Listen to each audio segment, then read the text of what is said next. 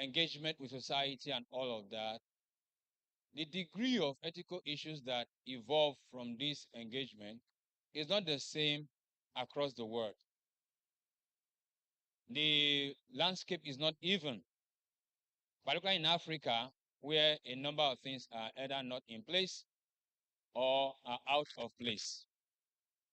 So, research and innovation in Africa has its own unique ethical challenges and is driven by several factors.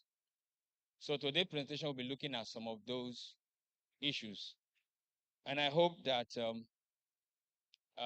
what the theme said, the part that says trend, threats, and consideration, I think mine will be looking more out of the possible threats that ethical issues poses. Particularly because a lot of times we don't need to pay a lot of attention to ethical issues around here.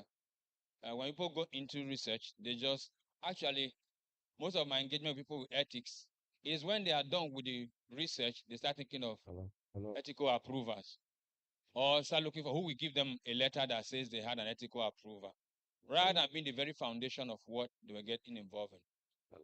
So basically, what are the sources of ethical challenges in African research and innovation realm? Socioeconomic context is the one we need to consider.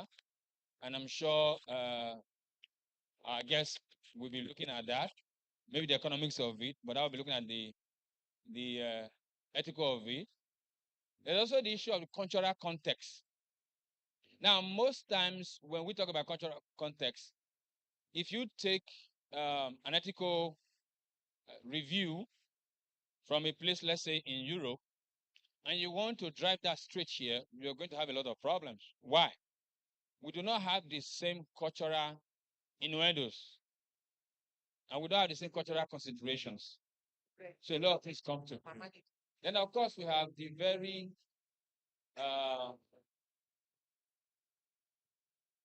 if we don't be too much, I would like that we have silence and we pay attention. Thank you. And then the other issue we might have is the political context, which actually is the bane of most of our challenges. So, I have a number of ethical issues I've raised for this talk, and I'm hoping that we will all work together with it and then come to a good place. I'll try to be fast as possible, but I try to be exhaustive with my consideration. Because even recently, there'll be every issue of climate change is evolving. We do not have enough ethical consideration to handle climate change because it's an evolving system. So let's begin to look at some of the issues that could constitute threats to good research and innovation ethically. Informed consent and autonomy. What do we have? In my presentation, I tried to do a double face. Try to look at what the challenges are and try to see what we could do about it. So in the same, it's a two sides of a coin. Because again, one other challenge we always have in our part is that we like to discuss the problem but not the solution. So I'm trying to see if we could take a look at that. Now we have research processes implication leading to potential exploitation. One of the main things. People go offer, people are recruited. Subjects are recruited for a research.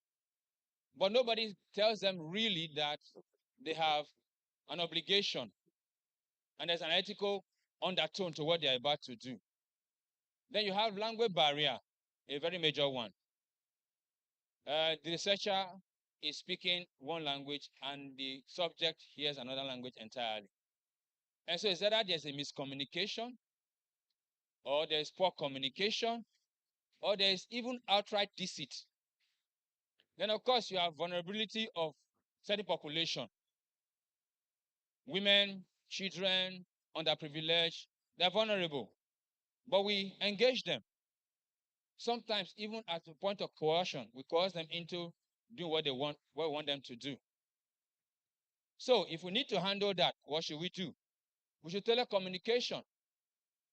I will say, if you want to go to Ijesha-Tedo and do a survey there, construct the material that you're engaging in Yoruba, not just bogus Yoruba, but the one they can understand there. So when you're speaking, they understand what you are saying. They can get the real information you are passing, what you mean, and they can interact with you. Get community leaders to be involved. Don't just come in, plug in, and plug out. The real challenge is that what the white man did to us, what we are doing to our own people. They come pluck a few things and go away with it.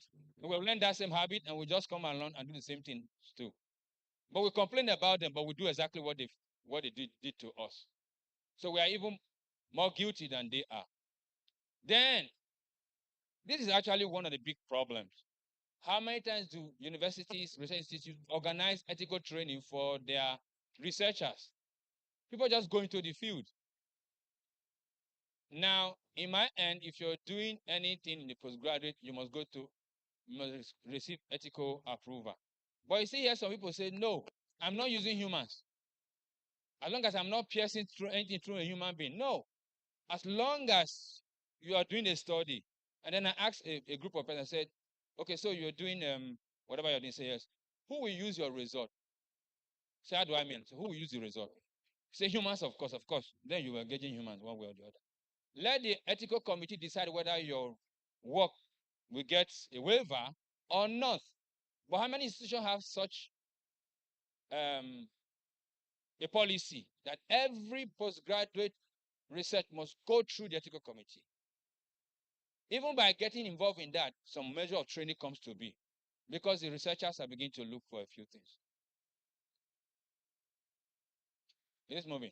Now, the other thing is data piracy and data security. We are way behind on this. So bad. We don't even know what data is right now. A lot of people don't know. A lot of institutions don't even have a data piracy security policy or anything like that. I don't know whether your university has. Okay, if I gather data, how should I use it?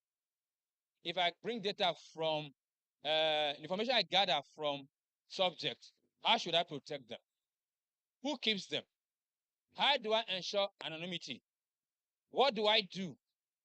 If I'm going to do a dissemination of the result, how should I go? So we have weak data protection laws, if they exist at all. I don't even know how good the national one is. There's lack of trust. Communities don't trust researchers because the last one that came ripped them off. Data breaches. We don't have a good internet security or digital security system, so anybody can breach anything. But recently they were saying one of the ministers, they gave him his NIN by just standing with him. His BVN and NIN was just given to him. So our BVN and NIN is actually as weak, you can access it as possible. Are you not shocked how people call you and start reading your bank things to you?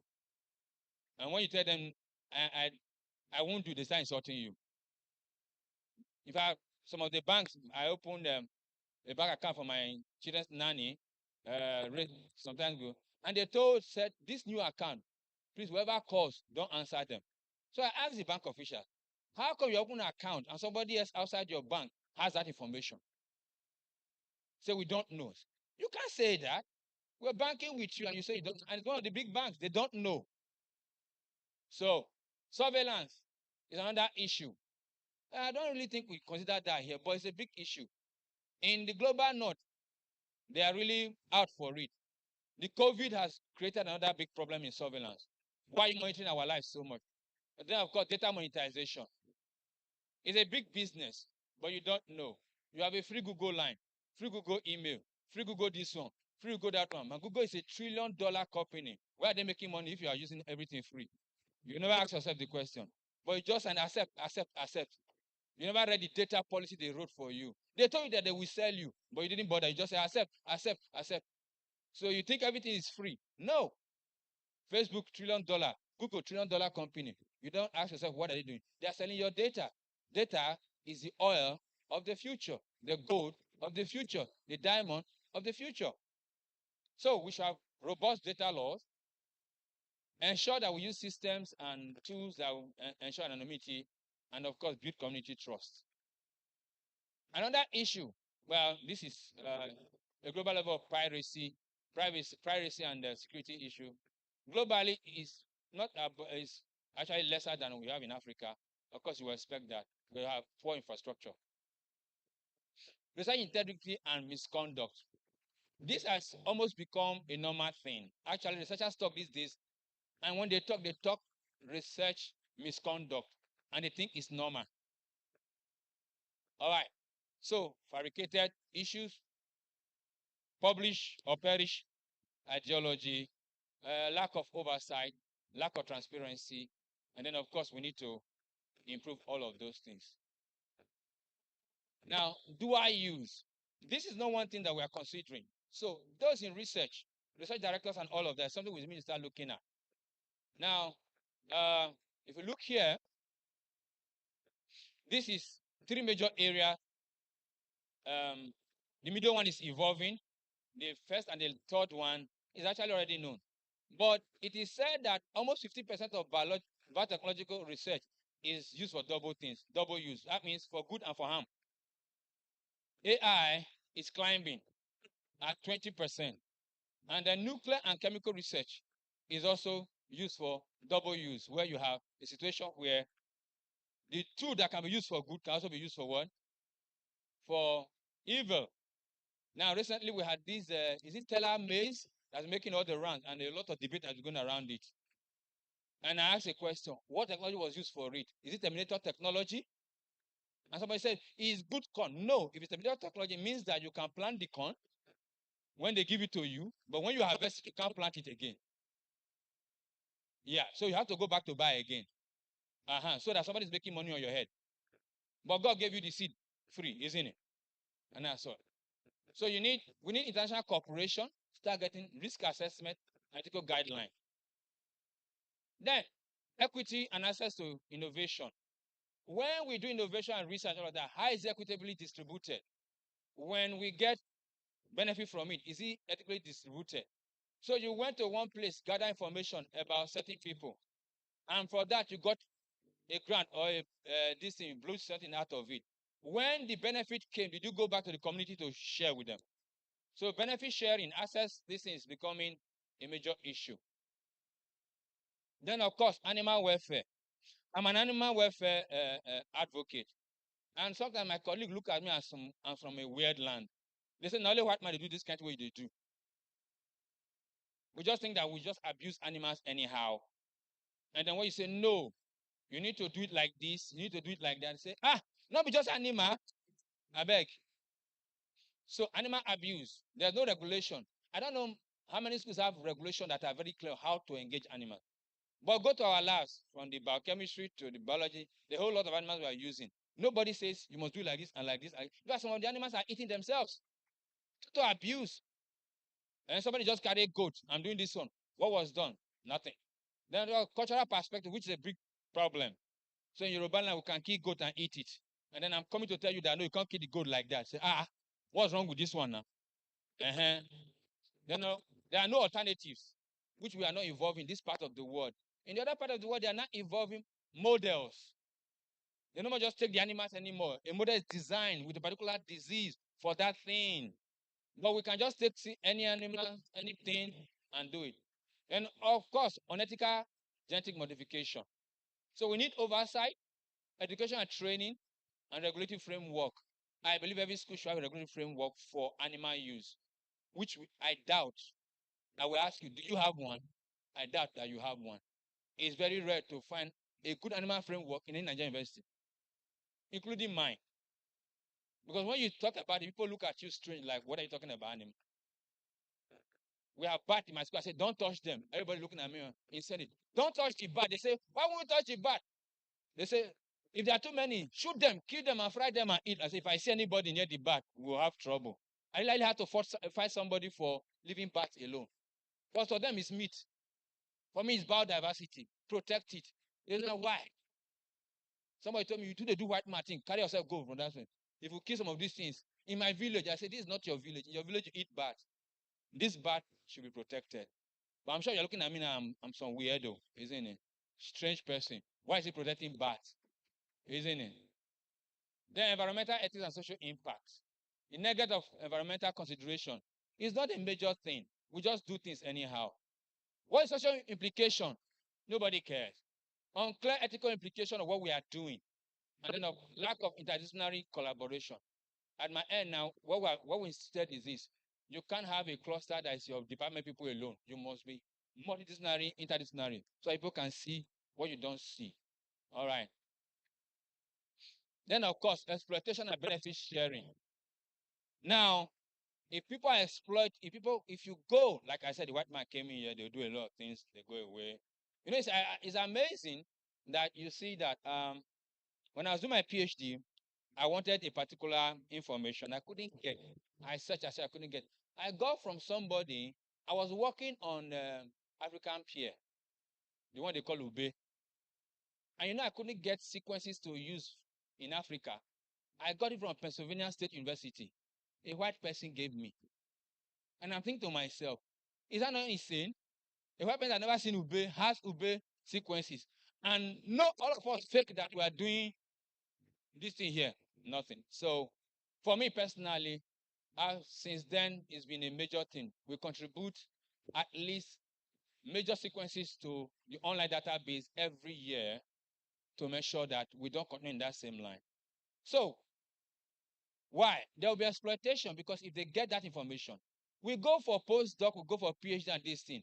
You take material from here to that place, you only come back with results. Nobody came back with the material you took with you. There was no material transfer agreement at all. There was nothing at all. We just packed things over. All right? Intellectual property becomes an issue. We're not even talking about that. Then, of course, political institutional challenge. This one is endemic. How we get out of it, I don't know. Corruption, government issues, political influence. You can appoint somebody in one place before you know the influence is so much that he's not able to do his job. So we need to make sure that there's independence in research and a host of that. But you know, if I pay, you do what I ask you to do anyway, isn't it? Then global health research dynamics. The research dynamics is changing, but we are very slow to follow the change. And that's a big problem. It's evolving. We are very slow to follow. Cultural sensitivity. How are we doing it? What are we doing to make sure that we catch up? Is Africa as slow as it ought to be? It seems as if when the whole revolution is over, we start packing the dredge. Right now, we're talking AI. All we see is how to cheat with it. Every student wants to cheat their term paper to lecturer with AI. The lecturer want to catch them in cheating. AI was not designed for cheating, for term paper, for God's sake. Everybody here. You are supposed to engage it. I was one of the few people where I engaged when Google released their AI, they say it's experimental. So we're engaging it. I was engaging it. And I spent like 72 hours one period. As I asked it, I don't know that one. So I created a definition. So, now I know what you're trying to talk about. Instead of creating knowledge, what are we doing? Put on there. Print on. Take. Everything that comes with is cheating. Bitcoin came cheating. Blockchain came cheating. Why is it only cheating we see in everything that comes? But people are doing things with it and we are cheating with it. Now we are talking AI. People are saying they should ban AI. You want to ban what? Ban ChatGPT? Go and learn. I'm in about 6 AI platforms. I tell my students, go, take this one, go and use ChatGPT and bring it back for me. Then we critique it, and then they know that it's of no use trying to use it as something to cheat with. But, quantum computing is coming. Are we ready? By the time you have quantum computing, AI and all that together, the flight will be very fast and we'll just be there, thinking that if we bury ourselves in the sand long enough, then we'll be same with everybody. It can't happen. Then colonial legacy and intellectual property. Most of our laws around Africa are still the one that the colonial masters left for us. They designed those laws to suit them and project what they want. We have not turned those laws to look at our peculiarity and design laws that will help us. Then, of course, intellectual property theft. is enormous. In fact, the truth of it is that with a promise of a visa, we will even give our father and mother away. We aid and abet intellectual property theft. We just do anything we like. Then, of course, biopiracy and genetic resources is another issue. How do we access biodiversity? Who gives access? Who has control? For example, in LASU's land space, land mass, who gives access to what should be used? Can anybody just walk in? Do you have a water side? Who controls it? Do you have on land that has not been used? Who has access to it? How do you harvest material in that place? Somebody can just walk in, carry a cutlass, and cut the thing down. Remember Francolise and Tunde? The single species of antelope that was left was shown on Newsline. The next day, somebody climbed the fence. All the men in the area climbed and killed it. The single species left in the world and killed it. Because they say in Yoruba, you used to do juju. He has power. Some of us that are old enough can't even remember that episode. It was a nightmare. Yeah. No value. Anything just, so far it's cuttable and edible, we just cut it. So how? Unauthorized access. Lack of genetic heritage. Who is preserving anything? We spoke recently about that. Somebody said, oh, in my group, say, we have Gene Bank. I said, where is it? He said, IIT is not your own. IIT is United Nations own. That's not your own. IIT, whatever IIT has is mandate crop. He said, now grab. I said, ha ha ha. Now grab. Have you been there? You grab. I said, I just told the person, I said, I won't say anything. I'll just keep quiet. Have you been there? That's supposed to be preserving our national biological heritage. They dry seed in the sun. I don't want to say more. Seed to preserve. But go to Harvard, Norway, the global what? Safety bank for all seeds in the world. So one country sat down, designed something, no air condition, the place is so cold they can preserve. So if there's a nuclear cataclysm right now, the seeds of the world will be protected. That's how people thinking. But our own barely can do much. So what do we need? Community-based conservation, benefit sharing agreement, awareness campaign, hopefully. Then, of course, clinical trials, another issue.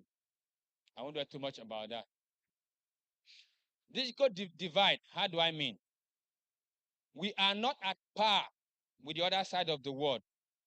But the important thing is that we are not doing anything deliberately to hurry up. We're not doing anything deliberately to hurry up. And the ethical implication of that, nobody's defining it. So infrastructure investment is a serious thing. How robust is our infrastructure investment? NCC at the time was training people in different schools on how to use computer. But the question is, do we have a national database? Do we have a national cloud? Do we have a national? People are building infrastructure, but which one is our own? We need those things.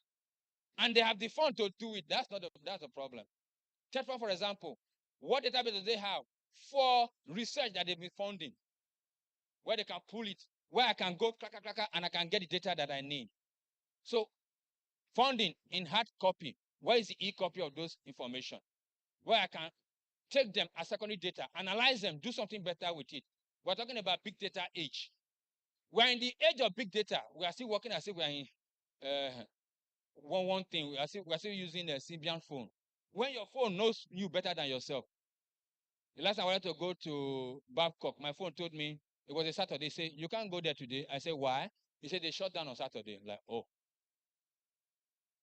So I called my friend that lives. He said, yes, we shut down from whether 7 till 7 in the evening. I said, sorry. I drove back home. I would have traveled miles, even have an accident or even die. I said, no. But my phone told me, where are you going? I just said, go. He said, my advice, please. That's my smart AI assistant. My advice, please. I would advise not you to proceed this journey. I said, why? He said, because they shut down on a day like this. Like, okay. If I come and he will tell me how many minutes to go home. Say, it's time to go home. You have another appointment. He knows you better. He monitors you. All right? So, infrastructure investment, digital literacy program is a must. You can't shy away from it. It has nothing to do with your village. Let's take the AI I was talking about, ChatGPT. ChatGPT is just letter thing. We're talking about AI being able to do almost everything for you right now. We're talking about 3D printing, AI. There's so many things that are linking together. But instead of us getting into that space, we think that, oh, if we insert it long enough, well, at the days, I remember the days of where we're talking about if publication online. My senior professors, they almost killed us. They are fake. If I cannot hold it, then it's not real. But now I'm sure it's real. So affordable technology, we need to promote that. Well, let's start round up this morning. There's a collaboration and capacity building. The divide between the North, the global North and global South is not reducing, it's widening. In fact, with new technology, the wideness is just alarming. Because it's as if we are doing like this.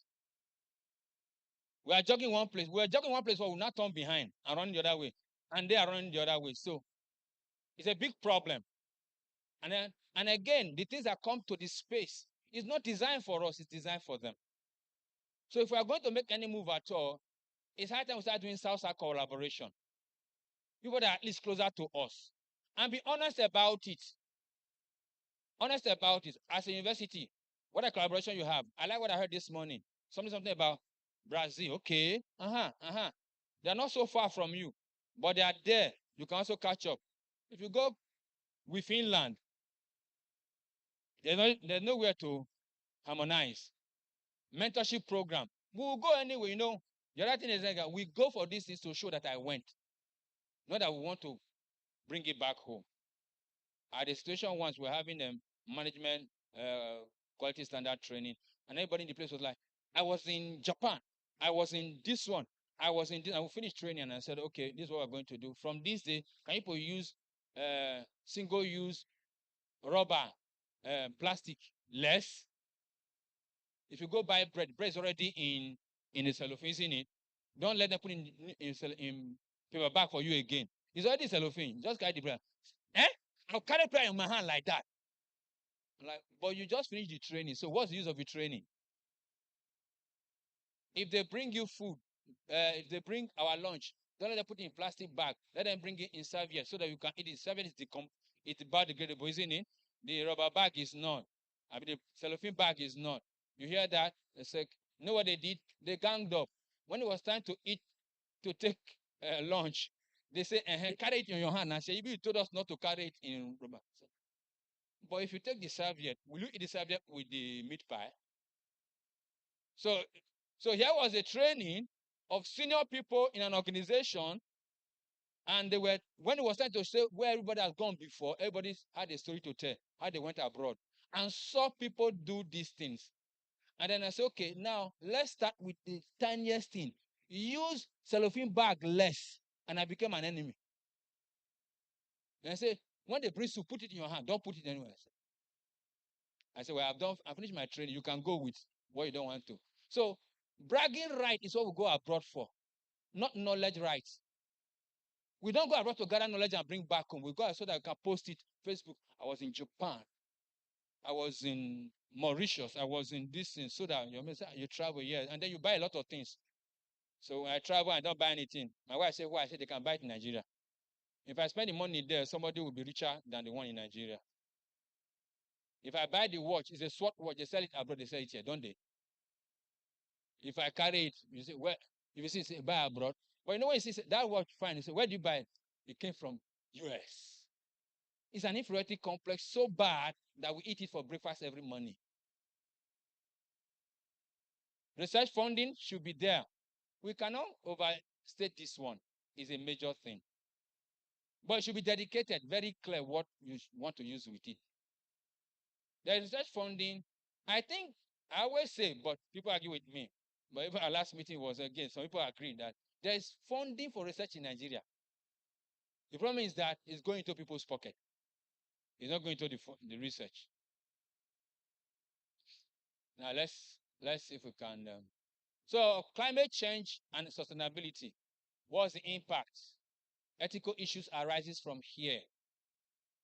But as I said, it's an evolving area, and actually there was a call recently for ethicists to design possible ethical consideration for climate change. I don't know whether a lot of people saw it here. But so we are evolving in that area. Resource depletion is a major issue. You know, actually, we had a short drought recently. How many people know that? We actually had a short drought.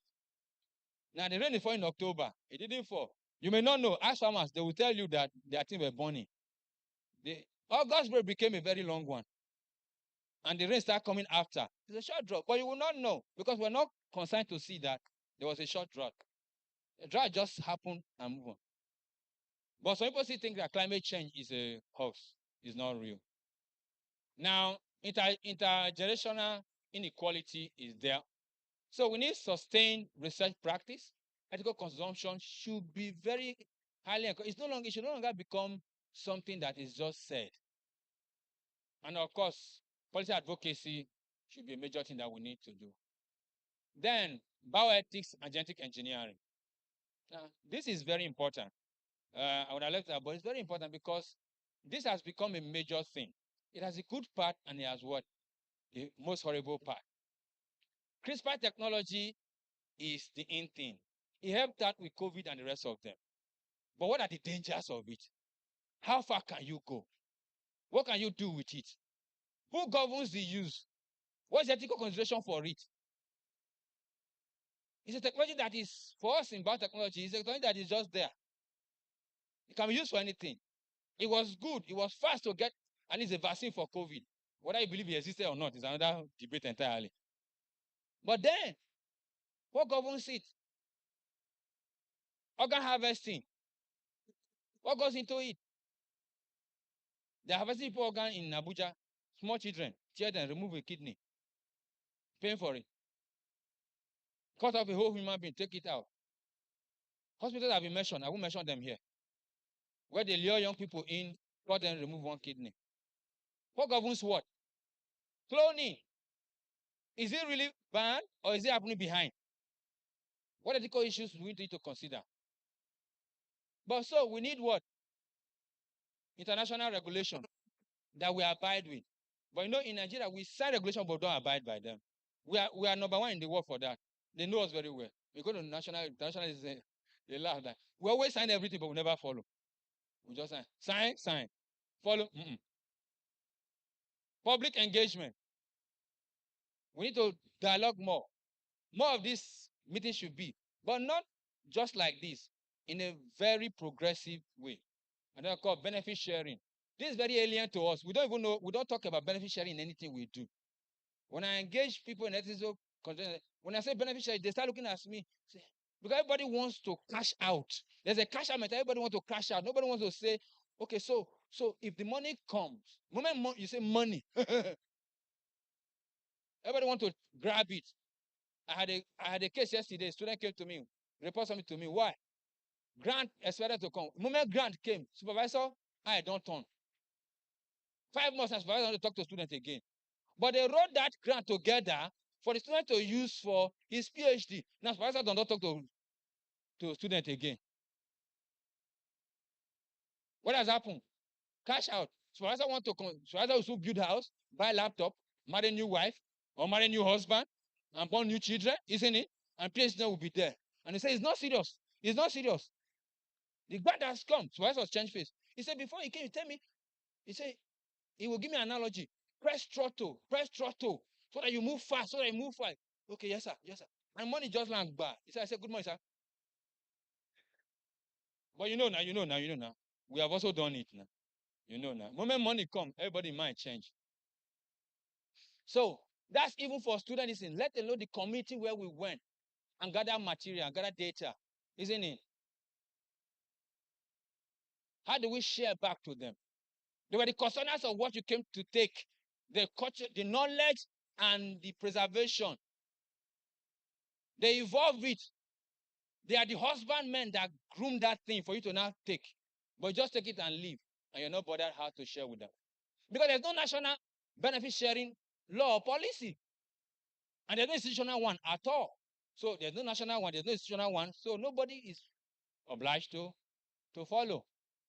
And then, of course, last week this morning, another area that could have ethical challenge, this is about 18 points, is artificial intelligence and ethics. There is bias in it and there's discrimination in it. I've already mentioned it. All right? There's bias in it, there's discrimination in it. People don't want to evolve and do what they ought to do. Autonomy and accountability. Should we have complete autonomy? The information that you put into the AI, who owns it? Why should you use it? Is AI really a threat to human jobs or not? Ethically, should that be allowed? The human creates system to destroy humans. What should be? So we need to ensure there is bias mitigation. And I'll show you, give you a story about that and then we'll round up. When I got ChatGPT, I told it I'll ask a few questions and it goes So I wanted to try this bias issue. So I asked another information. When it gives me, it's a European American projection of the information I'm asking for. So I use this word. Check for low quality journals for this information. You know, he said to me, I didn't know you would require such information. The machine was trained to gather information from that end, not from this end. So he said a minute, and when it said a minute, I went, you could see it working. It was working. That's not a normal thing. Just it was working. Eventually, he brought it out, and I said with references. He said it'll be a little tough, but I will try. Don't forget that my information is 2021. And then it goes, and eventually it brought some things out. And I was trying to prove something to some of my colleagues. I said, this is what I'm trying to tell you. It was designed, there's a bias in it. It was designed to project the global north. And whatever information is given you from that perspective. And so, how do we mitigate that? How do we design it? For every situation, it needs to review. It needs to review, for example, it should review. So when Google released theirs, they said it's experimental. I'm a Google contributor, and it says, could you please join in engaging it? So we're engaging it for months before it was launched to the whole public. And in doing that, it's a little bit better than ChatGPT or things like that. But I'm not a computer scientist anyway, don't forget. But that's the problem. Instead of getting into the ABC of knowledge, we restrict ourselves to say, I'm not computer science. So there's a bias. And we're not thinking of that bias, whether nationally or locally or whatsoever. Instead, we are projecting it. And everybody make money out of it. Transparency and explainability should also be there. So ethical framework should exist to deal with that. There are ethical issues with artificial intelligence, yeah. But who is dealing with it? Who will get involved with it? Now, if you check most journals, Elsevier and Co, they will tell you, if you use AI, don't quote as an author. Just acknowledge that it was used. Because people are already turning AI to author. That's an ethical issue. They are dealing with it. But we don't have anything like that. We need to come up with positions. For example, does this school have a position on AI use, an ethical use of it? We need to put that in. Don't wait.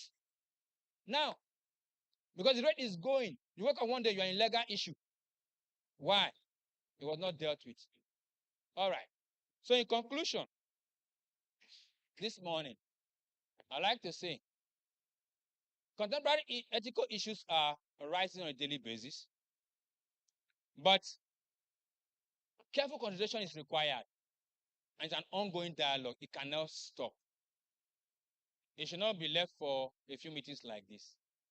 If I should have a serious faculty lecturer involvement, each faculty developing theirs, to make sure that peculiarities are handled. Humanities, science should have their peculiarities. They must be recognized and put in, not a one-size-fits-all scenario. We must uphold ethical principles for whatever we are doing. It must become a first thought for us, not a later one, not an afterthought. It's an afterthought for us. It's when people finish their research that they start looking for ethical thing to add to it. And then, of course, research innovation will continue to evolve and foster culture of ethical reflection and responsibility.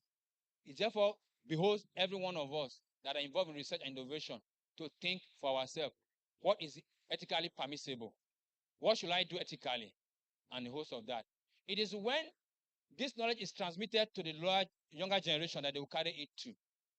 But if a supervisor teaches the student to falsify results, because what we now have is a situation where you propose something, you cook the result to fit that thing, rather than the result telling you what it is.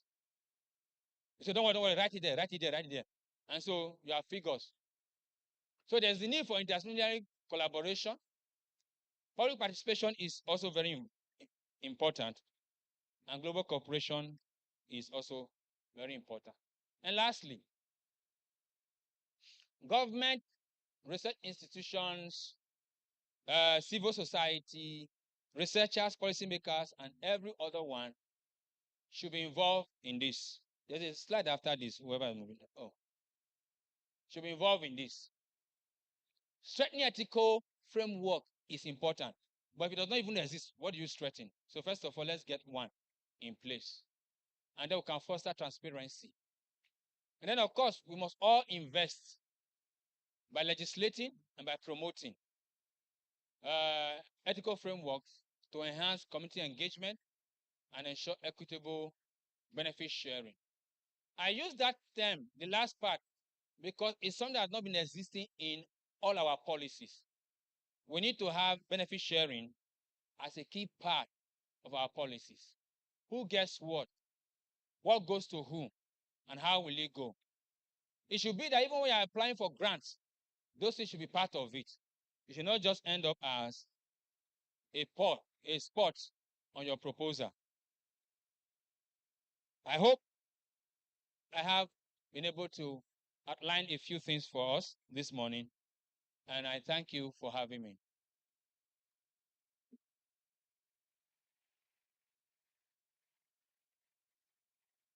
Thank you very much, Professor Omoyimi, all the way from Covenant University. He has developed the topic, Contemporary Ethical Issues in Research and Innovation. We would like those sitting at the back to move forward so that we can leave the back spaces for those who will come late. Distinguished guests, you are here at the Aderemi Makanjuola Lecture Hall, attending the 6th LASU Research and Innovation Fair. The Research and Innovation Fair for this year has been fully supported, apart from the university management, by Africa Center of Excellence for Innovation and Innovative Transformative STEM Education.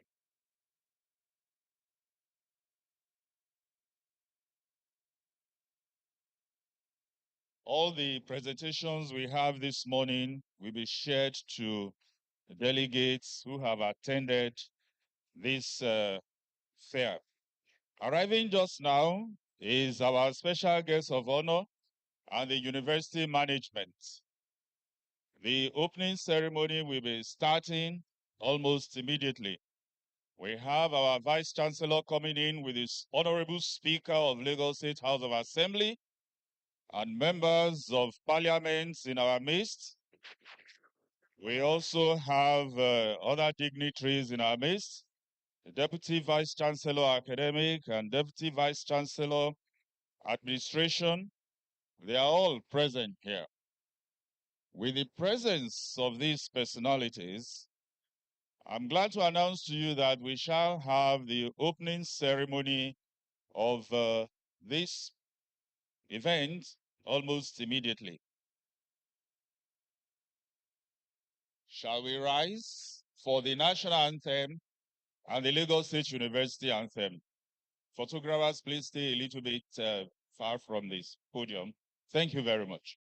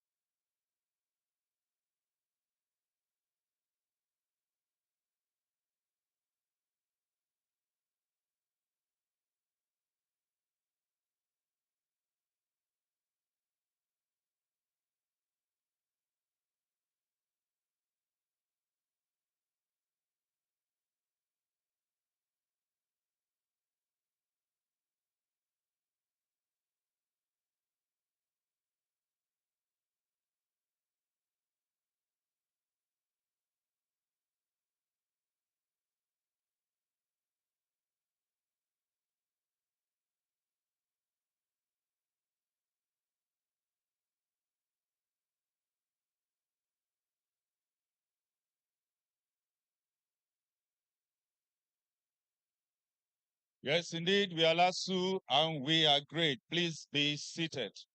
You are welcome once again to the 6th Lagos State University Research and Innovation Fair. The theme of this year's fair is engaging technologies, research and innovation, trends, threats, and considerations. And before the arrival of the people on the podium, may I inform you that we listened to the first plenary speech delivered by Professor Conrad Omoyimi, all the way from the Covenant University. Professor Conrad will soon leave us, not absolutely, his mind is here, but the first assignment the Vice Chancellor will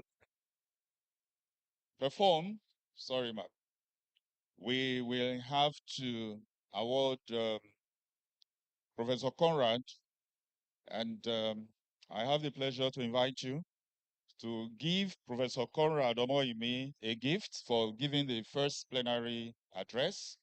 This is happening because of some circumstances. He will have to leave us for another assignment. Thank you very much, ma'am. The director, Professor Adineye, can we have the award plaque? Thank you very much. Professor Moibe, we at LASU are very hospitable people. We always appreciate good works. You have really incited us to do something nice with research, especially questions of ethics and so on. Our Vice Chancellor, Professor Ibiyemi Ibilola, Olatunji Bello, MNI, NPOM, is here now presenting a plaque to Professor Omoimi. Please give them a big round of applause. Thank you.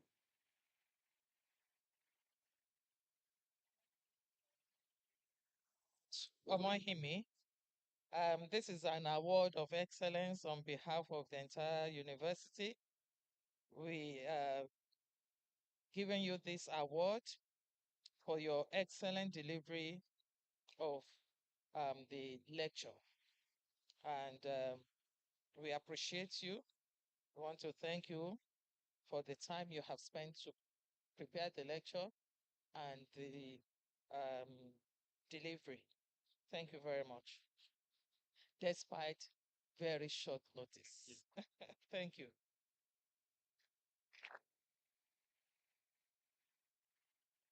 The Vice Chancellor giving the award to Professor Omoimi.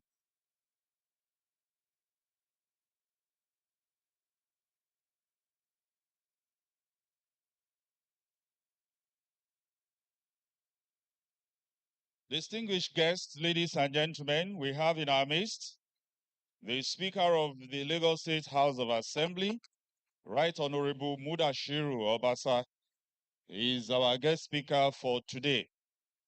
May I also establish that we are here. We have in our midst our Vice Chancellor. You've just seen her perform the function. She's being supported by our Deputy Vice Chancellor Academics, Professor Olufunsho Mobito. Thank you very much for being here. Then we also have other dignitaries sitting on the floor. I will introduce them as time permits. But I'm also saying that I welcome all of you, provosts, deans, directors, heads of department, government officials of Lagos State government, researchers far and wide from the whole world listening to us here in this hall, professors, academics, students, gentlemen of the press, ladies and gentlemen, you are welcome to the 6th Lagos State University Research Fair. Once again, may I remind you of the theme of the research fair: emerging technologies, research and innovation, trends, threats, and considerations. We have clearly marked some sub-themes. They are contemporary ethical issues in research and innovation for economic transformation, the role of artificial intelligence, AI, in research, development, and innovation.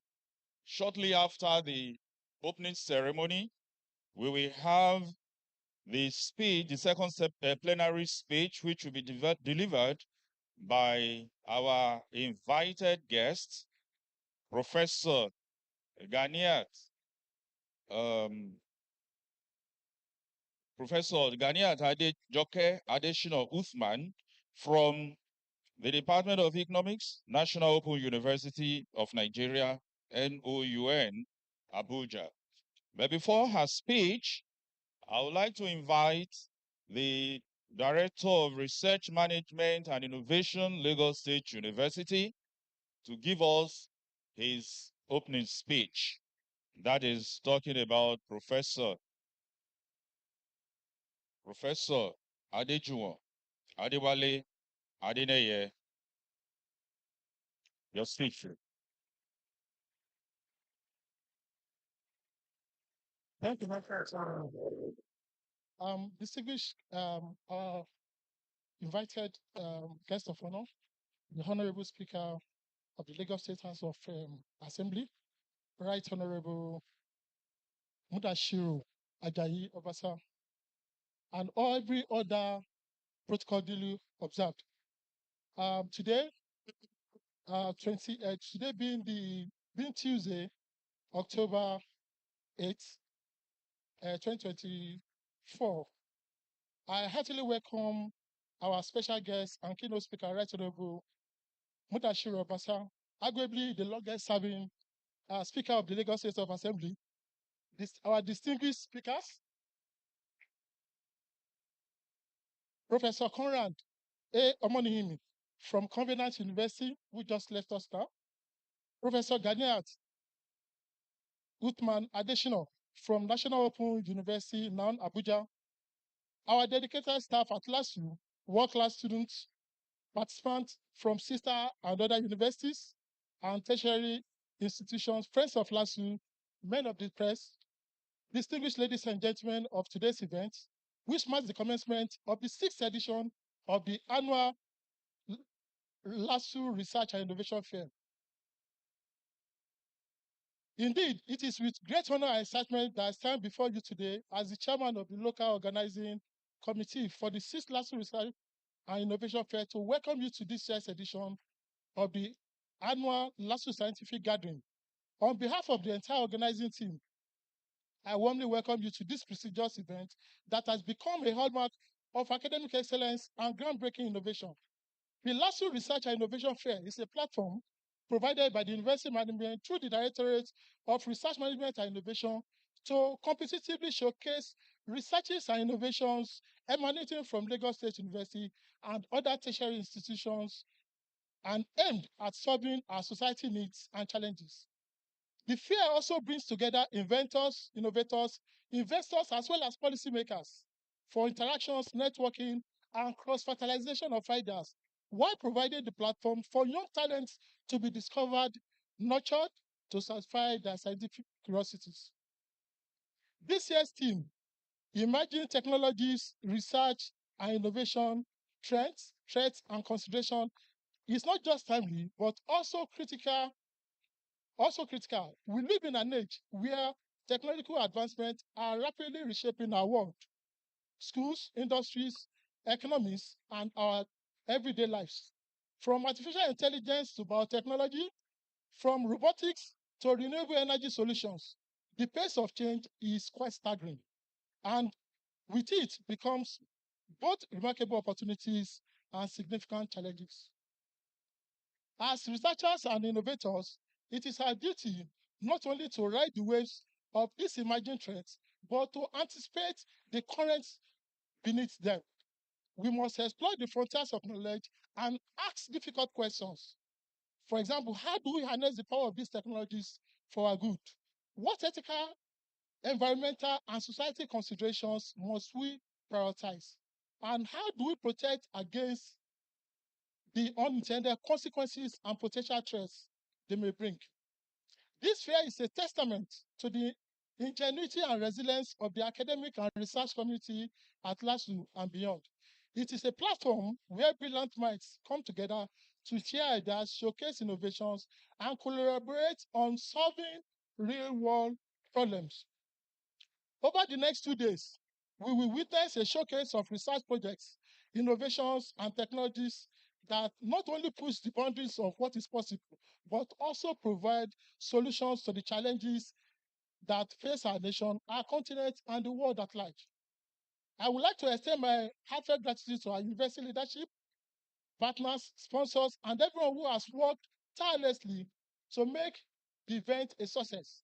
Your unwavering commitment to advancing research and innovation is truly commendable.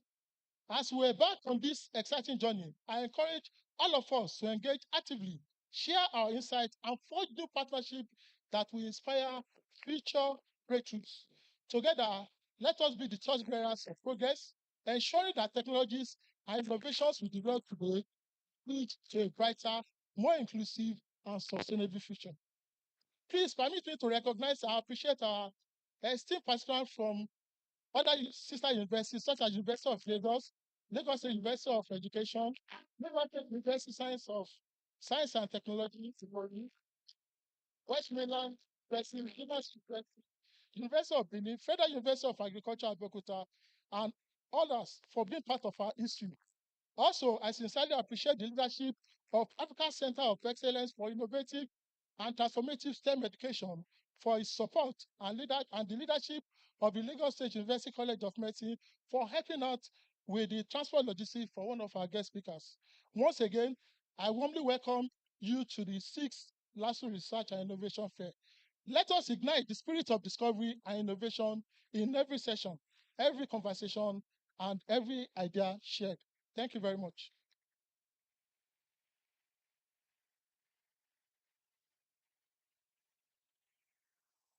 Thank you very much, Professor Adedeye. That was the Directorate of Research, Management and Innovation, Lagos State University.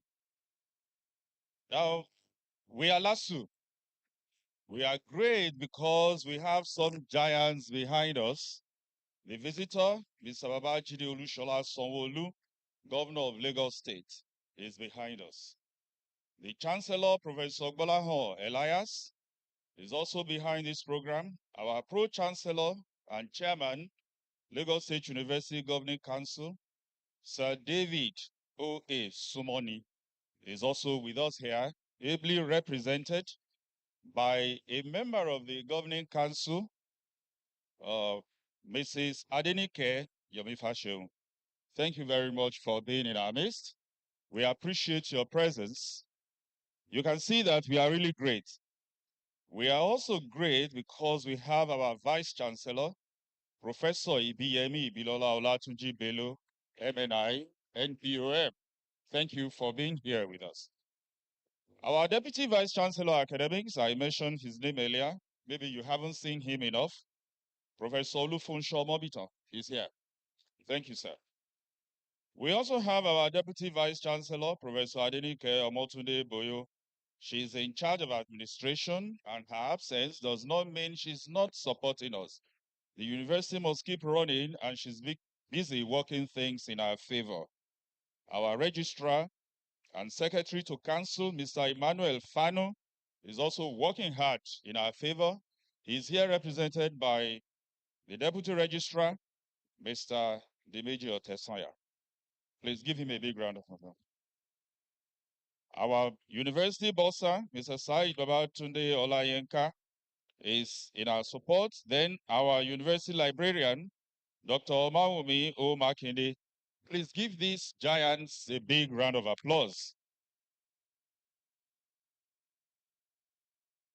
To continue this program this morning, of course, you have been listening to many speeches, and the resounding expression has been artificial intelligence, research ethics, and so on. Well, maybe there are some things we've not been doing rightly, but after this fair, we will adjust and do what is right. May I have the honor and the pleasure to invite our Vice Chancellor, Professor Ibiyemi Ibilola Olatunji Bello, MNI, NPOM, to deliver her opening remarks for this fair.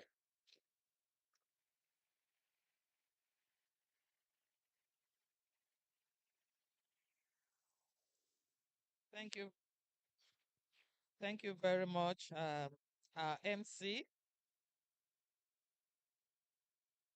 our keynote speaker, and the Speaker of the Lagos State House of Assembly, Right Honorable Mudashiru Obasa. Thank you, sir.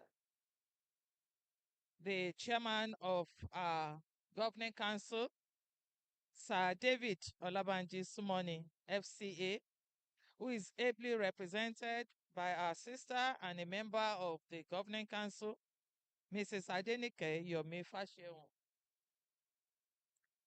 The Deputy Vice Chancellor Academic, Professor Funsho Omobiton. The University Registrar, Mr. Emmanuel Fano, ably represented by Mr. Otesanya, SO. University Bossa, Mr. Said Olayinka, ably represented by Mr. Omoyin Taiwo. The Director of the Directorate of Research, Management and Innovation, Professor Adejuwon Adeneye. Our dear guest speakers, Professor Mohimi and Professor Adeshino Uthman. All professors here present, all directors of centers here present, all heads of departments and other staff of the university here present, distinguished participants, ladies and gentlemen. On behalf of the management, staff, and students of Lagos State University, I warmly welcome you all to the 6th Research and Innovation Fair of Lagos State University, organized by the Directorate of Research Management and Innovation. I especially welcome with all sense of humility and respect the Honorable Speaker of the Lagos State House of Assembly, Right Honorable Mudashiru Ajayi Obasa, to our university, his alma mater. It is a homecoming of sorts for you. And we are happy to have you deliver the keynote address at today's ceremony. Over the past 5 years, since we inaugurated the Research and Innovation Fair, the university has benefited immensely in the areas of enhanced collaborations with industry, government, and private funders. I am proud to also acknowledge that the research fair has been pivotal in entrenching research and innovation culture in our university, which has translated to increased research grants for our university, for our researchers.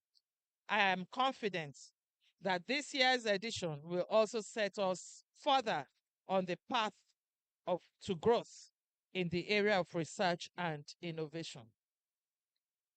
This year's theme, Emerging Technologies, Research and Innovation, Trends, Threats, and Considerations, is both timely and critical as we navigate rapidly evolving landscape of the 21st century. The technologies that have surfaced in recent years are not just reshaping industries, they are reshaping the very fabric of our lives, influencing how we connect, work, learn, and even think.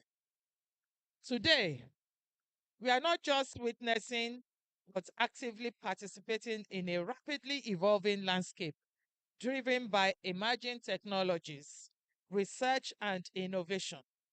This is the dawn of an era where artificial intelligence, biotechnology, quantum computing, and renewable energy are no longer science fiction, but living, breathing realities.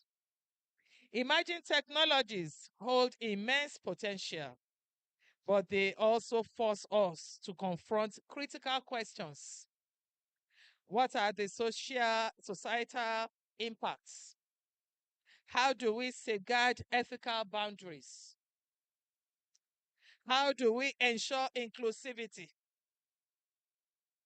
so that the benefits of innovation extend to all without leaving anyone behind? These are questions that must be at the forefront of our research agenda. As a university deeply committed to academic excellence and innovation, LASU is at the forefront of this conversation.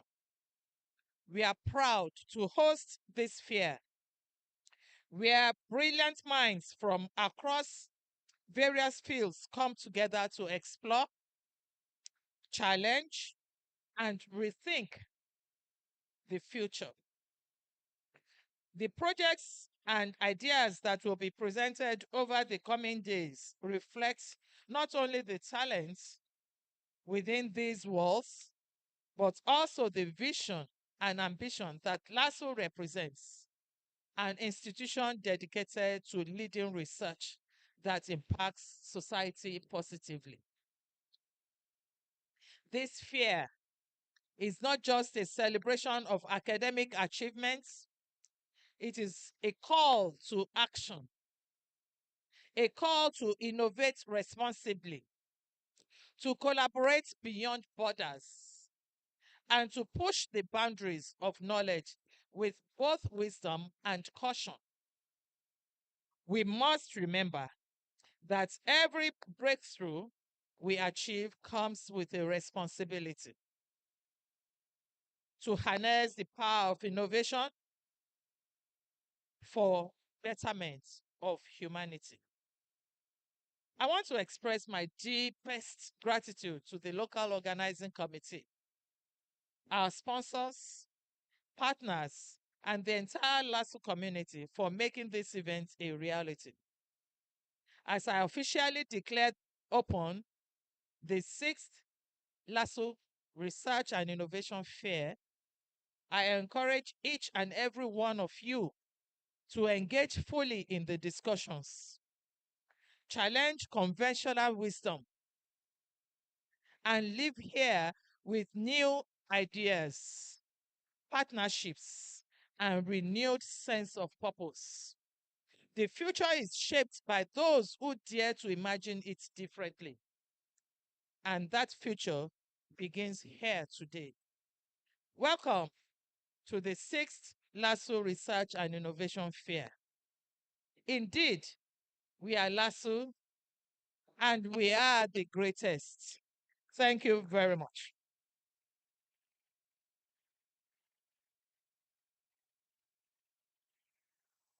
You have just listened to our great Vice Chancellor, Professor Ibiyemi Ibilola Olatunji Bello.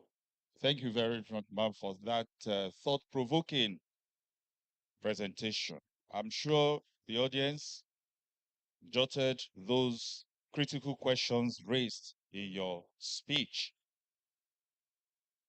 Please, let me let you know that Mr. Taiwo Omonyi is here to represent the Bossa of Lagos State University. Please give him a big round of applause. We are great. Yes, and I'm also remind you that this program is heavily supported by the Africa Center of Excellence for Innovative and Transformative STEM Education. If you want to know more about them, approach any one of us wearing this special shirt. You can see my shirt is different from yours. It means I'm serving you specially.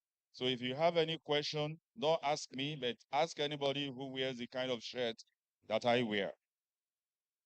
Our program this morning is under the chairmanship of our Pro-Chancellor and Chairman of Governing Council, Lagos State University. That is David Olubanji Sumoni, KJW FCA.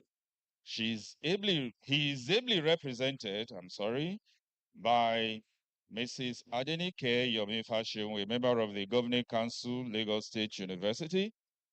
It's time for the Pro-Chancellor's speech, and I hereby invite Mrs. Adenike Yomi Fashion to deliver that speech. Thank you very much.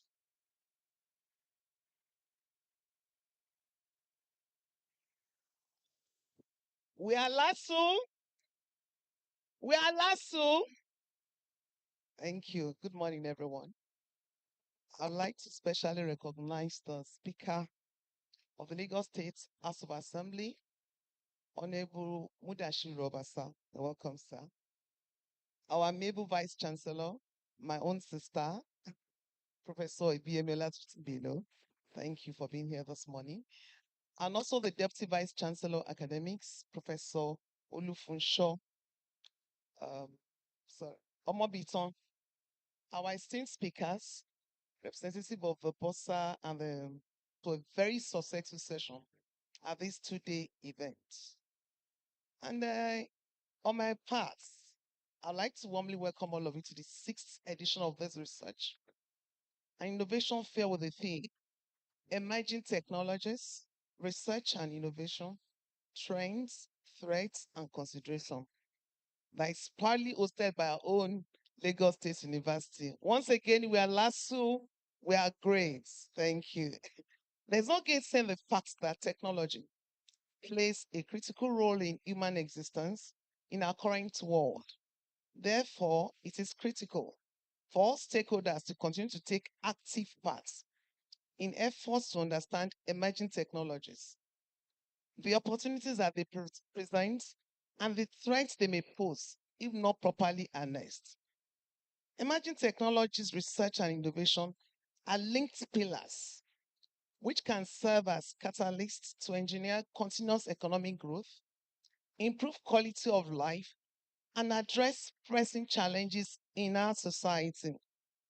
With the continuous development of emerging technologies such as artificial intelligence, robotics, data analytics, blockchain, nanotechnology, clean tech, Internet of Things, biotechnology, augmented reality, and virtual reality. To mention a few, there is a lot to learn at this session.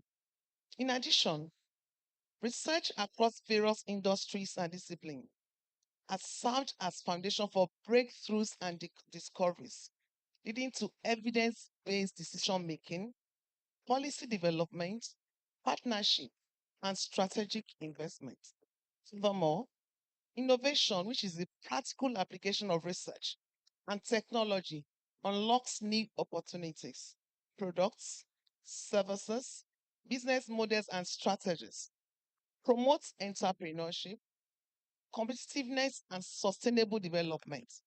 In our ever developing world, the role and benefits of emerging technologies, research, and innovation include facilitating scientific advancement, strengthening economic growth and competitiveness, addressing societal challenges such as climate change, healthcare, education, improving the quality of life, creating a sustainable environment, shaping the future of work and industries, and improving decision making and policy development.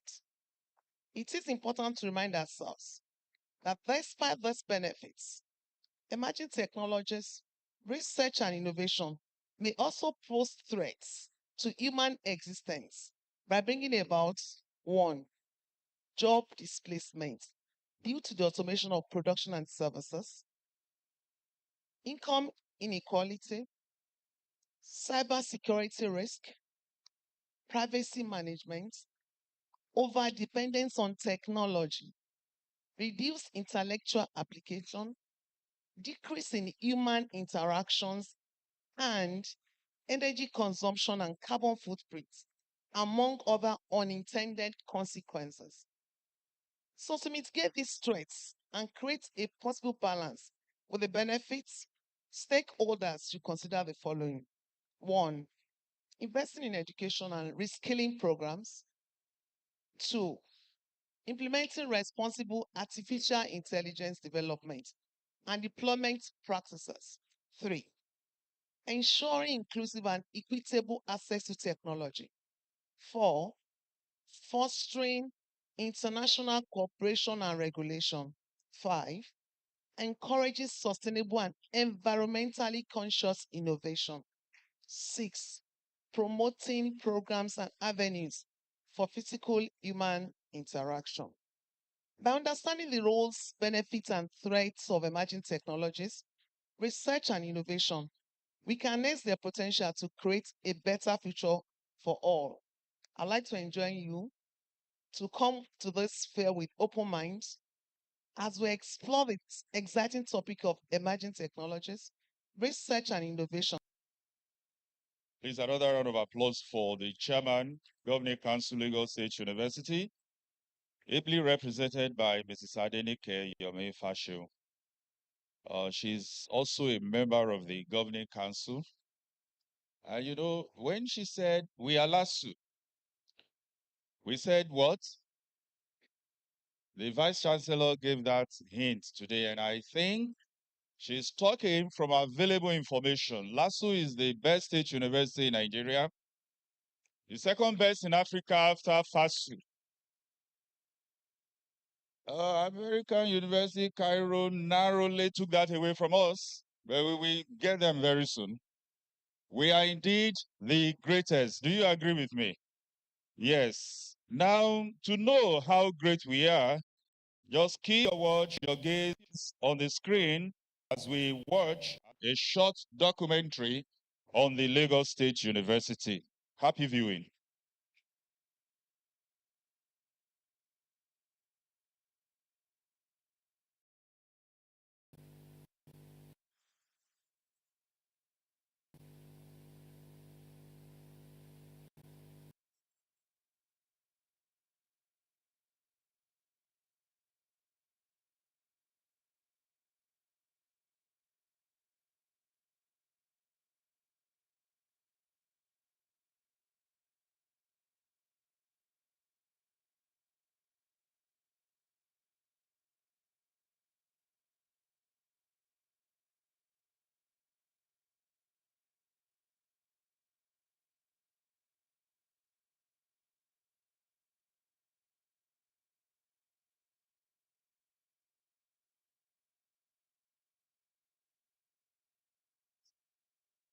spanning across 91 academic programs.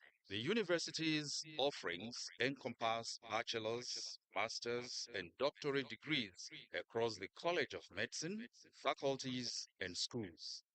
These faculties and schools are agriculture, allied health sciences, arts, basic clinical sciences, basic medical sciences, clinical sciences, communication and media studies, dentistry, education, engineering, environmental science, law, library, archival and information science, management sciences, pharmacy, science, social sciences, transport, and logistics. We also have Center for Environmental Studies and Sustainable Development, Center for Planning Studies, Africa Center of Excellence for Innovative and Transformative STEM Education, Center for Entrepreneurial Studies, Center for Afro-Brazilian Studies, Center of Excellence in Sargassum Research, Center for the Actualization of the United Nations Sustainable Development Goals, Center for Response and Prevention of Sexual and Gender-Based Violence, University Career Development Center, University Multimedia Center, and University Health Center. Institutes. These are open and distance learning and research institutes and Institute of Organic Agriculture and Green Economy. The Lagos University last year currently has a total of 43,362 students distributed in various faculties for different programs. The university is committed to ensure the development of educational opportunities for students with disabilities. Our uninterrupted academic calendar has attracted international students for postgraduate studies. The Students Affairs Division takes care of the students' needs. The students also enjoy the services of the Center for General Nigerian Studies and participates in students-based social activities in the students' arcade. The university is home to some service centers. They include directorates of academic planning, advancement, council affairs, health center, information and communications technology, internal audit, linkages, partnerships and collaboration, quality assurance, research management and innovations, sports and recreation, special interventions, staff welfare, training and development, works and physical planning. Our state of the art instructional spaces are fully equipped with the latest advancements in technology, catering to diverse learning preferences. Within our campuses, you will find expansive lecture halls, interactive seminar rooms, and engaging tutorial spaces, each designed for optimal comfort and ventilation. Our laboratories stand fully equipped, fostering hands-on learning experiences and empowering students to immerse themselves in research endeavors. Recognizing that education transcends traditional settings, we have established dedicated self-study areas to empower students in their independent learning journeys. Our library serves as a bastion of knowledge, housing an extensive collection of books, journals, and scholarly resources available for both students and staff. Additionally, we have embraced the digital age, offering virtual learning platforms that facilitate online education and research ventures. We acknowledge the importance of holistic student well-being, which extends beyond academia. Consequently, we have curated a selection of recreational amenities, including sports fields, fitness centers, and inviting social spaces. These provisions encourage relaxation, camaraderie, and participation in diverse activities, fostering a balanced and enriching university experience. At last, our overarching mission revolves around cultivating an environment that propels learning and innovation. Our comprehensive facilities and diverse learning resources serve as pillars in achieving this vision. Our commitment remains steadfast in consistently enhancing these provisions, ensuring that our students are equipped with the competencies and proficiencies needed for success in their chosen paths. We sincerely appreciate our students for choosing LASU as their academic home, a testament to their pursuit of greatness. Embodying the spirit of LASU, we stand united in our pursuit of excellence. We are LASU, and our commitment to greatness knows no bounds. We are LASU, and indeed, we are great.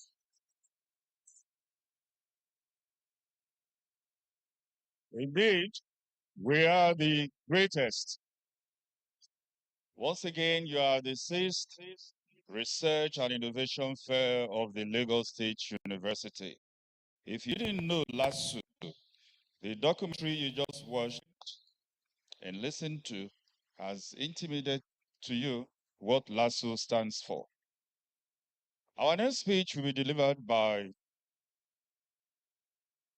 the guest speaker, the keynote speaker of today, Right Honorable Mudashiru Ajayi Obasa. He is currently the Speaker of the Lagos State House of Assembly. Sir, we need your presence.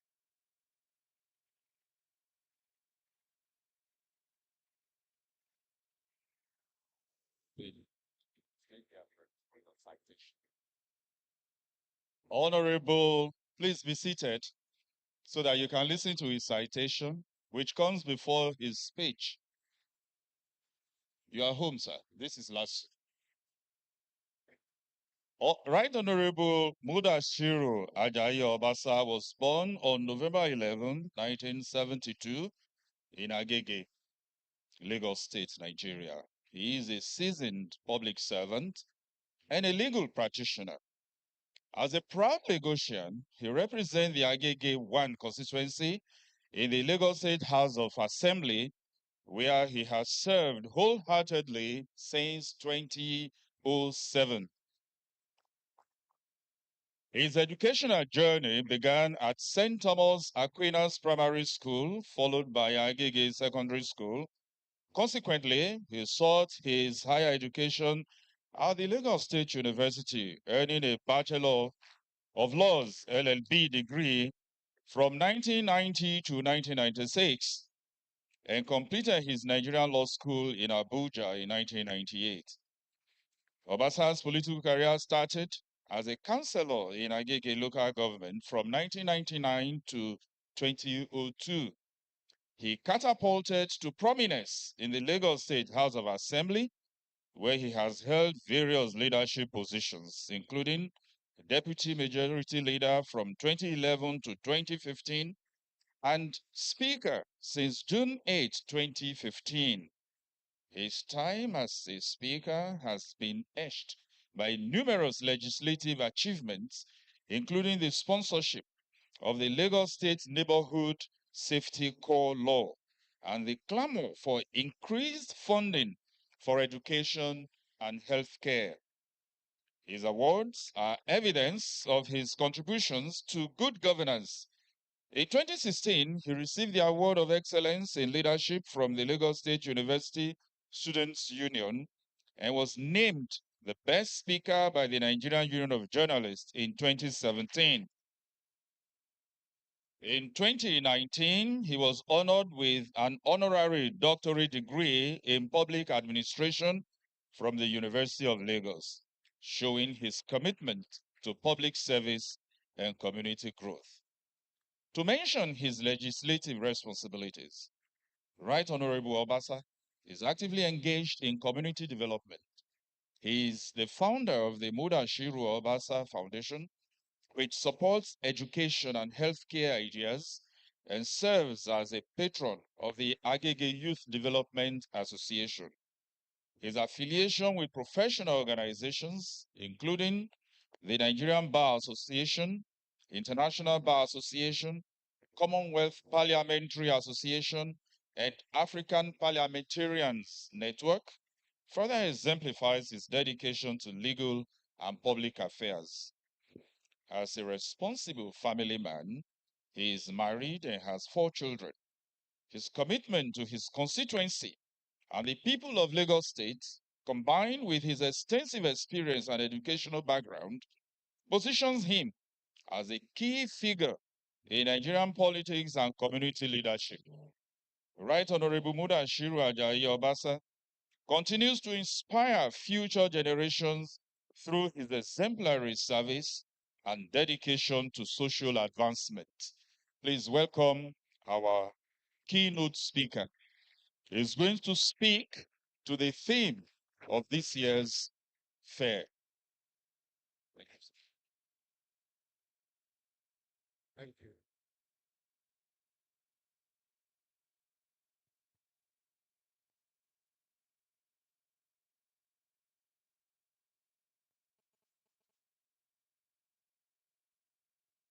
We are Lasso. We are Lasso. Lasso na elele.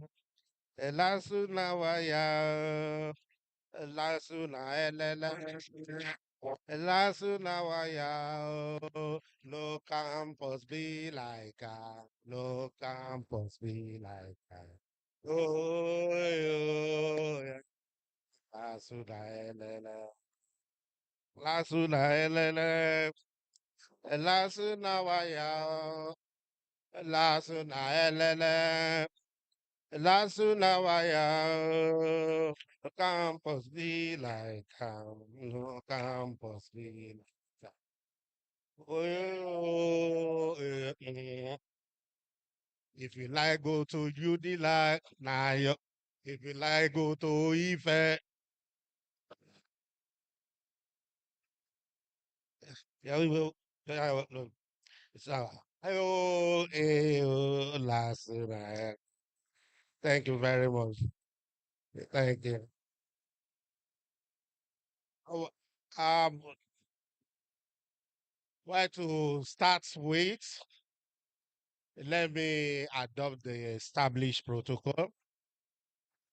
But having said that, it is very important to recognize our VC, a sister, very kind one, a hardworking VC, someone that has brought development intellectually, infrastructurally to our school. And I am proud to identify with her that we also appreciate the good job she has been doing. I know she has not been doing this alone. So by extension, I recognize other management and staff of this great institution. So we recognize it. We thank you for guiding our future, our youth, because they are the future. So you have been doing well. We thank you. We appreciate it. Having said that as well, I must recognize my family here with us this morning, the Obasas family from Ojo. I thank you for coming out to give this support. And thank you. I recognize you. Thank you for coming. Because when coming in, they did not come alone. They came with drummers. And I was being given a very, you know, entertaining welcome. So I thank you. And I must recognize our stars from Lagos State House of Assembly here with us. We thank you. We recognize you. Likewise, I recognize each one of you. Thank you very much. When I come here this afternoon or this morning, pardon me, it's like killing 3 birds. It used to be 2 birds, but today for me it's 3 birds. So we are killing 3 birds with just one stone. One stone. I've said it's an homecoming to my family in Ojo. And secondly, as an alumnus of this great institution, so it's a great pleasure for me to be here with you. As well, being given an assignment in the way to contribute to today's event. So I am honored, and I want to tell you boldly and openly that we are always ready to be part of your program. So it's a privilege coming to this place. And the company, even though he has said we cannot ask him anything, where is it? Well, okay, it's over there that we cannot ask him anything, but yet he share uniform with others. So we call others, so don't bother. We are not going to disturb you. And in the CV that uh, he read out, so I noticed some few errors. So it's I accept it as my fault. So I think when next time we have an opportunity of coming together, the well fashion of it will be, will be right. So once again, I say good morning. Yeah, it gives me great delight to be invited as a keynote speaker at this research and innovation fair. Why I feel enormously honored to have been recognized by you as a trailblazer in the state development stride. I must confess that the task you have asked me to undertake today is a doubting one. This is so because the audience I am addressing today is an assemblage of scholars who are distinguished and first in fields of research and science and technology. Distinguished audience, today we are very dependent on science and technology for our daily sustenance, the energy we use at home and in our industries, the telecommunication system, the medical system, the automotive and aviation industries, to mention but a few, are all a function and derivative of science and technology. Emerging technologies have consistently changed the status quo according to Bill Gates. The world is changing with technology. Ladies and gentlemen, there is a strong nexus between research, innovations, and emerging technologies.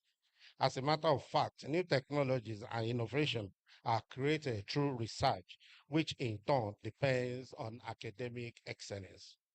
The term emerging technology is generally used to describe a new technology or continued development of an existing technology, which is expected to create significant social or economic effects in Nigeria and the world in general.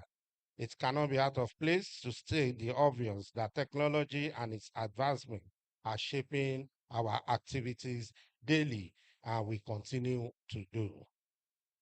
Distinguished, it is equally important at this point to specifically consider the cause and evolutionary trends of emerging technologies in some of our global industries.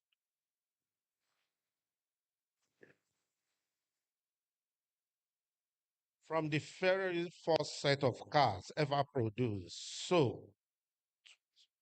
to what we have today, we all know the marvel happening in these areas since Henry Ford industrialized the industry. The biggest trend in automotive industry is the current shift to electric cars. It is a forecast by 2030, about 55% of cars in Europe will be electric cars. Well, let me also remind that they are proposing a flying car as well. Another innovation that is taking over the automotive industry is self-driving vehicles made easy with artificial intelligence. This aside the effective connectivity that has become a feature of modern cars with some having speech recognition, 5G network and communication facilities. We see the transformation in the trains and the rail system from locomotive to electric high-speed trains, which can reach up to 320 kilometers per hour. Technologies are currently looking at the opportunity of further enhancing speed levels of train. In aviation, we see that the use of technology has helped the world to achieve starting from airplane was first built by Orville and Wilbur Wright with improved GPS technology. Airplanes today have better navigation and safety capacity. Scientists seem not to be relaxing as they look into the future for autonomous aircraft.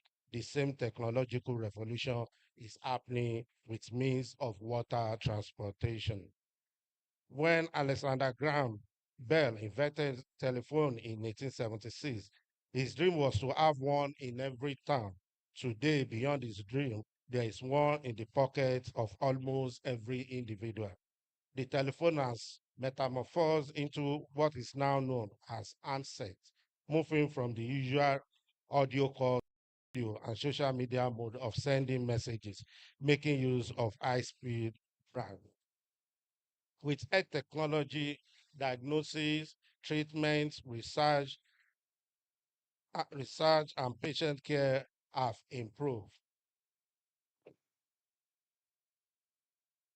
In the health sector, you now hear about telemedicine, medical imaging, and even robotic surgeries. The banking and finance sector has become more customer friendly with the advantage of technology. From when customers had to queue to become one after the other to this period when you have the mobile online banking system, the use of apps and even automated teller machine technology has continued to play prominent roles. Technology has made education easier than it was in the past. These days, there are people who can get their certificates without necessarily experiencing being with the four walls of a school. There are schools that run online with students learning right from their homes. In other words, technology has made learning process more personalized, more accessible, and more engaging. Revolution in the entertainment industry cannot be talked about without mention of the place of technology in its advancement. When stereo plates became a thing, the world thought they had seen it all. Then the cassettes were produced for both music and video players. Not too long after that, we got CD plays, though the CD plays still exists today. The world has further advanced technologically with terrestrial television channels. You can watch music, movies, news by just connecting your television to a decoder. You can even watch what you want by just getting the right website. Technology has made it easy to construct structures with recycled products. Lagos State is still exploring the possibility of generating electricity through the transformation of our various dump sites.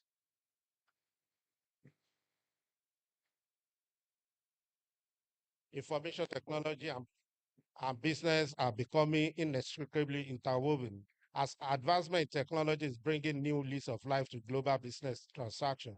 You can see it in comfort of your home and transact businesses with those you may never have met and who are thousands of miles away. The United Arab Emirates is a perfect example that has seized the opportunity of technology to advance its development. Even though we are not there yet as a state, Lagos has continued to build on what it has in terms of technology.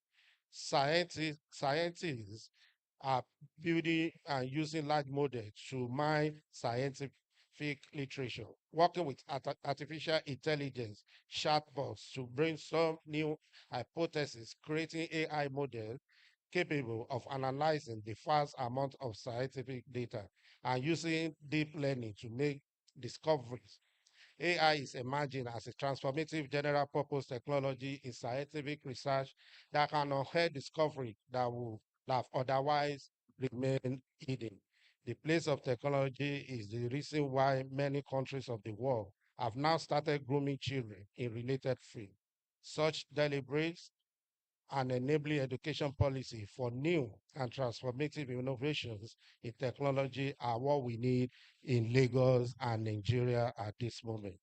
There's no denying the fact that creation of knowledge through research depends on educational excellence.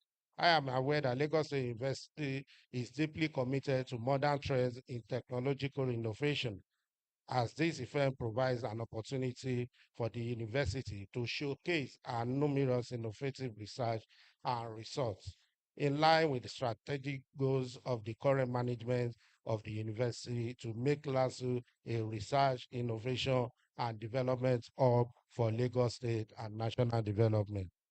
Research and innovation fairs such as this create little wonder as to why Lagos State University was once the second best university in Nigeria in the 2021 World University Ranking. We are allowed to,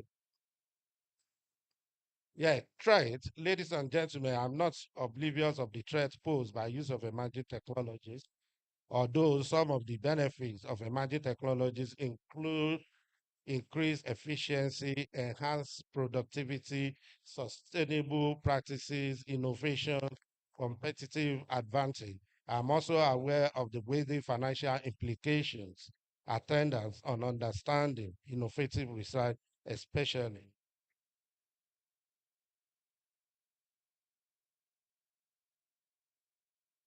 especially struggling economy like ours, when budgetary allocation on education falls short of threshold recommended by UNESCO. Notwithstanding its drawback, emerging technology has brought significant benefit to the world. We at the Lagos State House of Assembly are fervently committed to addressing this concern through enabling legislation. We shall continue to strive to make sure that the benchmark recommended for education is observed through enabling laws to allow for technological advancement, fair research, and innovation. We shall equally look at the possibility of reconsidering the passage of Lagos State Data Protection Bill to address data breaches attendant on emerging technology. Ladies and gentlemen, I'm proud to state that Lagos House of Assembly, the house that prides itself above common standard of excellence, is committed to assisting the Lagos State University achieve a lofty dream of becoming a research, innovation, and development hub for the state and the nation. This we shall do through necessary institutional reforms and appropriation law. We shall ensure that our technology and innovations in the state unlock innate passion we have for our fellow human beings. In conclusion, there is no gainsaying the importance of emerging technology in the state. The challenges and threat notwithstanding, as a matter of fact, Jacques Ellul, a French philosopher and sociologist, is apt to state that modern technology has become a total phenomenon for civilization. The defining force of a new social order in which efficiency is no longer an option, but a necessity imposed on human activities. So on this note, I thank you for listening. God bless you. We are Lasso. Thank you.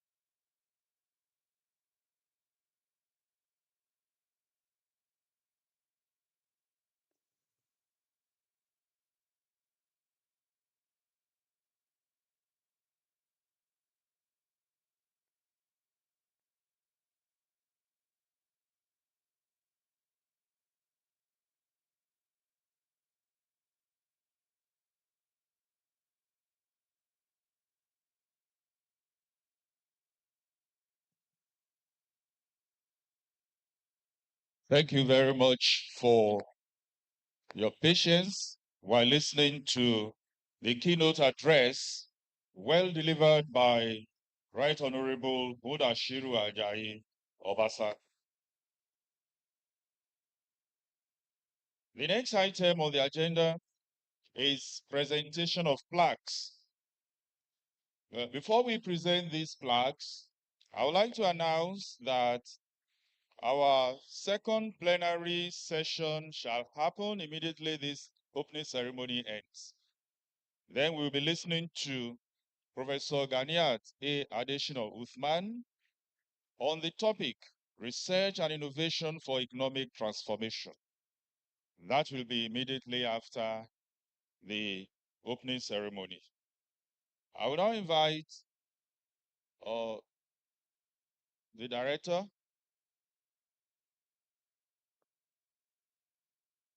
All right. Right now, we want to present plaques, and we want to appreciate our keynote speaker, Right Honorable Mudashiru Ajayi Obasa, who has just spoken to us to set the tone for our discussions at this 6th Lagos State University Research and Innovation Fair. The ceremony of presenting the plaque to our keynote address speaker will be performed by our Vice Chancellor, Professor Ibiyemi Ibilola Olatunji Bello, MNI, NPOM.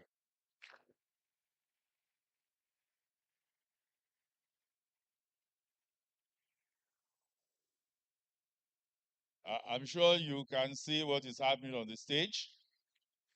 The Vice Chancellor presents a plaque to the Speaker as a mark of appreciation for his speech, the keynote address.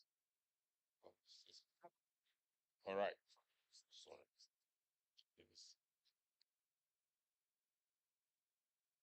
Yes, please give.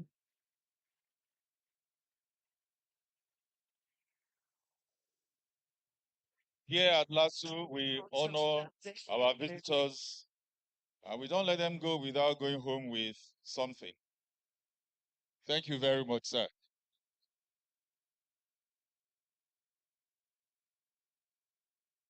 You may be seated. The next ceremony, you see, at the Directorate of Research Management and Innovation, we always think, apart from research, innovation, and things like that, we always think of how to make people happy. It's time for us to honor our own Vice Chancellor too, because without her support, this wouldn't have happened. And she's always on our toes. She's always on our toes to ensure that we do the best. Thank you for kicking us to do what we have done. We have to honor you.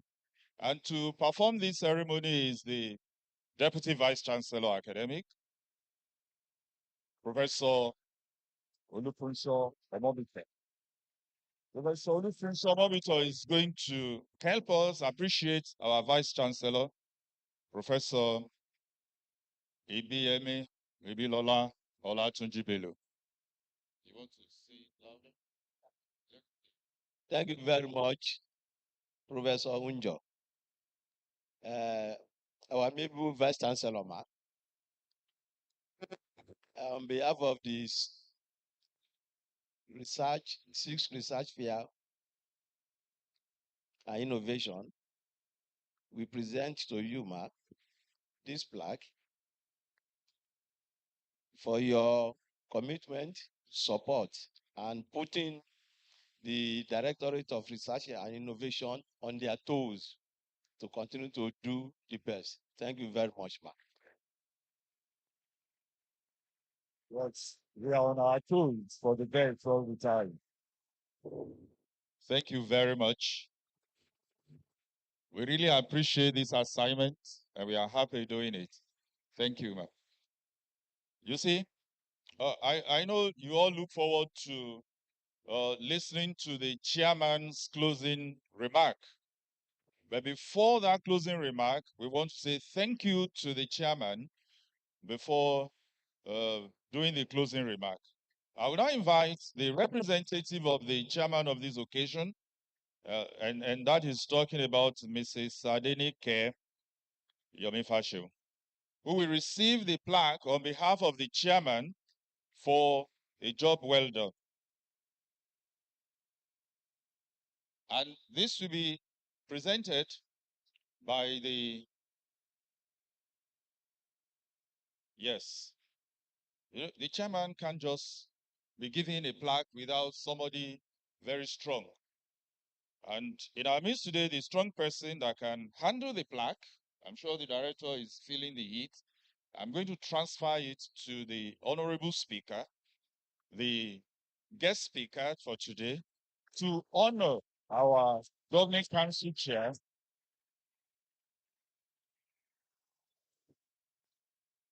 Please go for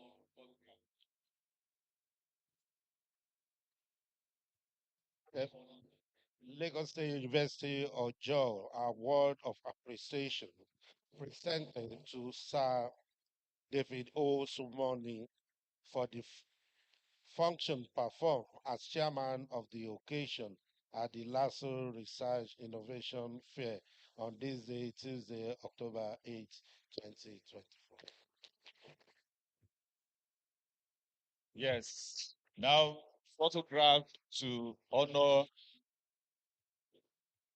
the gift presentation.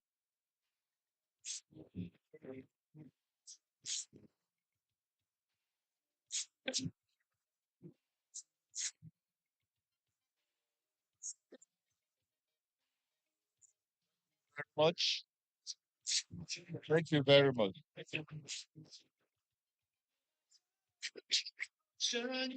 We have just ended that event, that presentation of plaques to deserving ones.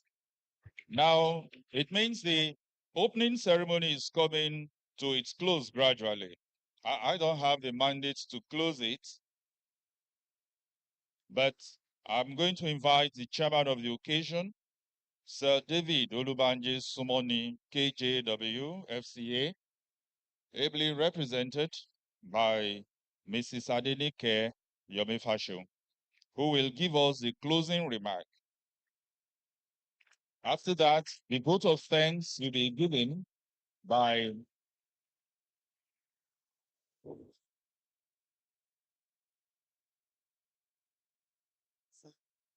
So let me start by saying thank you very much to the leadership of Lagos State University for the award given to the chairman and the pro-chancellor of council. I'd like to also appreciate the greatest alumnus of Lagos State University that we have here this afternoon. Can we celebrate our own speaker and our very own alumnus of LAPSO? Thank you very much. Right, Honorable Mudashi Robasa. We appreciate having you here today. And I took some notes during your, when you were talking to us. I like the way you took us down memory lane on automobile. And we're all looking forward to that day where we'll have flying cars. That means we can do without without traffic. And to be a pleasurable one, because I know there was a time that the concept of aeroplane was as if it's not doable. And also about mobile phone. I remember in those days that you need to go to a neighbor's house to receive phone calls. Now we have one in our bags. Almost everyone in the room will have a mobile phone. Thank you for reminding us of what technology can do. And also, more importantly, because of what we're doing today, technology has made education more accessible and affordable. Thank you for bringing that to mind. A lot of people can actually get educated without coming to the four walls of an institution. That is part of what research and innovation has done. But more importantly, sir, we're going to take you up on the offer you gave to LASU. We appreciate the commitment of your leadership and other members of the Lagos State House of Assembly to support LASU to become one of the best research and innovation center globally. Thank you for that commitment. I'll follow you through. And by the time having the 7th edition of this innovation and research fair, we'll certainly have an update to give to the house. And to all of you that have been here this morning, we want to thank you for being here. I'm not giving what's it called, votes of thanks, but in the closing remarks, you've been awesome audience. Thank you and see you next year.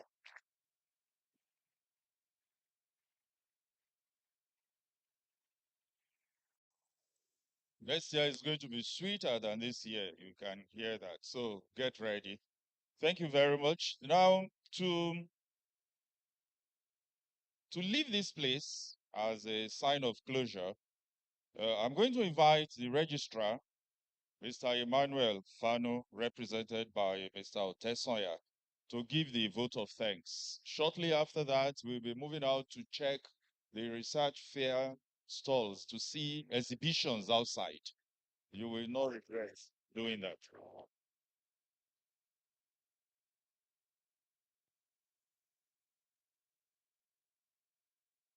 My assignment is very easy to give vote of thanks.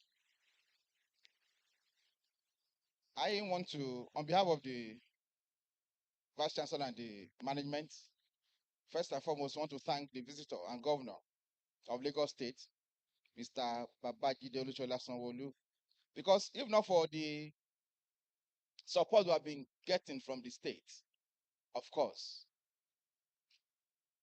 LASU will not be where we are. So please, let's put our hands together as we appreciate Mr. Governor. Then also, I want to especially thank the Speaker, Lagos State House of Assembly, Right Honorable Mudashiru A. Obasa. We want to say thank you. Let's put our hands together as we appreciate. Then also, the Pro-Chancellor and Chairman, Lagos State University Governing Council, Sir David O. Sumoni, FCA KGW, that has been ably represented by a member of the Governing Council, Mrs. Adenike Yomi Fashion. We want to say thank you. Then to our Vice Chancellor, Professor Ibiyemi Bilola Latunji Bello, MNI, NPOM, FLNI, FSPSP, and SAN. I want to say thank you, ma. The Lord bless you, ma. Then to the the Deputy Vice Chancellor Academics, Professor Olufunso Wambiton, want to say thank you, sir. Then the Vice Chancellor Admin, Professor Adenike Boyo, in absentia, she's somewhere else busy also. We are thanking her because I know that she had actually contributed immensely towards the success of the 6th LASU Research and Innovation Fair.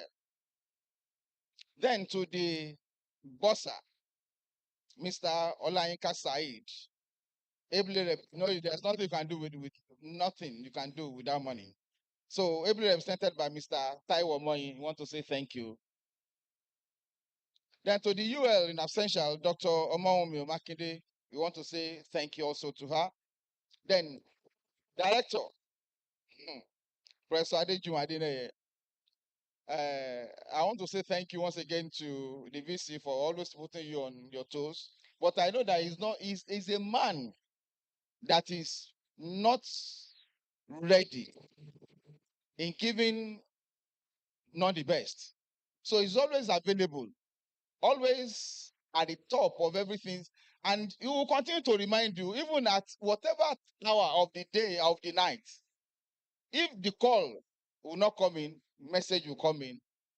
We want to say, Director, thank you very much for putting this together with your team. We really appreciate you. Then the Directorate of Internal Audit, we want to say thank you. Thank you for coming, ma. Then all professors here and all the deans, we really appreciate your coming. All directors, we want to say thank you. Then the deputy registrars that are here, have identified one or two. We want to say thank you for coming. Then the staff of House of Assembly that came with the Right Honorable Mudashiru Obasa, I want to say thank you.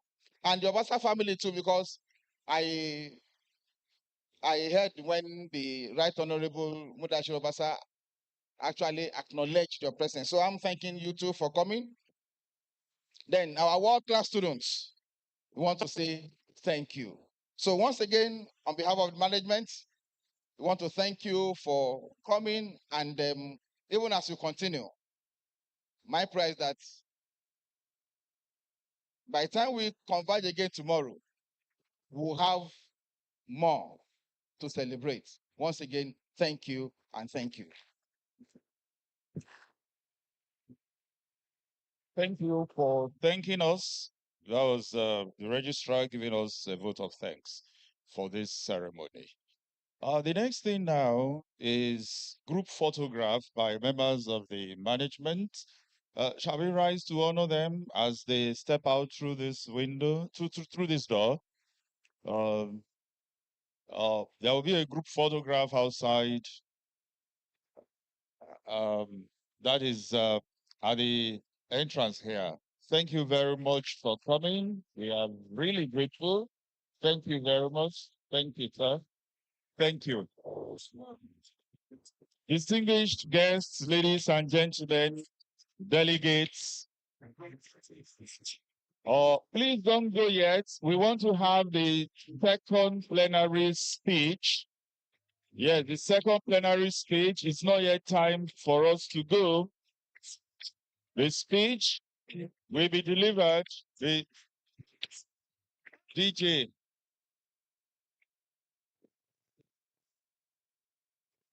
Distinguished delegates, please be seated so that we have the second plenary speaker's speech for today.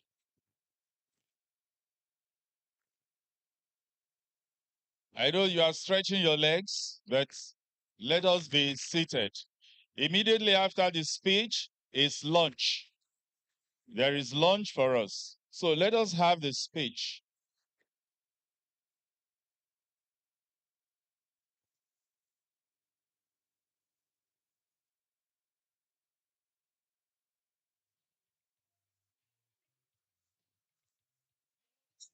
The second plenary speech is about to happen. Please be seated. May I invite Professor Ganiat A. Adeshino Uthman for the speech.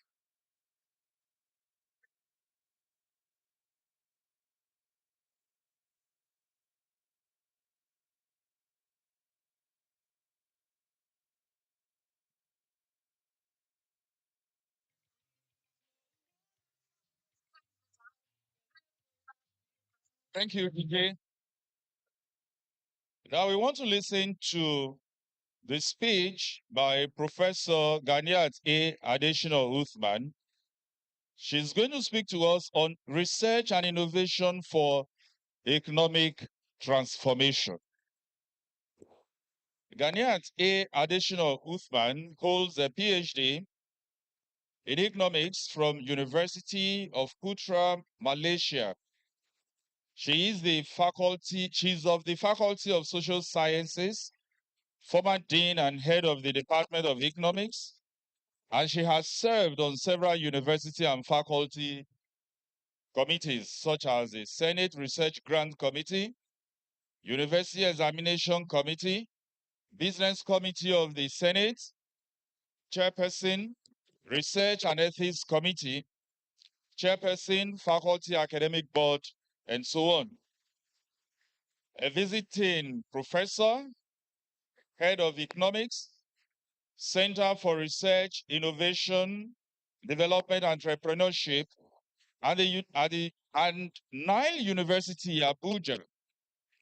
She is a member, Canadian Association of African Studies, Honorary Fellow, Chartered Institute of Bankers, member, Women in Higher Education Leadership in Nigeria and Britain, member, Open and Distance Learning Association of Nigeria.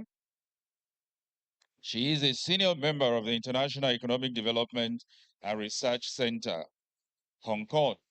She's also a member, Nigerian Economic Summit Group in Nigeria here, a fellow of the Institute of Islamic Finance Professionals, Nigeria, fellow of Institute of Managerial Economics of Nigeria, honorary fellow, Chartered Institute of Bankers of Nigeria, a member, Development Study Association in USA, International Association for Feminist Economists, Houston, USA, a full member, Organization for Women in Science for Developing Worlds, that is in Italy, member, African Council for Distance Education, Kenya.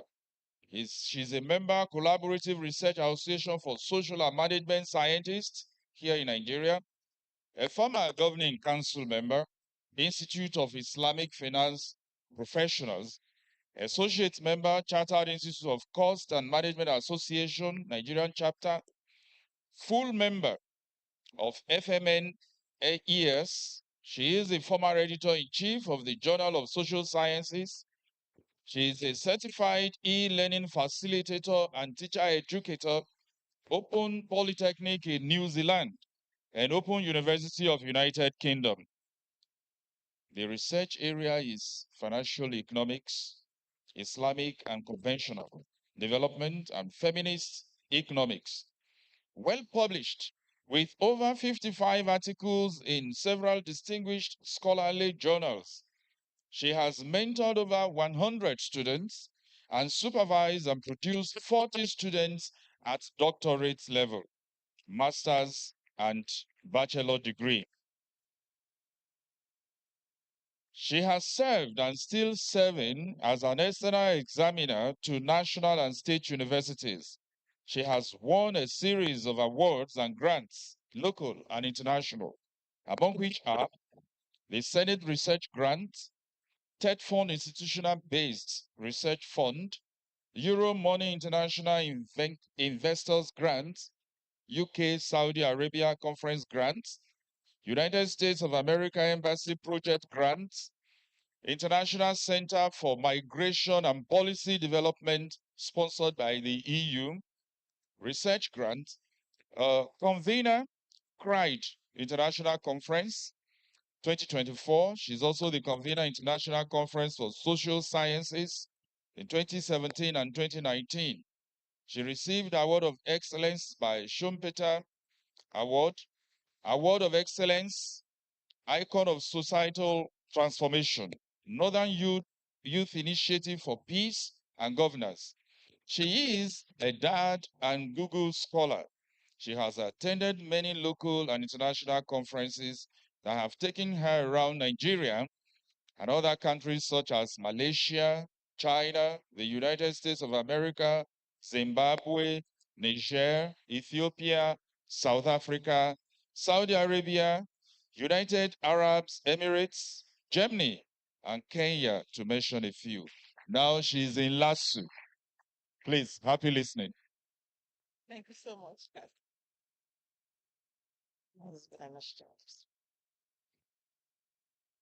Okay. Okay, this one. Thank you so much. Very good afternoon to everyone. I'm so glad to be here. Can you please put on my slides? It's been a wonderful day, and I must say that I'm glad to be one of those who are making history here today. I know that we have established a protocol, and I think I should stand on that. Anyway, I still have to thank the Vice Chancellor for this invitation. And I want to thank especially the Director of the Center, Directorate of Research, Management and Innovation, Professor Adejuwon Adeneye. Like somebody commented here, I think the registrar is being a wonderful person, try to, ensure he give you LASU and give us all the best. I want to specially appreciate my dear colleague in the Department of Economics of this great institution. That is in person of Dr. Sakajima. Thank you, an associate professor of economics in the Department of Economics here. Thank you so much for the invitation. I really appreciate it. I greet all professors, all deans, all directors here present, all distinguished guests and students, as well as gentlemen of the press. We shouldn't forget them. All right. Like I said, I'm highly honored to be here at the 6th LASU Research and Innovation Fair. We thank Almighty God for sparing us to today. And I thank everyone I've actually thanked and all of you for being here. I thank you for this opportunity. We will quickly go through this breakdown: introduction, research, higher education, research and higher education, innovation and multi-dimensional facet of it. We look at some case studies and then we conclude and recommend. Okay. When we talk about a knowledge-based economy, it is economy that have this component of interaction and mutual collaboration between some agents. And these agents are the academic, the researchers, administrators, bureaucrats, and the industry. And we can see that as play out today. These are the agents that are to serve as catalysts in economic transformation through a knowledge-driven policies. Just now, the speaker was saying that he's going to try to ensure that the policy backing what he wants to do for you.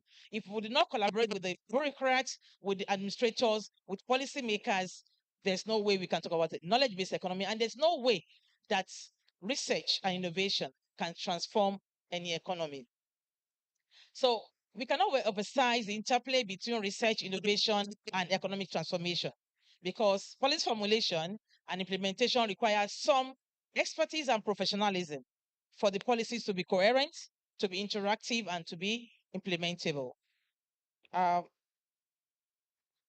Sorry, I want to, uh, okay, let me see if I want to show you something. Think I've not gotten there. Okay.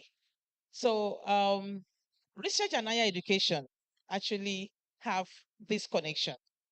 When we talk about research, it takes place mostly in higher institutions of learning. And it is through these higher institutions of learning that professionals are groomed, that uh, we create skilled workers for a knowledge-based economy. What we want to do, we want to achieve poverty reduction, we want to achieve high standard of living and also economic growth. Because if you don't achieve this, or if you achieve this, then you also need something which is continuous research to ensure that there is sustainability of the achievement that you have made. What is higher education? The World Bank, UNESCO, and UNDP, they jointly adopted a definition for it, and they said it is all type of studies, training, or trainings of research at the post-secondary school level, provided by universities or other educational establishments that are approved by institutions of higher education by competent state authority like LASU, for example. And NOUN, for example, is a federal institution. Higher education institutions produce great thinkers, and these thinkers are the ones to apply findings to the economic positively in order to impact people and also the society. And that's where you see community service standing as one of the key things that researchers in higher institutions are focusing on, aside teaching and what? And research. However, there is long-term sustainability problem of this mission, which requires funding. Funding is a long-term problem. It poses a lot of challenges to many institutions. If you are not supported, I don't think this sixth LASU research and innovation trade fair will be happening today. You need a lot of funding. And that's why I could see the orator trying to specially thank the BOSA for the support. And also the registrar did that. So long-term sustainability is very, very important, but funding is a problem. So quality education is essential where you search and research and in a scientific what manner. To achieve knowledge-based economy, necessary skills are acquired through investment in qualitative learning and research. Now, qualitative learning is not just in the four walls of the classroom, but also online. That's what we do at NOUN. We give you knowledge, wherever you want it, at your own pace, at your own convenience. That's why we're talking about technology driving everything now. Before I move on to research, I don't know, I think I skipped one. I was trying to locate it. Just last week, there was a recently concluded second international conference on Islamic financial literacy in Malaysia, in Langkawi, Malaysia. I myself, in collaboration with an engineer, Professor Rashida, a vice chancellor of National State University, who is an Islamist, is a professional of Islamic studies, and also an industry player. 5 of us come together to write a paper on sustainability of a particular program that we have implemented. And this paper won the best paper presented at that conference. This is what we are talking about when we talk about research and innovation. Okay, what is research? The systematic investigation into a study of materials and sources in order to establish facts and reach new conclusions. Please mark my words, new conclusions. We can say it's exploratory, it is a search, it's a study, it is an inquiry. You continue to search and research until you get to new conclusion, new findings. And that new conclusion is what is known as innovation. That's what we are coming out from when you are doing research. You are not just doing research for promotion, not doing research to just be known. You must do research to impact. And when we talk about research cycle, we have this. First, you must raise a question, identify a problem, and then query it, question it. What is the problem? Establish it, then plan towards it, gather information about it, sort and sift it out, synthesize and evaluate. And then you arrive at new conclusion. The turn and gun is very, very key. in research because research is a systematic way of finding out about a problem and also in a scientific manner. The term research and development, R&D, encompasses three key activities: basic research, applied research, and experimental development. This is where the Tan and Gan have to come in. This is where higher institution comes in to link to the industry, come in to link with entrepreneurs, and apply sciences and experiment what they are finding. I'll give an example of this. In Malaysia, where I studied, I always give an example of Malaysia. Is a country I love so much. You know, when they do research in higher institution in Malaysia, you don't just drop the outcome, the innovation that you came up with, your new conclusions on the shelf. No, and that's where and how they are able to get to where they are today. If you look at Malaysia development and look at Nigeria, we are just far behind. I can't say we are we really, we are not, we are crawling.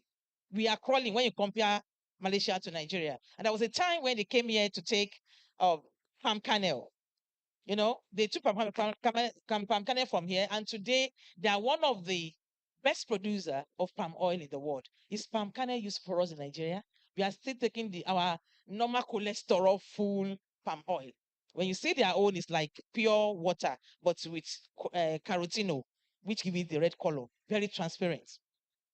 And they also, when you see vegetable, when you see their palm oil, you would think it's vegetable oil because some of them don't like carotene. They don't like the color.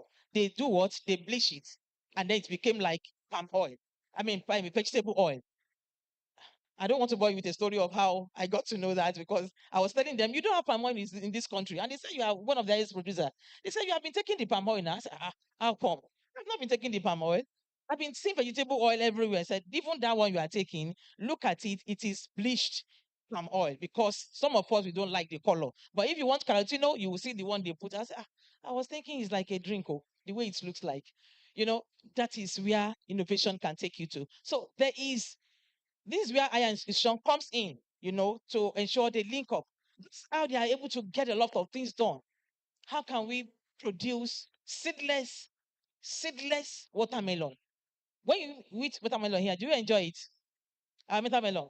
As you are enjoying the water, you'll be biting the seeds. No. When you cut seedless watermelon in Malaysia, you enjoy it all the way. Seedless guava, lot of things, and these are not genetically modified fruits. No, it is pure research. What is innovation? Innovation is a key driver of economic transformation, enabling countries and industry to adapt, to grow, and to thrive in an ever-changing global landscape. You have, because this dynamic society we have is just too dynamic. Before you know it, another invention has come up. But is anyone coming from Africa? Okay. It ensures that countries and industry adapt and grow, and it refers to the process of introducing new or significantly improved products, services, processes, or business models that disrupt traditional industries and also create new opportunities for economic growth, competitiveness, and prosperity. Because if you're not competitive, you cannot be prosperous.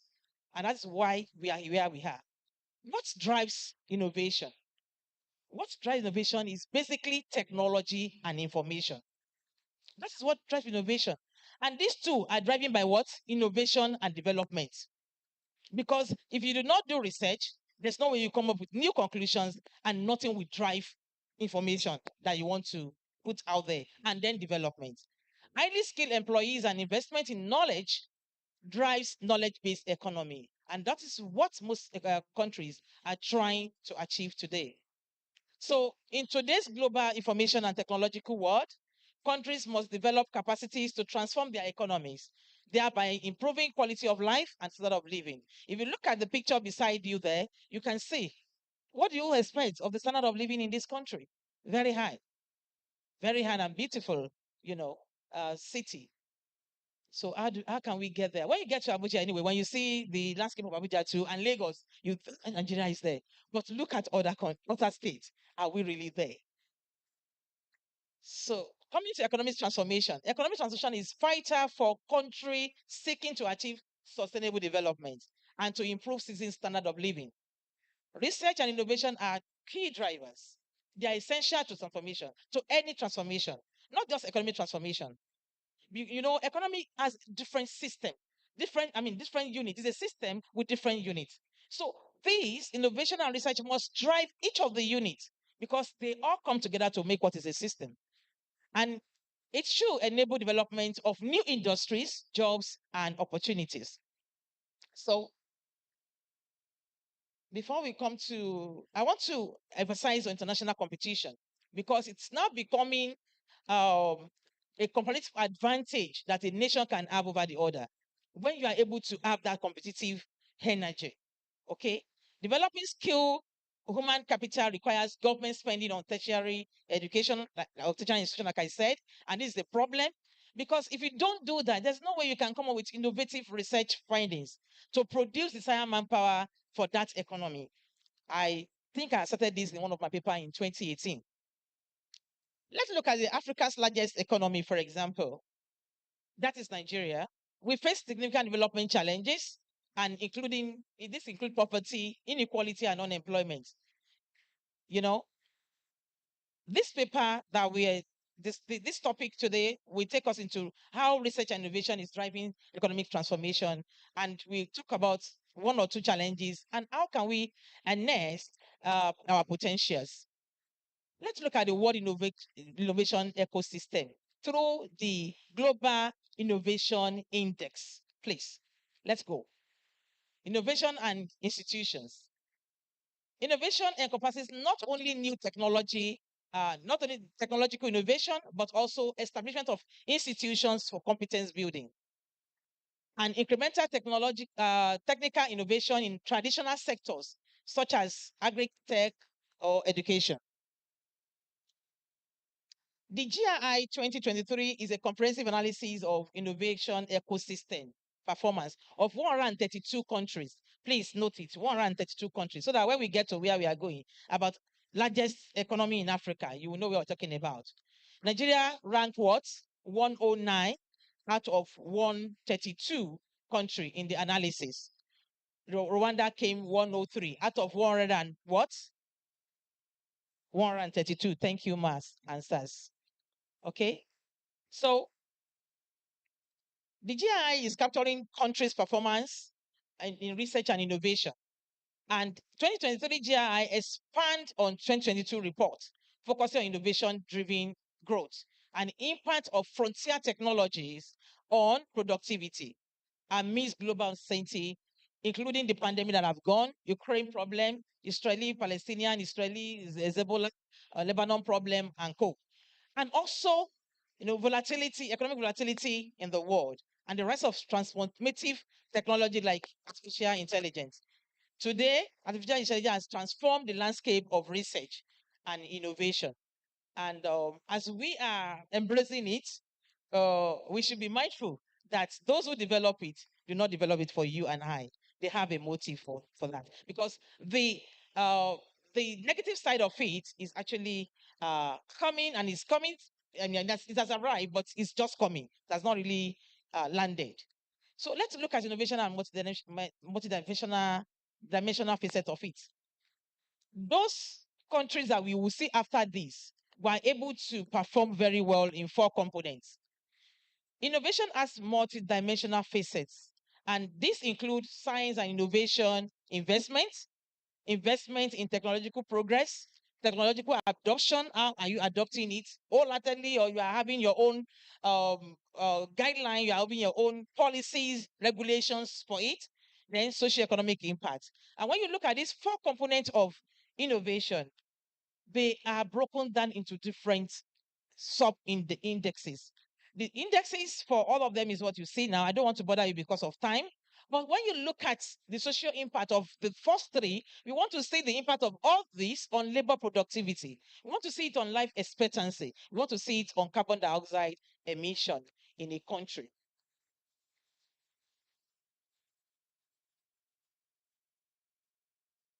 Sorry. Wow. Stop jumping. Okay. Aha. Now let's look at top 3 innovation economy by income groups. We consider all those 4 components we have mentioned. And when you look at it, the top 3 innovation economies by income group, looking at high income, we have the Switzerland, we have the Sweden, and United States of America. From the upper middle income, we have China, Malaysia, and Bulgaria. You see, when I say Malaysia is running, we are what? We are crawling. You can see them making impact as the top 3 innovation economy in the upper middle income countries. The middle income, we have India, Vietnam, and Ukraine.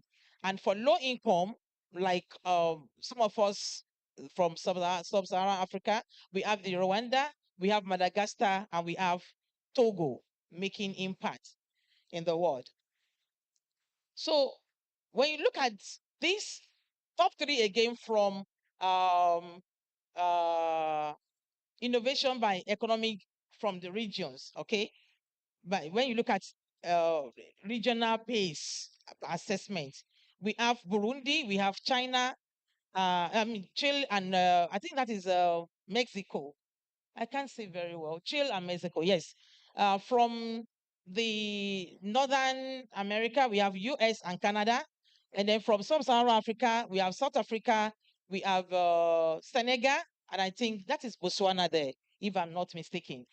So these are the 3 top innovation economy according to region. We are not there as the giant of Africa. Singapore is there for the South Asia. We have the China there and Republic of South Korea. And I think India is also making impact in their region. So also is Israel, Turkey, and the United Arab Emirates. So coming back home, why are we left out? Why are we left behind? Because we have limited investment in research and development. We also have issues with linkages. We have weak linkages between research institutions and industry. You see a lot of researches that are coming out from the higher institutions and not taken up by industry for mass production or for commercialization. And if this is not happening, there's no way we will be innovative and become a knowledge-based economy. Inadequate infrastructure is a problem, and funding is key to that. Brain drain, everybody wants to jackpot.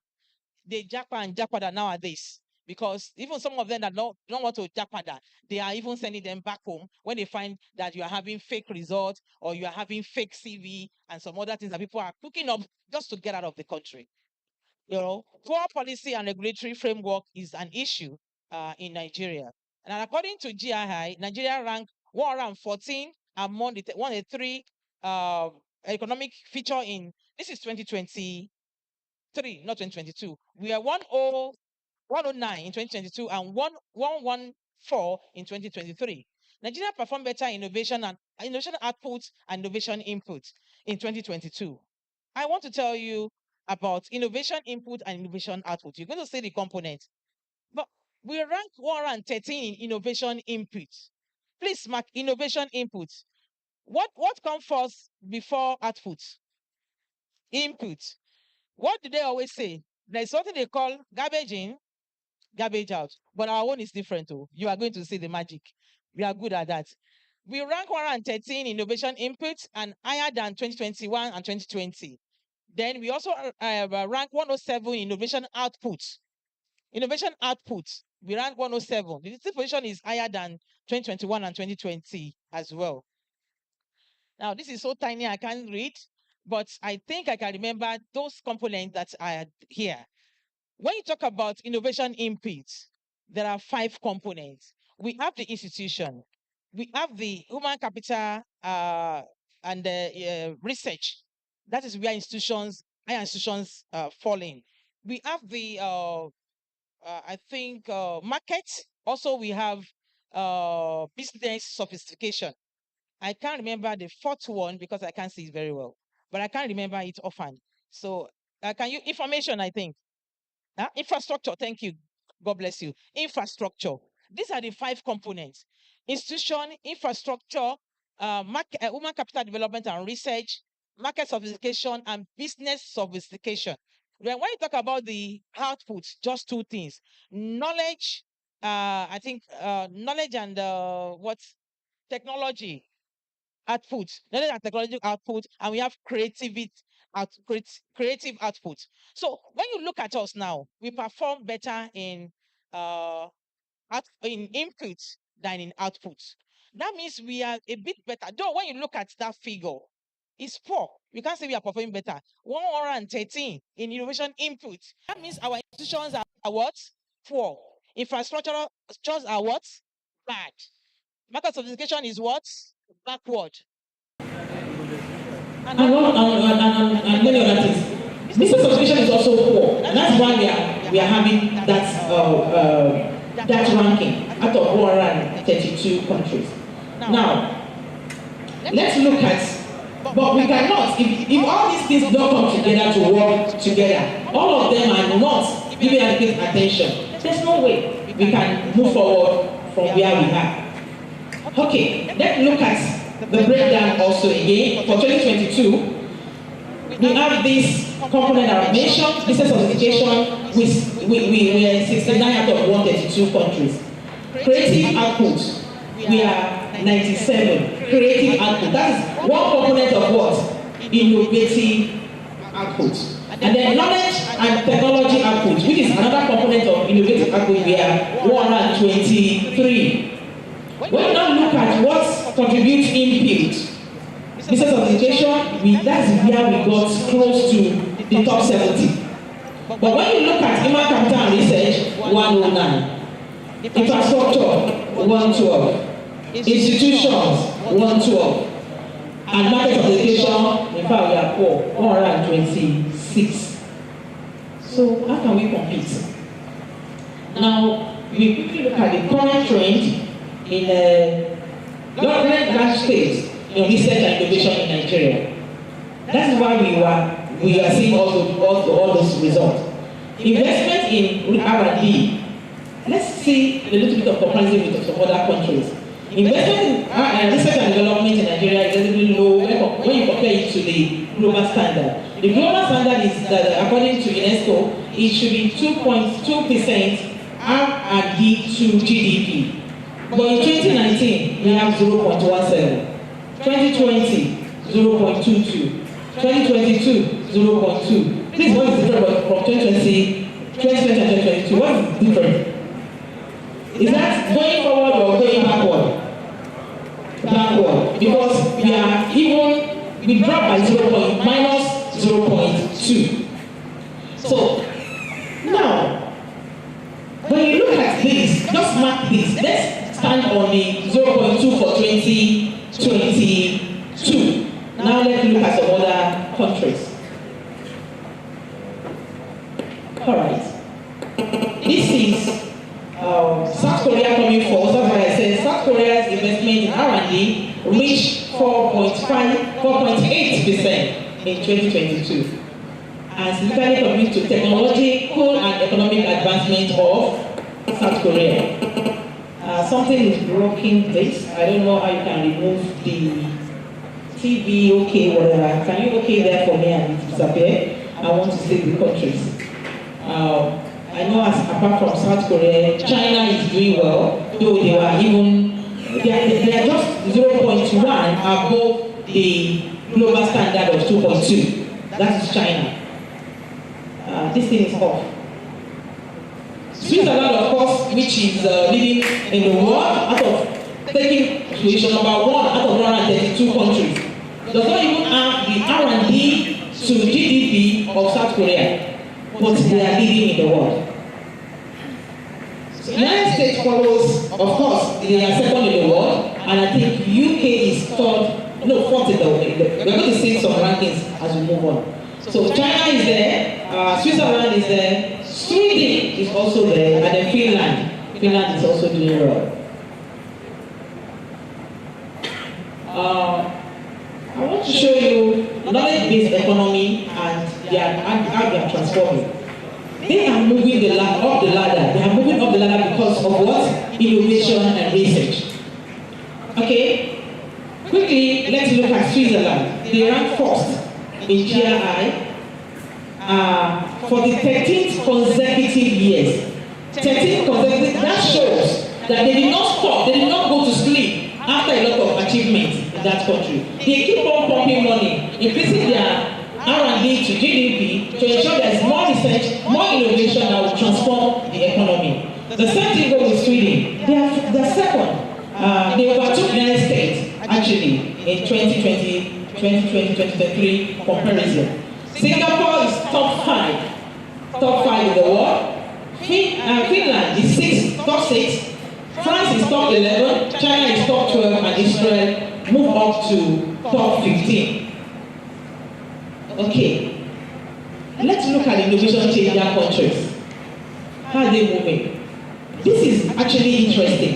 When you look at the 10-year movements of a country, they are trying to see how can we transform the economy using research and innovation, and they are not going to sleep.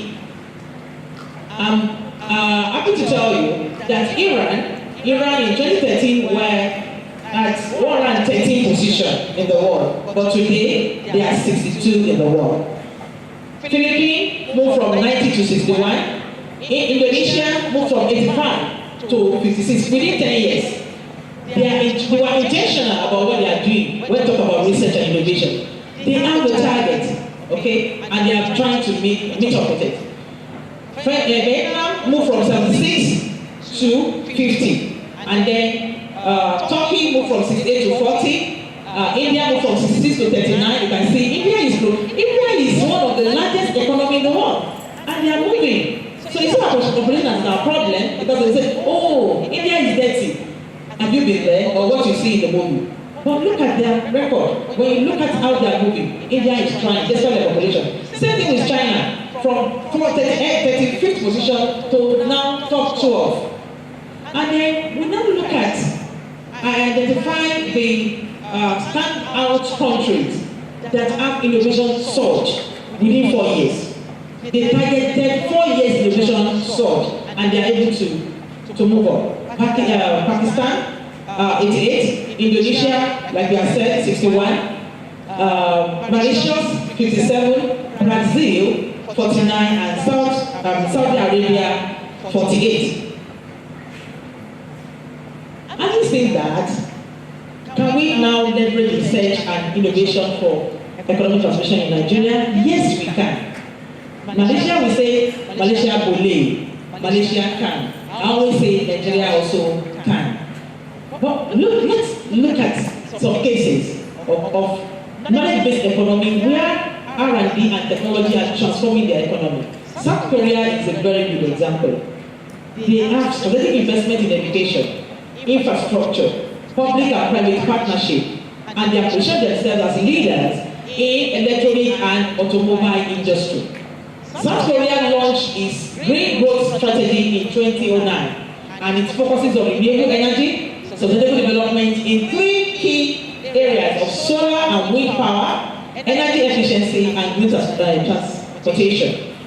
Green transportation actually is easier to say. Like the speaker said, yes, one day, car will fly.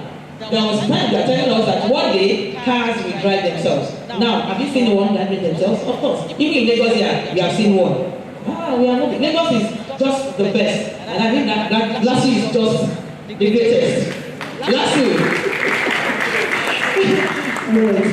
So, this is intentional steps, purposive actions that countries are making. Where are we? And can we leverage on what they have done, leverage our own research and innovation to achieve ours as well? Yes, we can. Yeah. So, another model for Nigeria is Singapore. They have the Smart Nation Initiative. Singapore is very beautiful, a small country. They launched this Smart Nation Initiative in 2014, and it aims at enhancing technology and to use technology to improve urban living. They don't have village and urban, because they're not up to Lagos as a country, but they are very rich. Focusing on transportation, healthcare, public safety, and energy management. They must have gone through some things before they focus on this core. If not, you don't start with this core. Because, like I said, an economic system is a whole system, but different components of it that can do this, small units. Even the atomic size of that unit must work. Because if one is not working, it's like you having a head without eyes or having a head without nose to smell.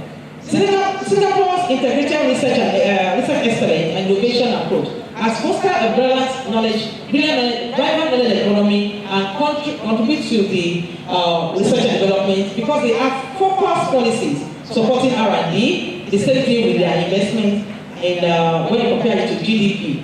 Then they combine with industry collaboration to do this, and then infrastructure investment is very, very massive. If you look at the interconnectivity of this city, you can see that it is nothing. You can say that it happens overnight. It takes time, it takes effort, it takes actions of leaders who are focused, leaders who are transformational. Let's come back to China. They call something BRI. China's Belt and Road Initiative was launched in 2013, and BRI aims at developing infrastructure and connectivity across Africa, across Asia, across Europe. Do you agree with me that China is doing this very well? Do you agree with me? Because if you look at the rail constitution in China, they have jet train. Jet what? Train. That jump like a snake. And we invited them to Nigeria. Because of this PRI, they are here. They give us a locomotive train. You know, when jet train is what is in vogue, what is wrong with our leaders? What is the latest in your country? Bring it here. That is how Malaysia developed. Through Dr. Mahathir Mohamad. I learned when I was there, and today it's in history, that the man when he became the Prime Minister, we go to a country and say, what is best year? First year, second in Malaysia. Third year, fourth in Malaysia. Second year, third in Malaysia. 1 year, and you don't have at all first in Malaysia. And that's why they're able to come up with their twin tower that became first in the world. Even before before UAE was able to do better in terms of and I think up to now they maintain it such that that twin tower, the technology is flexible, it moves. Because it's very tall. I think about 60 stories. Very, very tall. When it's flexible, it moves, it's shaped, and it's balanced up again. The same thing is in UAE. So if you're UAE or Malaysia, you are inside it, and you feel a kind of tremor, no, it's not going to fall. Don't be afraid. China is doing well in that, and they have actually moved across Asia, Europe, and Africa with their focus, and also focus on energy, oil and gas, and the renewable energy as well, and trade facilitation. And that is why you see the competition between US and China. Who will overtake one another? US is really, really afraid of China. Finland's startup ecosystem is a supporting environment for entrepreneurship and innovation. Like I said, if you do research as a researcher and you do not make up the industry where we have entrepreneurs, there's no way you can have impact. You can know what you have done and also try to, let the community benefit from it. Malaysia, when you are a pharmacist, you come up with a new innovation. When I was doing my PhD at University of Central Malaysia, I remember there was a breakthrough from the pharmaceutical department. I think they are trying to use the black seed for something. And I have a friend in Yuan who was also using black seed, trying to use black seed for a kind of medication. This is when they break through, they invited the industry. They come to the campus, they test what they have done, they went to the industry, perform it together, then they mass produce it for medication to the nation. But here we have a lot of apps that are wasting away. Here people are saying, something, I don't know this very well. Thank you, sir. Can be used for something. I mean, people using it. No, the purpose of it is what the industry will now say. We have to, tell you don't take a whole cup. It has to be 1 spoon or 2 spoons per day or twice a day or whatever. But people are doing research, and I know not just the Alagbo or Yalagbo that is doing that. The universities are doing that. People are using their own money to do research in institutions. But where are the findings? Who is taking them all? Like the first speaker said, can Textron boast of having a database for all the research, national research fund that they have been granting to people, that have been coming up with, innovative research, because I know people are coming up with innovative research. So Finland is moving on, and let's move on because of time. US, that is the Silicon Valley's tech hub. We're talking about AI today, right? This is where they develop everything now, and they're not getting for. It's not for us. We can benefit from it, like the Google Map. It's part of it. We can use it for a lot of things, but there are some other things now they are using it for. Somebody was telling me how my father that died 30 years ago, I can actually see him and we will talk and he'll be telling me the story of my life through AI. Yes, they've been using your voice or voices, transform it to another. It will be like your voice, calling your own that so. It's AI now. It's AI. So how do we come in? Because when countries are innovating, they are moving on. They have a focus. What about us? The Silicon Valley is the world we know of for digital innovation and entrepreneurship, driven by Stanford University and University of California, Berkeley. This is where research, the TAN and GAM of two worlds come together. They have to meet. They have to collaborate. If they don't collaborate, there's no way the nation can move forward. This is a knowledge-based economy. Research focusing on venture capital funding, networking, and collaborations are their focus, and the success story is Apple, Google, Facebook, Tesla, LinkedIn. All of us are viewers. We are just consumers, right? We are all consuming them. Are you on LinkedIn? You have to go and join. You're not a Google scholar. Please go there. I'm a Google scholar. What is your index? And you're not there yet. You have to go and register so that as a researcher, you can see what you are. And they're actually helping us. But are we helping ourselves? Okay, so Silicon Valley's unique ecosystem of innovation, entrepreneurship, and collaboration has made it a global hub for technological advancement and startup activities. Startup activities is very, very important. There are young-minded entrepreneurs who are really, really talented in Nigeria. We, at the center where I'm a visiting professor to Pride in the UK, have been identifying such young, technopreneur. I call them technopreneurs. They are technological-driven entrepreneurs, and they are very, very good at what they do, using local content to create things that are amazing. One of them recently created a machine, ATM machine that was dispensing money. I don't know if you saw that video. It went viral. One created, we are sponsoring that particular student now at Yabate for metallurgical engineering. And something I've forgotten the combination. This small young technopreneur created a bicycle that can actually move using old pass my neighbor engine. That's a pass my neighbor generator. Yes, the engine inside it. He used it to create a bicycle, a scooter that can actually move. You see, this is a boy of less than 20 years. We have a lot of them in the system. Israel is also an innovation-driven economy. That country supports startup culture. Do you have support for startup culture in Nigeria? Emefiele Foundation is doing well. Emefiele Foundation is doing well in that, and some others. But how many of them can we actually? Can you mention any other one? I don't know. That you know. But we have 1,001 foundation in Nigeria.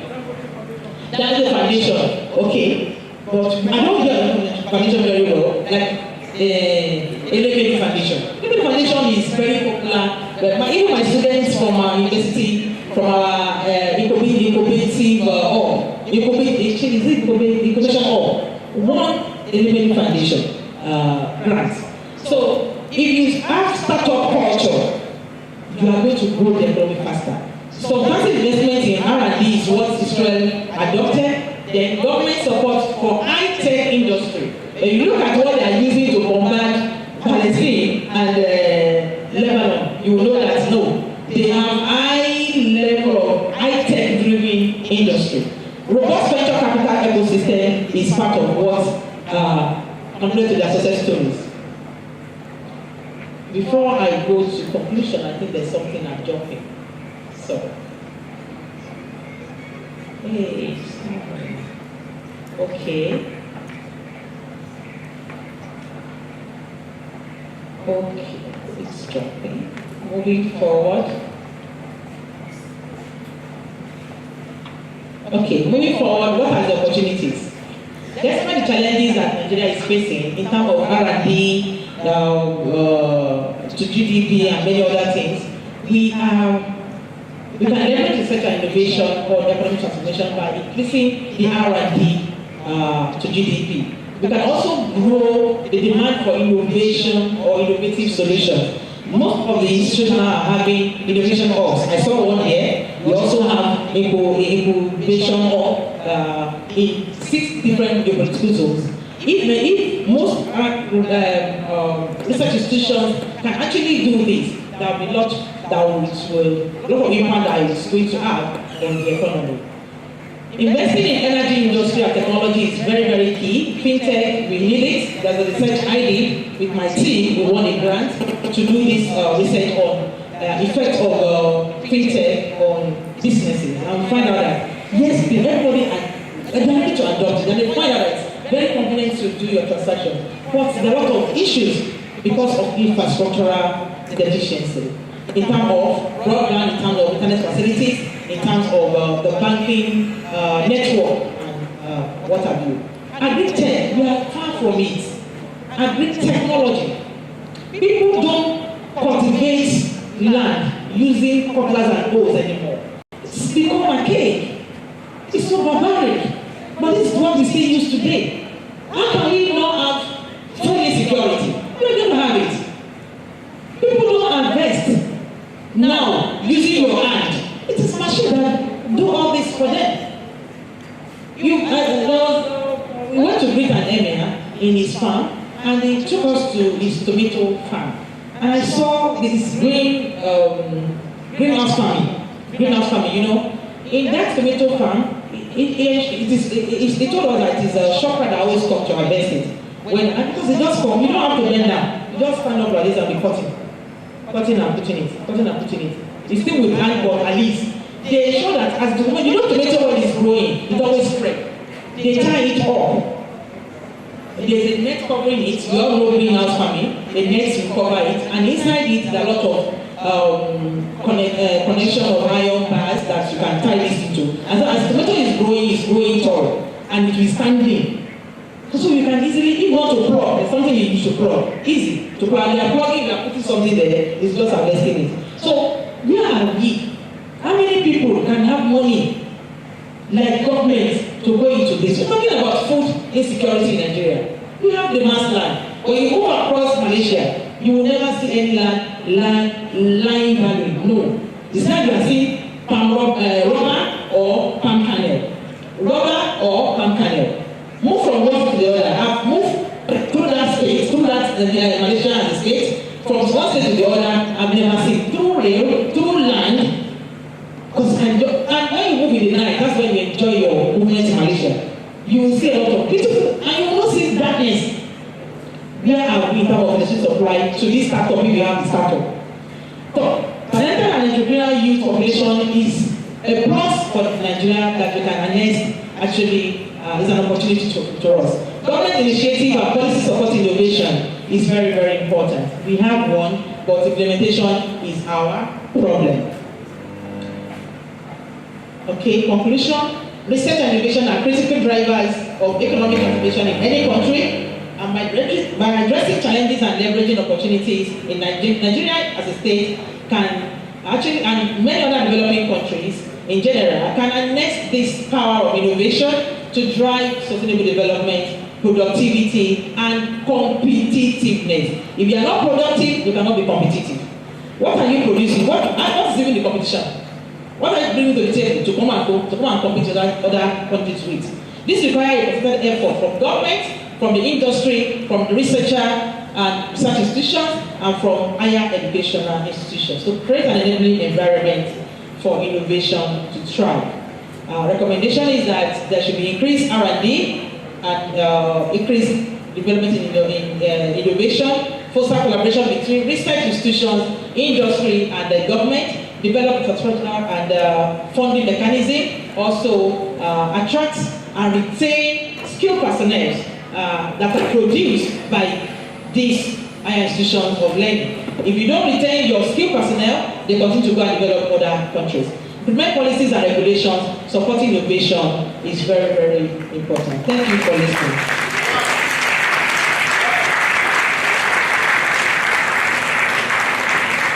Thank you very much, Professor Ganiat A.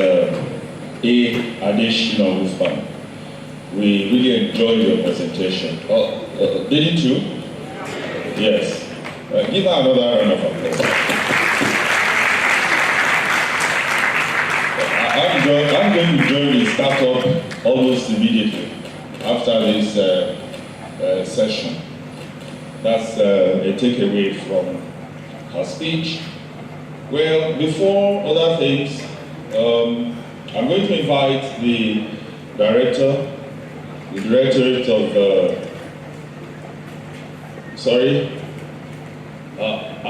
permit me to invite Professor Akinyemi, the director of Directorate of Linkages. Yeah, please come here. With the permission of the Director of Research Management and Innovation, I hereby invite you to come up stage to appreciate Professor Ganiat A. Adeshina Usman by presenting a plaque of appreciation to her for a very beautiful presentation. Professor Akinyemi will be joined by the Director of our Center, Directorate of Research Management and Innovation. I'm sure we are getting hungry now, aren't we? Yes. Immediately after the presentation of the plaque, we will move out gently, take our meal, and walk to these parallel sessions. Some will be going to the law conference room, that's the ACIX group, Art and Humanities and Education, Transport Postgraduate class, Biological and Health Science, Adiremima Controller, Theatre here, Physical Science and Engineering, Law Postgraduate School at the back here. Then Social and Management Science will be going to Transport Conference Room at the School of Transport. The presentation. Yes, for those of you going to the School of Transport, there is a bus that will convey you down there. So you are not going to waste much energy.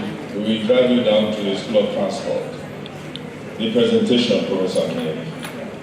Thank you very much. We are listening. Yeah, it is on behalf of the Lagos State University and the Directorate of Research and Innovation.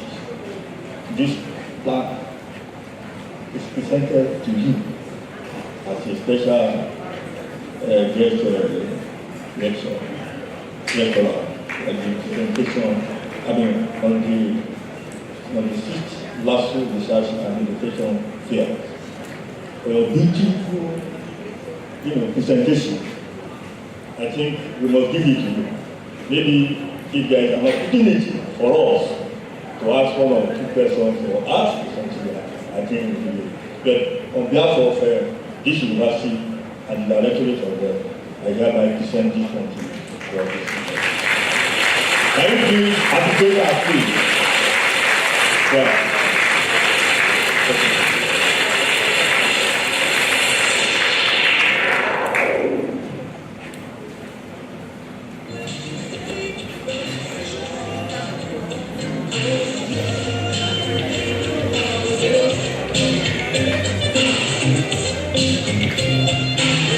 Thank you very much, Prof. So the distinguished delegates, we have come to the end of this session. The next session starts immediately.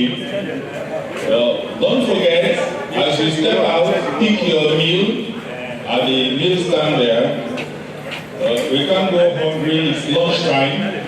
And as you enjoy your meal, quickly move to the various sessions. The centers are Law Conference Room for ACISM, Arts, Humanities and Education, School of Transport. There is a bus that will convey you down to the School of Transport. Biological and Health Science, please keep your meal and come back to sit here because this is where you will do your presentations. Then again, Physical Science and Engineering. So pick your meal where you registered. Your meal has been welcomed at your registration point. We would like you to be orderly as you pick your meal and enjoy yourself. Have a very wonderful afternoon. Thank you very much.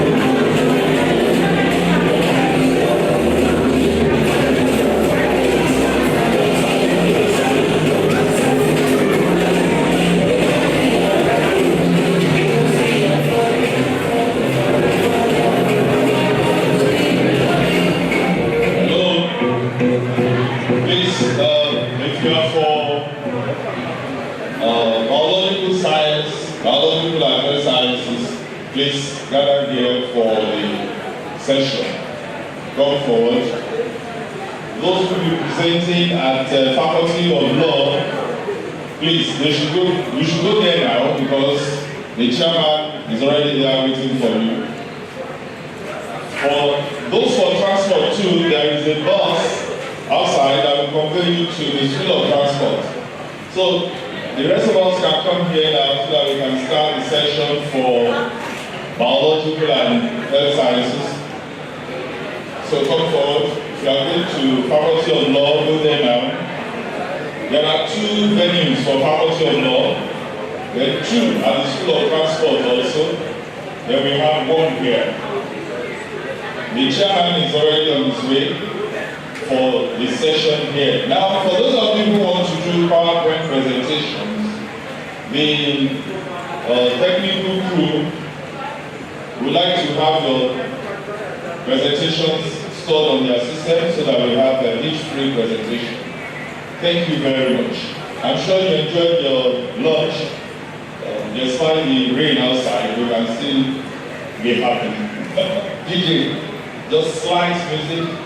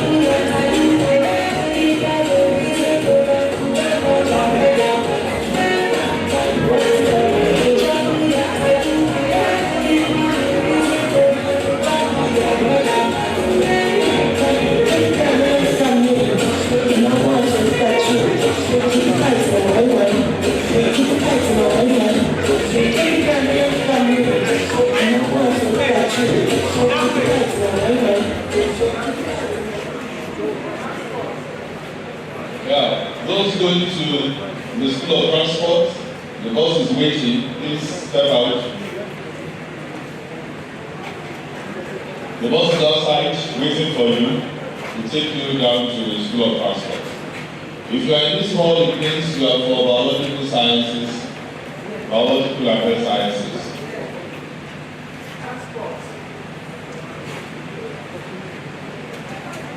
You are going to the School of Transport, the bus is waiting. Thank you very much.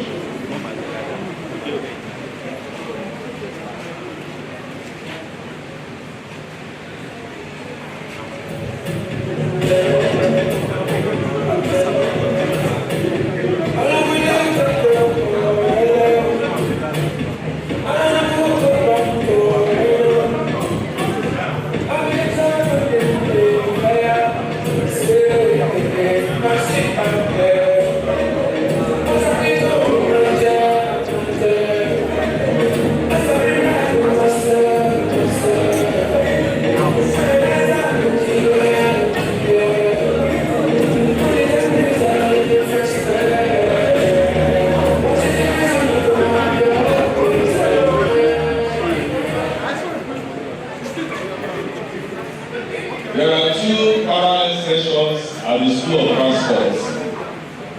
So if you are presenting at the School of Transport, the bus is waiting. We beg you to stand up and join the bus.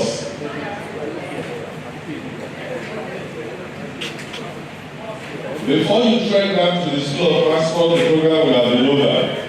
So it's better you go with the bus. So, thank you.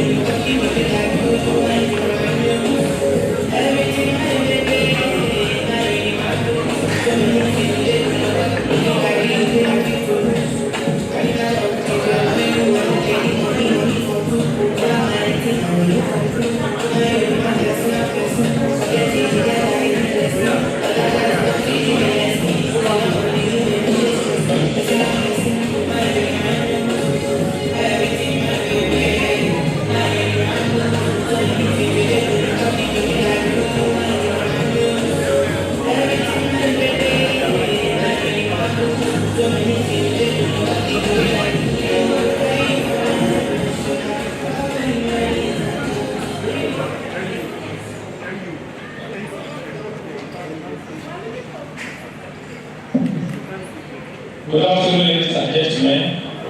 Apologies, please. We're going to start the oral presentation now. So can I ask us to move to the front, please? It's not good that camera is viewing empty seats. Forget about the label there. Special guests and deans, all of them are gone. All of them are now deans and special guests. So let's just move forward. Thank you. Professor Subike, please, where are you?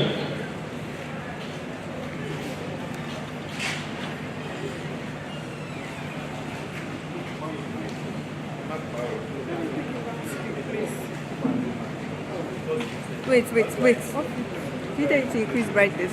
No, it's not saying like that. Change battery. Mr. Tell him that you have to change battery first. Tell him that you have to change battery first.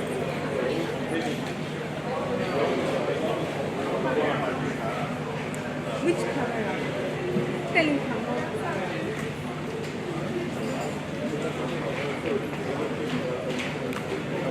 Show it to me.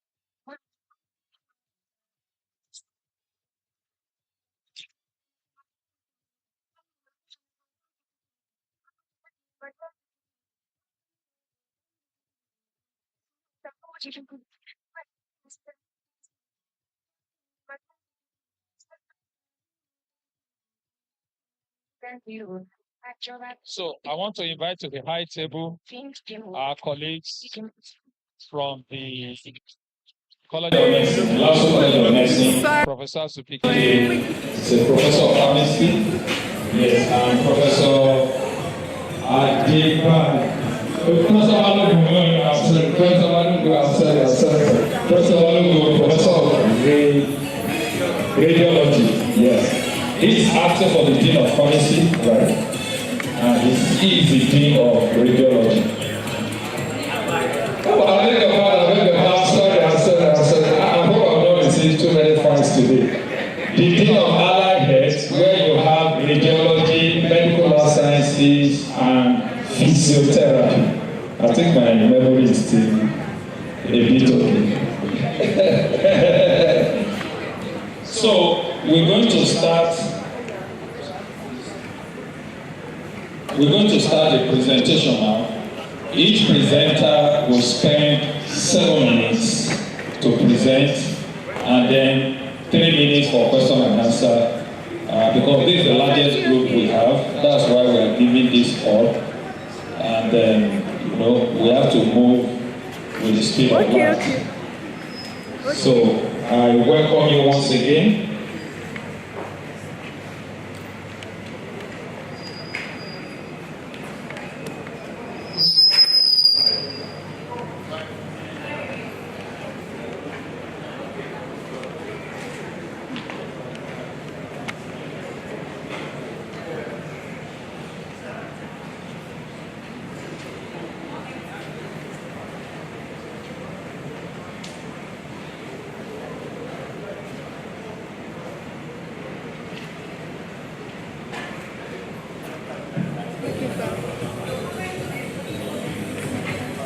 Yes, it's time.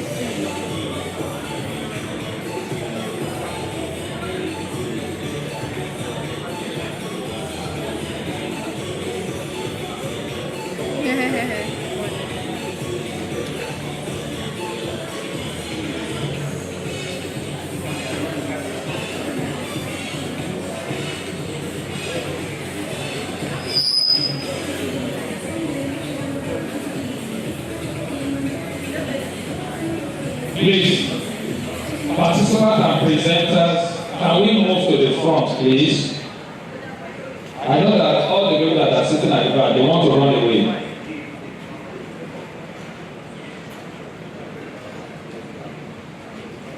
Okay, so the number one on our list, DHS 03401.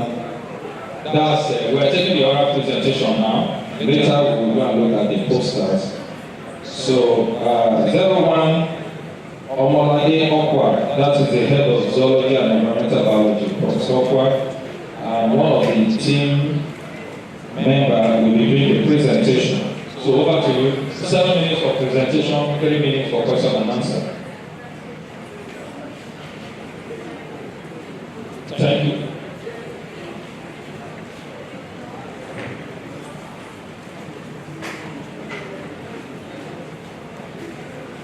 Good afternoon, my professors, lecturers in the house, distinguished delegates, invited guests, and my fellow colleagues. Standing before you is Adeoye Adegolamiri, and I'm representing on behalf of my group as second author on the topic that says unveiling the relationship between malaria, blood group, and genotype using artificial intelligence. Malaria is a disease caused by protozoan known as Plasmodium falciparum, and it is transmitted by a female Anopheles mosquito, which is known to affect vulnerable groups, children below 5 years, and pregnant women. Malaria has been a major public health problem.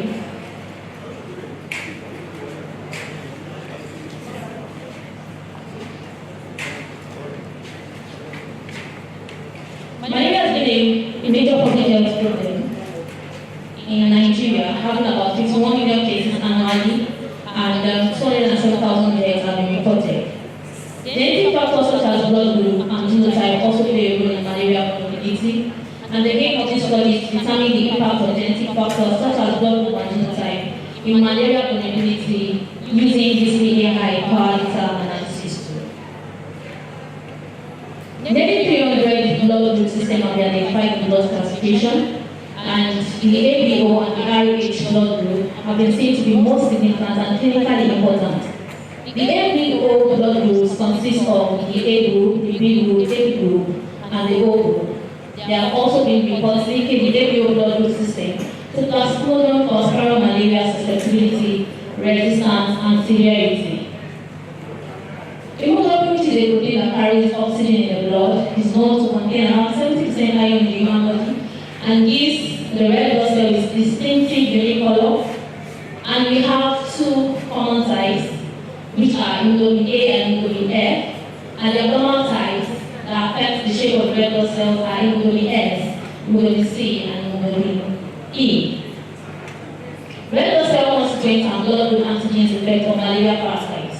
We have the dancer antigens, the red blood antigen, that results from genetic enrichment of the glycoprotein clusters, and this dancer antigen has been seen to confer 74% protection against Plasmodium falciparum in homozygous individuals, especially in East Africa. We also have the Doppy antigen, which is encoded on the FYG, known to possess Doppy antigen chemokine receptors, and has been found on the surface of red blood cells also, known to confer protection against Plasmodium falciparum, especially among West Africans. We have genotypes of individuals, which we know genotype AA, AS, AC, SS, and ST.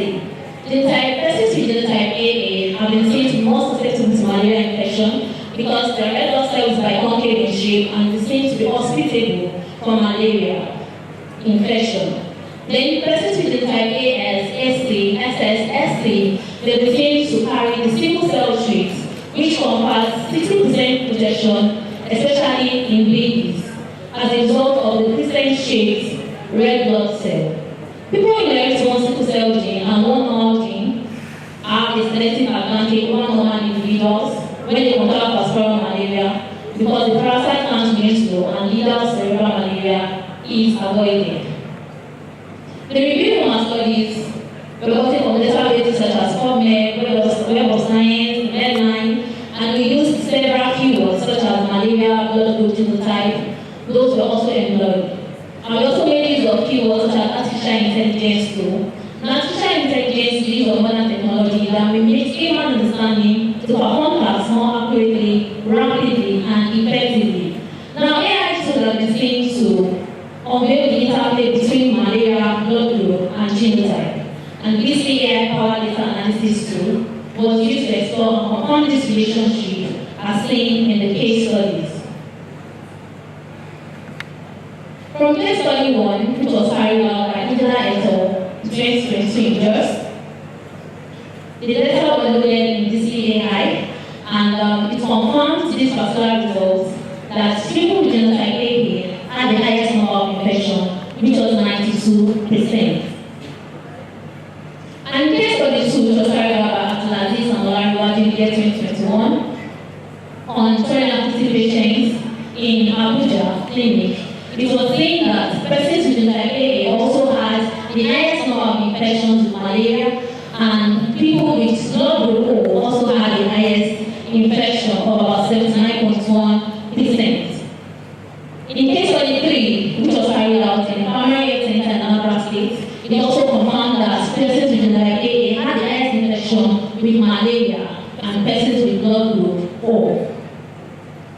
Also, as seen in case study 4, which shows the relationship between genotype, blood group, and malaria, it also confirms that persons with genotype AA had the highest number of infection of about 82%, and also persons with blood group O had the highest number of infection with malaria of about 60%.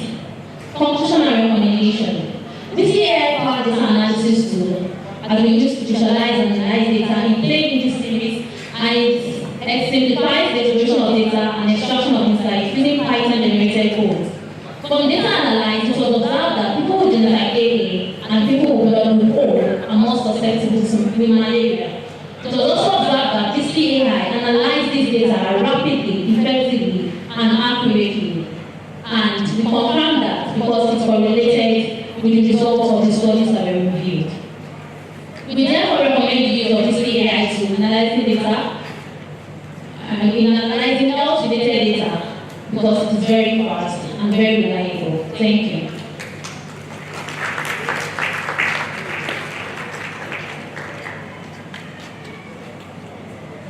Technical, I think we need an extra mic. Okay, thank you very much. I think we any question?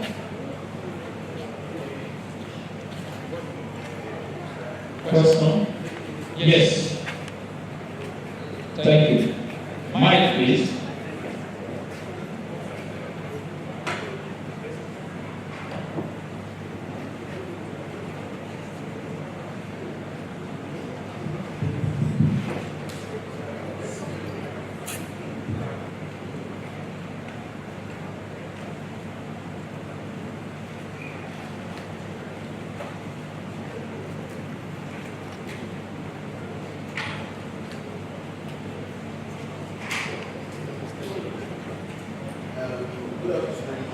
Thank you for your presentation. The name is Bamiko from the Department. My first comment on your presentation was what you mentioned in the introduction of your class. The commonest group is the type A and type F. It's not correct. The commonest is type A and type B. Type F is the fetal group, which is common to children and the joint age. And if you are reading about sexual anemia, you tell me that patients with high level of they have clinical presentation of this. I cannot hear what you're saying very well. From your study, I think what we can really infer is that the AI software is information because the correlation between this global convention and malaria are found in research.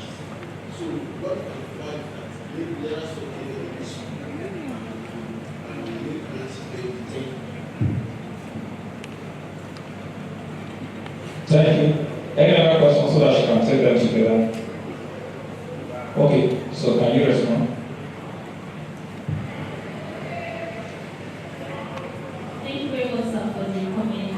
Yes, the aim of study is actually to make us impact of using DC or AI-powered data analysis tool in confirming several data, both health-related data, business data, non-technical data, and so on, because it makes our work easier and very reliable.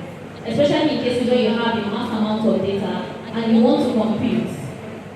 What you just need to do, especially when it comes to this AI, you load in your data into your AI and then it gives out the results. It's just the way ChatGPT works. Now when you load in your results, it generates Python codes for you. Then after generating the Python codes, it responds to your questions accurately.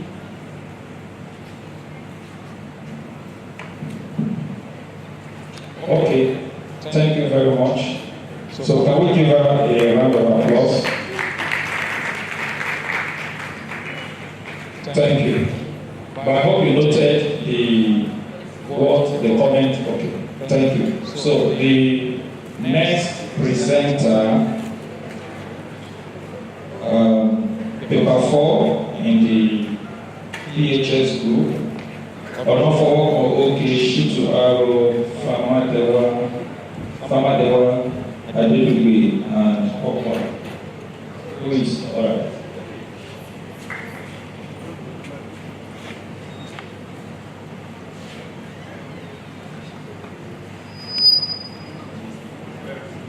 Good morning, my professors, my presenters, and guests.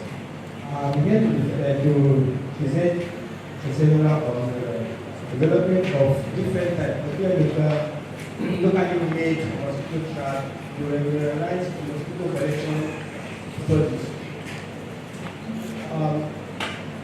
Mosquitoes are the world's most dangerous animal insects in the world, and it has been transmitting a lot of diseases like malaria, fever, and yellow fever, and the rest. And in study of ecological study and study of mosquito, we find that we have several studies that is abundant, and the prevalence of mosquitoes in Lagos and Nigeria, the world and Nigeria. In Lagos State, we have carried a lot of researches on mosquitoes around the Lagos and the environment and all the rest. And the purpose of this study is that we want to work on a morphological study of this mosquito trap, so that we can have a rich study.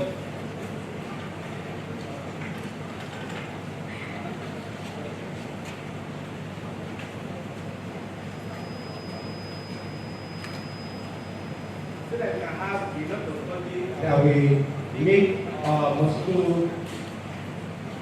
eradicate mosquito in our environment, so that we can have a control on our malaria studies. And we have here the schematic diagram of the mosquito trap that we made. It ranges from we have a suction trap, a suction fan that attracted the mosquito in. It has a collector which contains the mosquito net, and when it comes in, it traps inside, and we look after collection of mosquito from inside. We normally have a bait.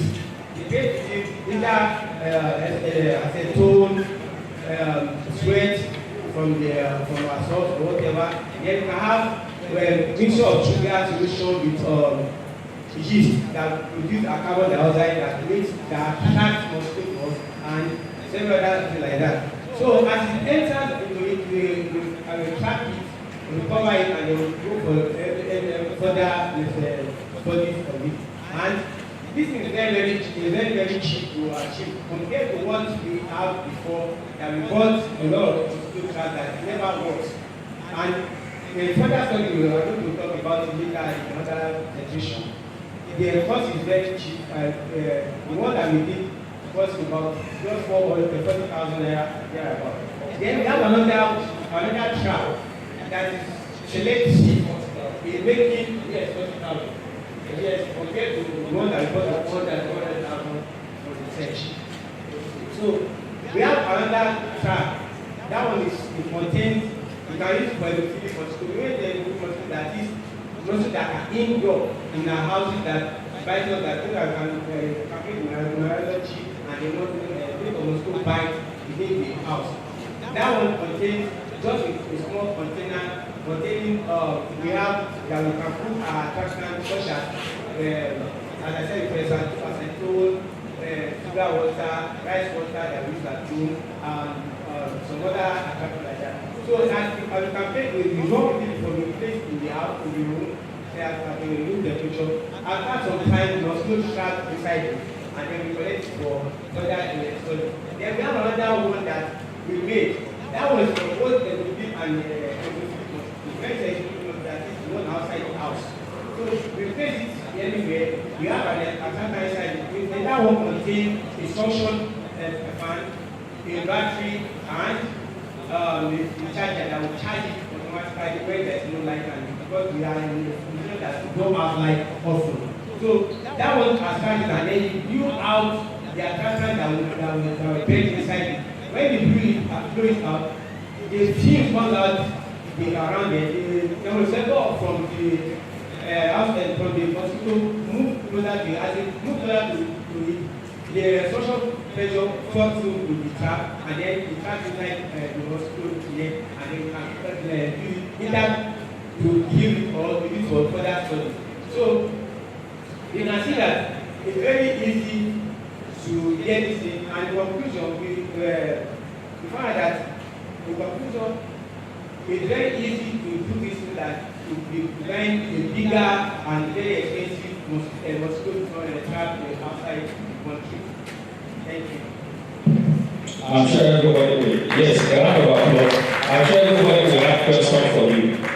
Because I don't think there is anybody here that is not bitten by a mosquito. So, questions? Yes. Thank you, sir. But you said 40,000 naira is very cheap. Prof. Good afternoon. I'm Saranja Shakur from Physiology Department at school. Please, how did your materials, how did they compare with standards for this? For mosquito prevention, how did they compare with standard that we have out there? I want to provide a question. Standard in terms of the quality of mosquito you collect, the number of mosquito you collect, and also let me know what are the quality of mosquito that you collect, because for you to justify that you should leave that expensive one for your own, that must be an environment. It offers. Thank you. Okay, no, I told you that there were many questions, so it has already started. Any other question relating to the efficiency? They are talking about the efficiency, and I think I want to also add that the one, unfortunately, I don't know that one that is bought, that is sold out there. But I want to ask, does that one also make use of some of these local things that we are talking about? For instance, you have mentioned now that we can use, we can generate carbon dioxide using yeast and sugar with water to generate carbon dioxide. So those other ones. So we also need to, aside the 40,000 naira that we are going to buy this your device, we will also buy sugar, we will buy yeast, we will not buy water. Definitely, we will not buy water. So the cost of yeast and sugar needs to be loaded, and another part of the efficiency is how often, if I buy 100 naira sugar, 100 naira yeast, can I use it for 1 month?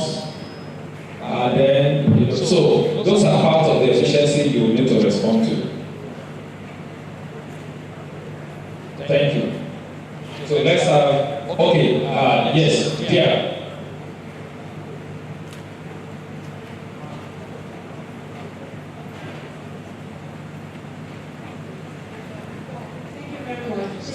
Sorry, ma'am.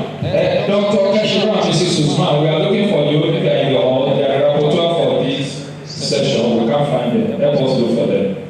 Thank you. Go on. That's right, sir. This equipment is used for research, to collect mosquitoes for research.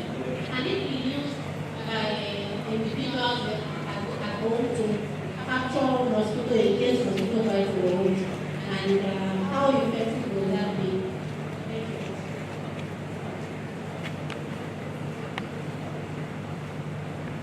Yes, I respond. Number one, first question that I would say that number of mosquito caught like that, but this I won't have. We bought one before. After all the using, you can't count more than 10 mosquitoes. The highest caught by that was 10 mosquitoes. This one, when you research it, How much did you buy that one? it was around 250,000 naira. That's only 10. That's really 10. We used to go all over Lagos State so that we can do efficiency. But this one, we caught over 20,000 within the week. In this campus, when we did the research in this campus, we found that all the prevalences around there in science, faculty of science, has the highest prevalence of mosquito around there. At the back of Professor Showe's back, we have some 80 mosquito prevalence over there. And at the zoo garden, we have Bishop. Even we discovered a new strain of mosquito disease app. Then we do some track all over the campus with the night bite, with the transport, faculty of transport. We find that was best because we found that there is a lot of cleaning of those areas often. Then we consider we are asking about the heat and the rest. It can be done. The import 200 litres with 100 litres sugar, then boil water and mix that. But we put it in the bottle so that it will not dry off in time. So also with acetone. With acetone, it has a selective mosquito.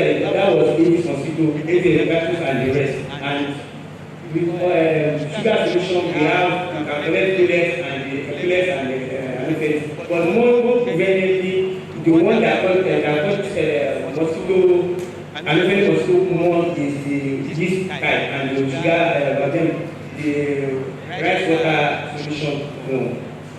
Then the question that can be used at home, yes, we have the one that can use at home. We have to design that one in a container. They have the funnel type. They have the funnel type of this. Because so when we put that in, the reason why we design it for that, we find that acetone dries very fast. Before 10 minutes it dries off. But we find that the surface tension of the surface area of the make it to dry fast. And when we have that conical function like a funnel, for it to dry off, before it dry off, it must still enter it. And when it enters, because it still doesn't move straight. They move in that form. So when you cannot locate yourself back from that home which they came from. So the idea is that you can have your mosquito trap and you know, even your room for 3-4 days, you still go ahead. Thank you very much. Prof, I'll come to you. Well, I think let me mention that this is a very good work and we really need to take it up. I once come across some natural or local way of dealing with, getting a bucket, a black bucket, then you mix.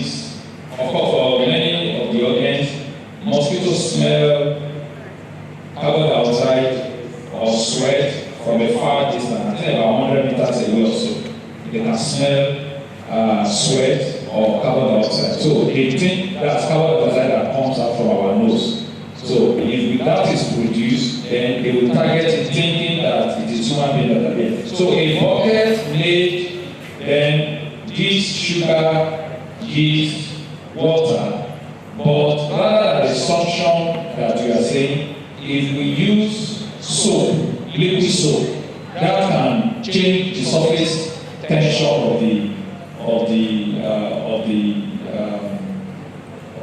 that substance so that they are trapped. So I would like you to look into that option also, which I think will make, because with a black, why it is black is that mosquito will always go to a place is back. You know, so I believe with that, because if they say I should come and buy 40,000 naira, you know, let it come down. Because people in the rural places, in the villages and the likes, we are really battling with mosquitoes. And I think the Department of Zoology, the HOD is here, the Department of Zoology and Environmental Biology need to be charged with the responsibility of eradicating mosquito in Lagos State. If you do a proposal, I believe that the state government will finance it. If you just produce, if you bring it down and you produce small things that people can just put on their shelf, put at the corner of their room, that will attract the mosquito, you know, trap them inside. We are not interested in using it for research. You know, just get rid of them so that they are not biting us. My dear, it's not that you have a small wall. That was said you have a smaller part that will cost 5,000 naira to finish it. Okay. But that one you can just keep it in the room for 3-4 days. As long as the film is there and the thing is getting out, you must be trapped there. Either they die there or you live there because nobody does stay more than 3 lifespan. All right, Prof, I will call you after. Okay, thank you very much. You learned the work process, it's a good work. Looking at the local context. However, the design has some fundamental problems. Good, your own is cheaper compared to what? What are the standards? You want to actually compare with what is obtainable now, the one of 250, and also have a negative control. It's really a good work. You should go back to the design and get it right and come up with data and look at different parameters where you have produced the equipment, and they can do some comparison. Look at the strengths, look at the weakness, and work with other people from different departments to look at the toxicity and other areas. Thank you very much. Thank you, sir. We are coming back for the next projection. Professor Akin Lucy. Thank you very much for the presentation. I just want to add that it will be very interesting to have a video capture of how the mosquitoes are moving into the capturing container as part of a presentation subsequently. Very well done for the innovation. Thank you. All right, a round of applause. If mosquito is troubling you, unfortunately, our students that used to come and read overnight, they have gone home. For those of us that are here, if mosquito is troubling you, please just visit the Department of Zoology, Lagos State University. They will help you find solution to it because the head of the department is a specialist in dealing with malaria and mosquito. And you can see now she's already reproducing herself in people in the department. After some time, I believe there won't be mosquito again in LASU and Lagos State at large. All right, we'll call on the next presenter. Thank you very much for that wonderful presentation. Adejuwa Adeneye and Miriam O. Amuni, Article 5 in BHS. Are you here? Is the person here?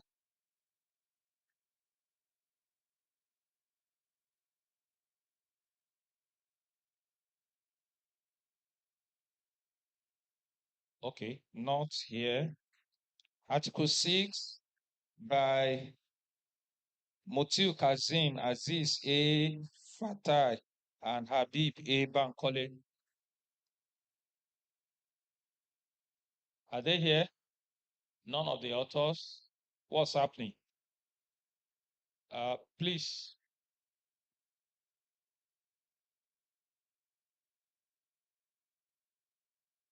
Somebody should help me call Professor Kazim or Dr. Bankole, the HOD of our chemistry. I'm sure they must have been busy with some other things with the conference. Okay, we go to the next one. Article 7. Angela O. Yoriope, Oluwatosin Biadu, Gbemisola Shaibu, Kamodi Ilesomi, et al. Who is going to do the presentation? Our rapporteur? Yes, so please can you come to the item? Two presentations already done. Yes. past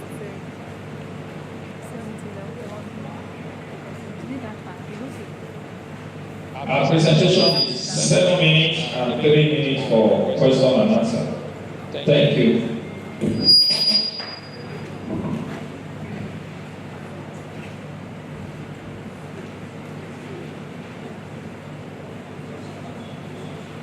Good afternoon, everyone. Standing on the existing protocol, my name is Angela Iyorobi. I'm presenting the topic physicochemical and storage property of overdrive and roasted terminal caterpillar seed oil.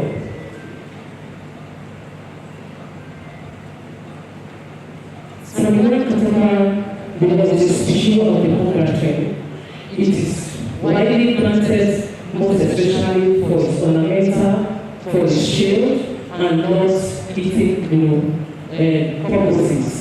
Terminal caterpillar is an edible seed, is an edible nut, and it is normally found around the tropical zones, that are tropical regions. And mostly in our region, Nigeria, in almost all states of the Federation, you are able to see terminal caterpillar. And terminal caterpillar is also commonly known as the Indian almond, the Indian almond, what we locally call fruits. Terminal caterpillar has been, so many research work has been done on it, basically on the leaf and the back and the stem. But minimal work has been done concerning the seed, and most especially the nuts that the fruits contain. It is the chemical characteristics and fatty acid composition of the seed oil has been able to confirm that the seed itself is a nutrient-dense seed, and it is also known as a seed oil because it contains about 35% to 50% of the capacity seed itself in the oil composition. And also, we have been able to find out that the physicochemical properties of every oil is very, very important because it gives us the characteristics of the oil, and also makes us to know the nutritional value and the quality, the flavor that it entails. The storage stability conditions for all oils are pivotal in maintaining their quality, flavor, and value over time. So critical factors, most especially that will influence the stability of the oil, including exposure to light, temperature control, and the container material for storage and to avoid cross-contamination are very key. So one of the primary conditions in storage is protection against light, exposure to oxygen, exposure to low sunlight that can instigate photochemical reactions that will accelerate the oxidation of the lipids. So the storage conditions are multifaceted, as I said, encompassing the protection against light. My next slide. The aim of this study is aimed to determine the physicochemical properties and assess the storage stability of overdried and roasted terminal caterpillar seed oil. The methodology, the fruits were collected round about the Lagos metropolis, the program most especially within Lagos State University of Georgia campus. The fruits were sorted, dried to enhance the development of the seed, and it was separated into two portions, whereby a portion was subjected to overdrying at 125 degrees Celsius for 25 minutes, and the second portion was roasted over smokeless flame. And the two varieties of the seed were now blue and they were now stored. The oil extraction was done by the use of surface extractor, and the solvent use was exhaled.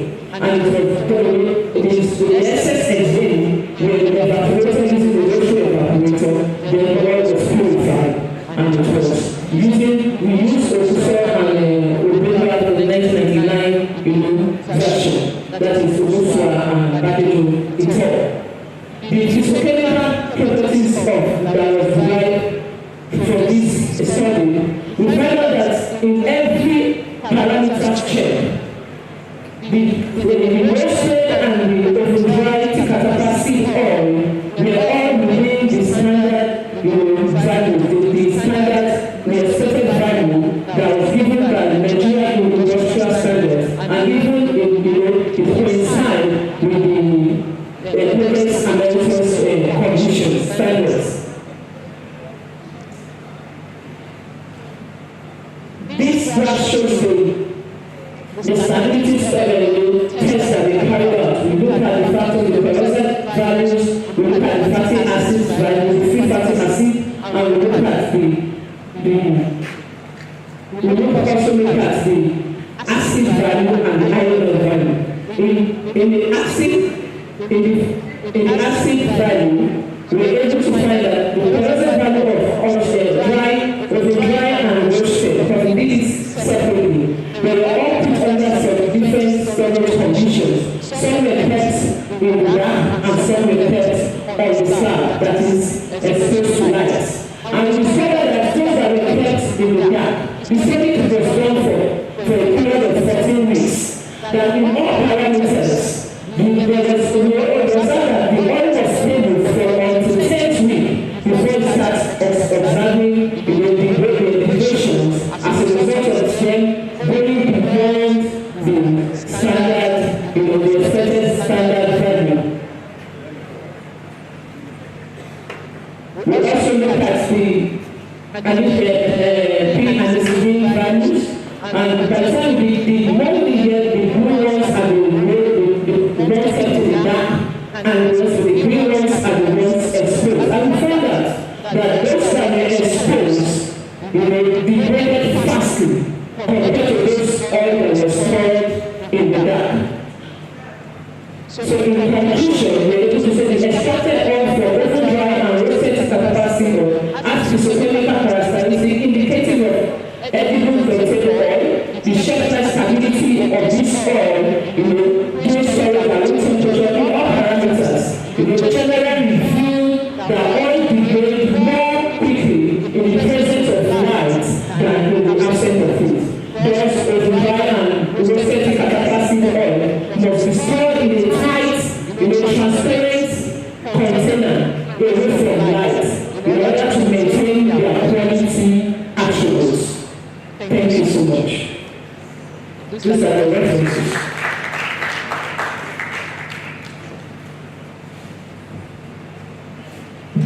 Thank you very much. Do we have a question? This is another topic that I think we should be interested in. Now that our oil is edible, nobody is asking a question. So this oil, I'm sorry, I'm doing so many things. I might not have gotten everything that you said. So if the oil will be much more preserved, keeping it away from light. So do you want to recommend that we use black container, black jerry cans, or black bottles? Number one. Number two, I'm not sure whether you have touched on the comparison of this oil with other kind of oil that we use, palm oil, groundnut oil, and then do you go further to look into the cholesterol? Yes, sir. Okay, you have mentioned. Okay, sir. Because I was just talking about the storage capacity of the oil. Actually, I have done research on both the physicochemical, the fatty acid composition, and also application of heat in production, basically the sensitive application of heat, and also I found that the capacity oil.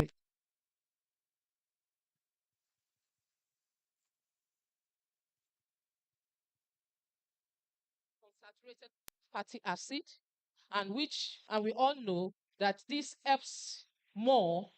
It reduce the HDL lipoproteins, cholesterol, and also it reduces the LDL, the low density lipoprotein cholesterol, while it maintains, study have confirmed that it maintains the high density lipoprotein cholesterol. And it has also been confirmed that apart from other nutrient value, it also have vitamin E, and it has more of antioxidants, and also we have been able to confirm that the oil itself, it's edible. As we all know, the nut we eat.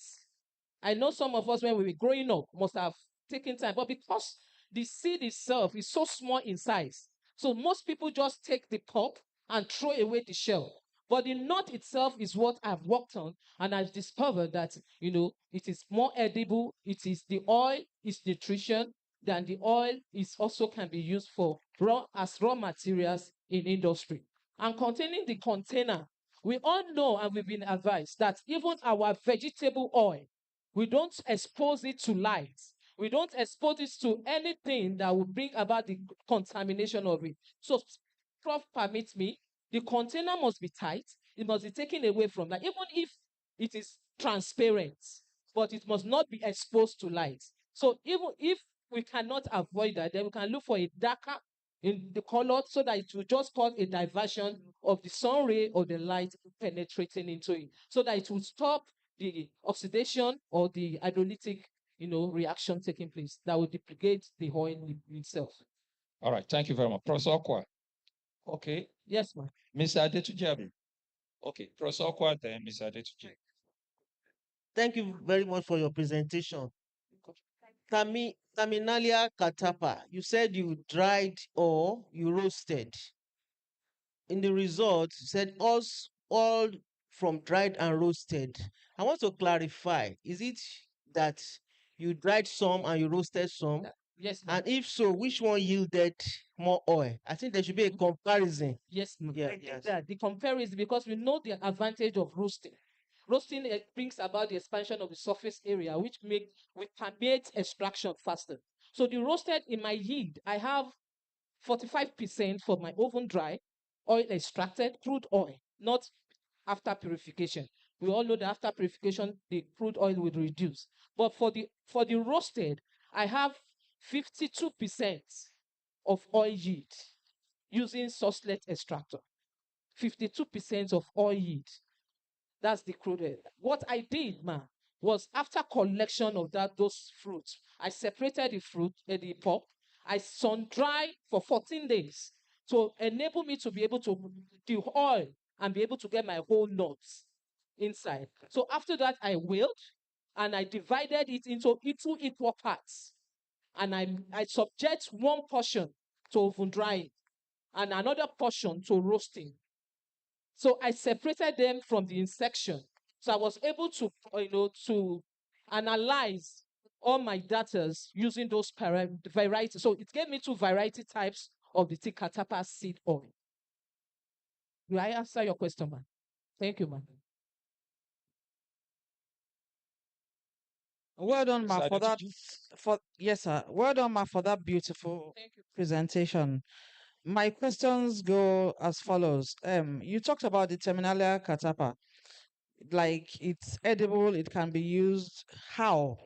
Is it in the pharmaceutical industries? Do we use it to cook rice? Do we use it to cook soup and all that? Then you're also talking about the oven dried and the roasted. If it's edible, won't it have this kind of burnt taste in our mouths?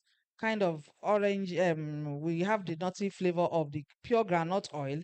What can we relate it? How can we relate it with other vegetable oil or other oils we do consume? Thank you very much, ma'am. Okay, sir. Before you respond to that, the seed, can you show us, do you have a picture of it? Or describe it? Let me try. Can you help me? Are you with me, Technica? Okay, okay, this is the fruit. That's the fruit. Basically, I use the ripe one, the ripe fruits. I'm talking is the last thing. Camel, almond, fruits. Fruits is common. We have so many of the trees within our environment here. Fruits. Almond. That's the oil. Okay. Thank you. Yeah, so you can respond to Ms. Yes, Adetuji ma. now. Yes, ma. Thank you very much, ma. The oven dry and roasted. Depends, it's just for me to get. We will find out by the time we are taking cooked granite, for instance, and when we take roasted granules, we find out that there is that taste of nutty taste when we have a roasted. So it's similar thing to, because that I tasted it, I've used it to cook, and it gives me, though the roasted oil is more, shows a more golden yellow color than, I don't know if we can capture it properly, than the oven dry. So what it's just what it does was that it added more flavor to the oil itself. So irrespective of the one that you choose, the nutritional value still remain the same. And it has been postulated that in the terminal catappa seed oil can be used in the food industry, even in cosmetics, because of its, other values, nutrition based values. It contains so many antioxidants, it contains vitamin E and what have you, and Okay. it can be used in the pharmaceutical company as a carrier. Okay. Okay, sir. Thank you very much. I'm just looking at the topic, physicochemical and storage properties. And Prof asked a question. What are the differences or similarities between the oven dried and the roasted seed oil? If you actually not talking about the yield, so if you can present those biochemical parameters clearly, from that place we can think of where we can employ them.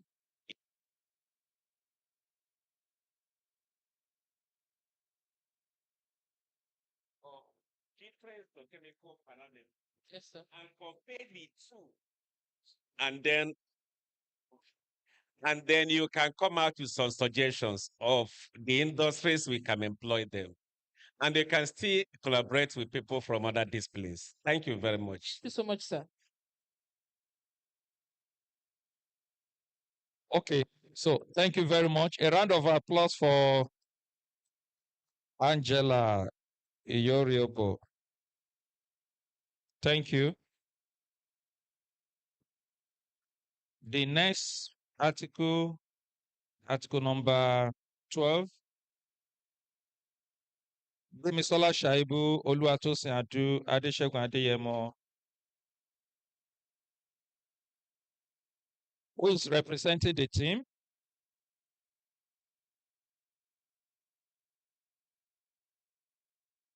Who is representing the team? I thought you are clapping for the person coming. Who is coming? Oh, okay, thank you. That's another powerful team. Proximate analysis and vitamin profile of citrulose. Okay, watermelon seed. Wow. You will be supposed to bring the oil to this conference now so that we can take some home. You have come with another one again. Okay, so over to you. Your name is? Okay. Good afternoon, everybody. All protocols duly observed. Oladega Waris, the last author. Our chemistry department, Faculty of Science, Lagos State University. I'm here to present journal titled Proximate Analysis and Vitamin Profile of Citrulose lanatus seeds, that is the watermelon seed.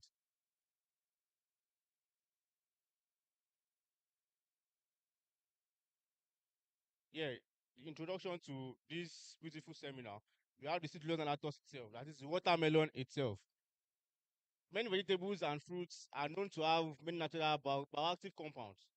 So they are medicinal plants, and one of them is the watermelon.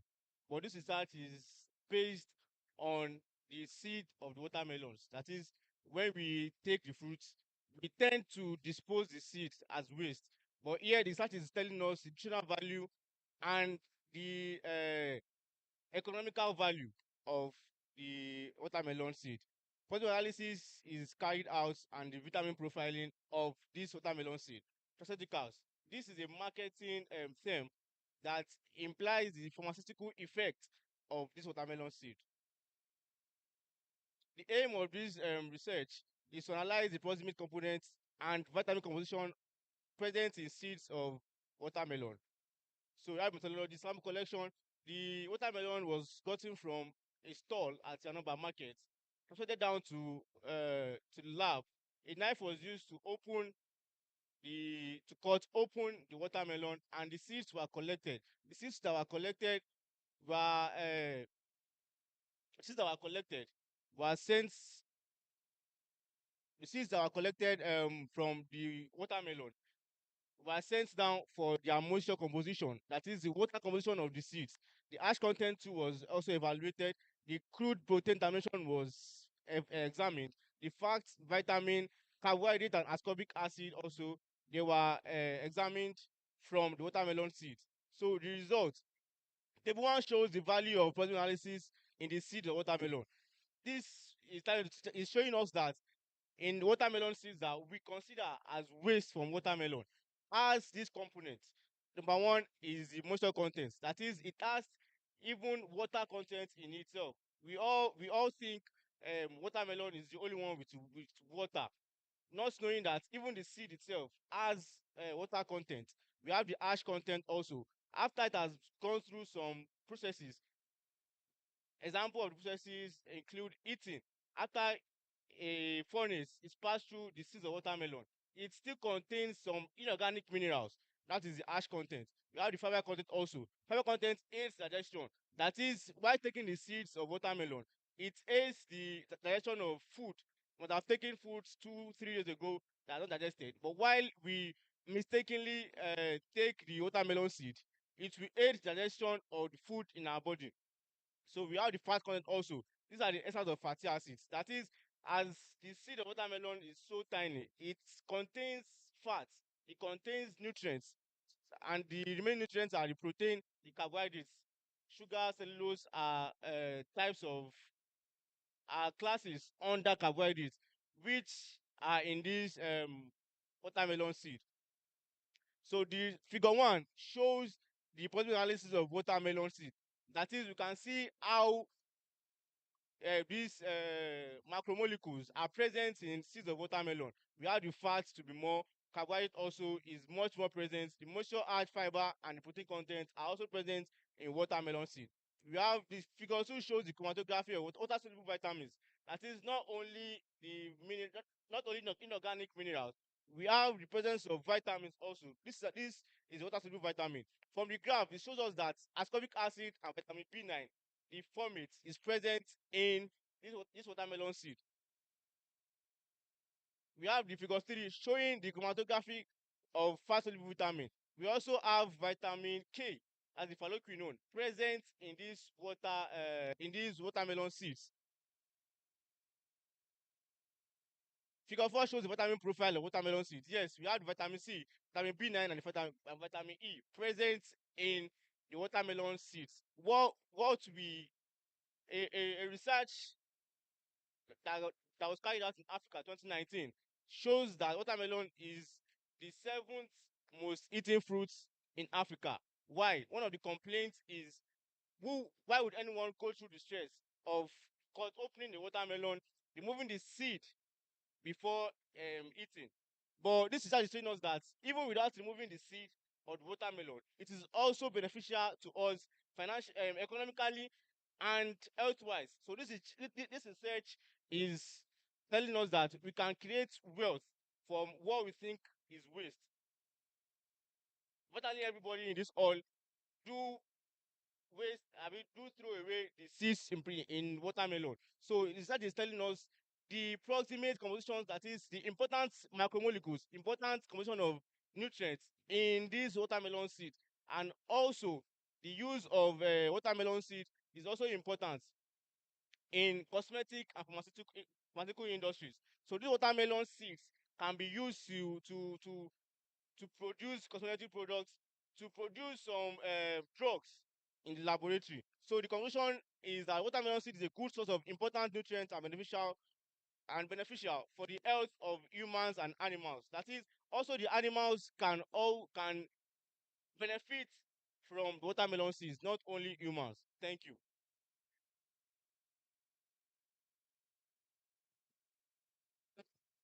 All right.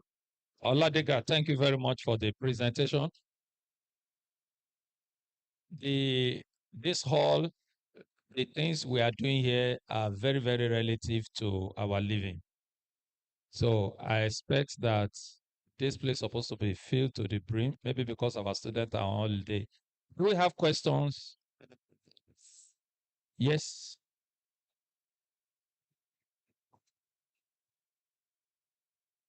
Good afternoon, Prof. I stand on the existing protocol. My name is Anifoshe Florence. We were told when I entered the conference that we have seedless watermelon.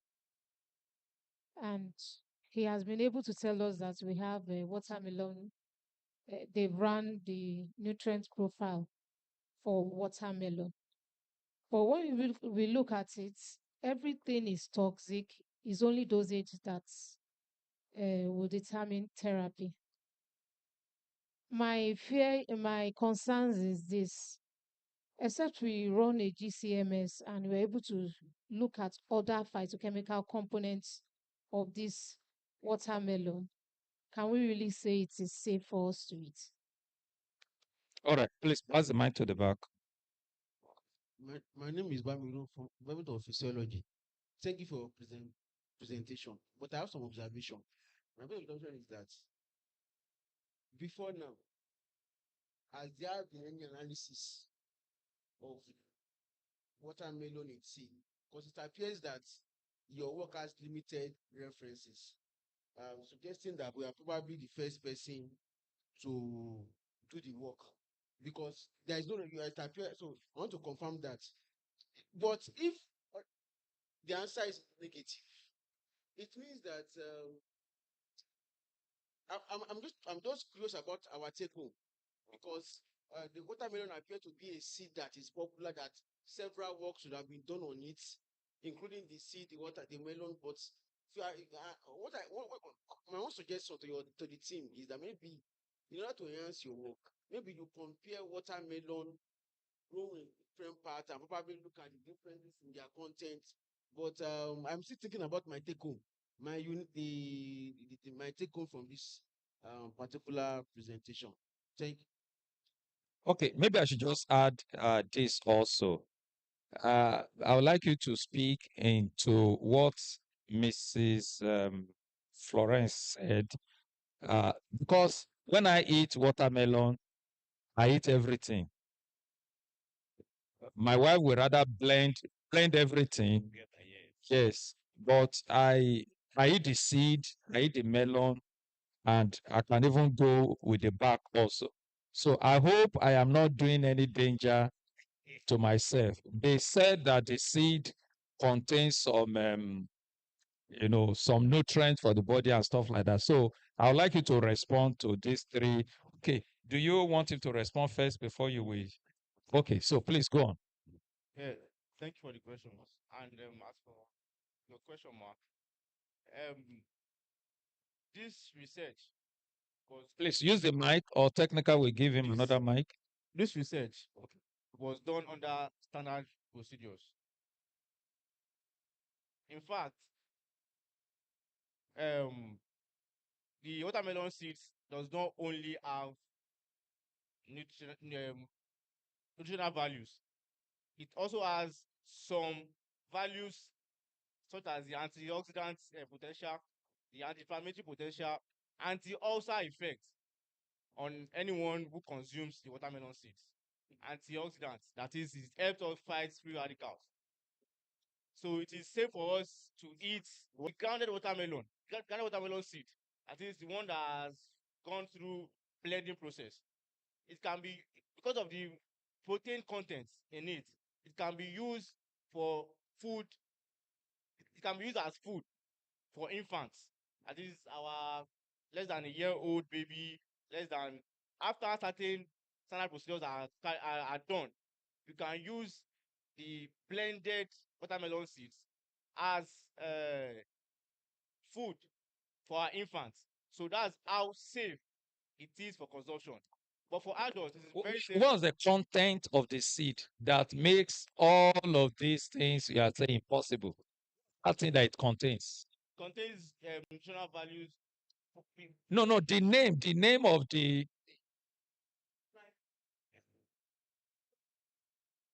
Okay.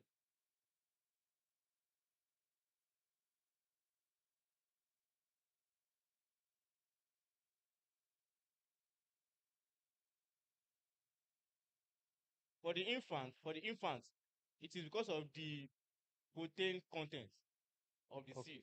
As it makes it viable for, it makes it consumable for infants. But for adults, it contains other nutritional values, other nutrition, like the ascorbic acid. I mentioned folate. I mentioned phalloquinone. Phalloquinone, we all know phalloquinone is against blood clotting. That is, without phalloquinone in the body, our blood starts to clot. No free flow of blood in the body. So these watermelon seeds help free flow of blood in the body when ingested. Well, thank you very much for your presentation. At least my take home from today, I will start consuming all parts of the watermelon. Well, my team, we have done some work on watermelon too, but in this aspect is pharmaceutical applications. But generally, what I want to advise, if you are making any statement, you should base that on a fact. You don't tell me this can be used in pharmaceuticals, it can be used in this. You have to be specific based on the data you generated. Like from the back, we were able to get cellulose, which we modified to microcrystalline cellulose, and we move ahead to get nanocellulose. And they can be used as pharmaceutical excipients. Then you can even move ahead to get cellulose acetate, which we use them as polymers. In getting our fibers, nanofibers. So my advice is that you have done a good job. But those contents you mentioned, you have to actually see whether we can use it to and be specific. That's just my advice. You have to be specific. If you pick up a substance or a component, you should be able to tell us how we can actually apply that. You don't just come and conclude they can use it for this. Thank you very much. Sorry. I want to, well, good presentation, but just like the last speaker said, when you said it contains vitamin C, I was going to.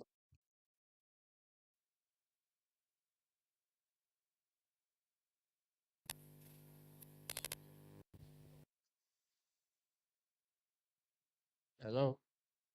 I was going to probe you further. What quantity of vitamin C? Because most of the seeds, most of our seeds or fruits that has vitamin C, most of them are actually, they are being highly sought for abroad. So when you begin to say something has vitamin C, I want to know what quantity of vitamin C is there. Is it actually high in that vitamin, or just that it contains some? So okay, sir, noted. I always want to know. What is it? What Okay, in addition to all I said, the research is just basically on changing our mindset that what we consider as waste is not actually waste, and it contains nutritional value with the compositions that I've mentioned. It is not a deep research on.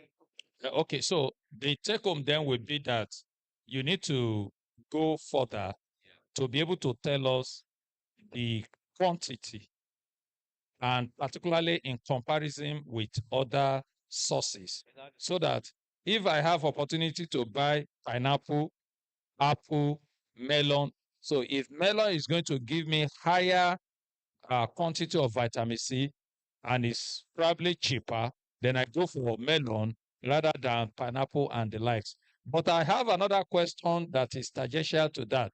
You have picked watermelon, and I know there are several of them in that category.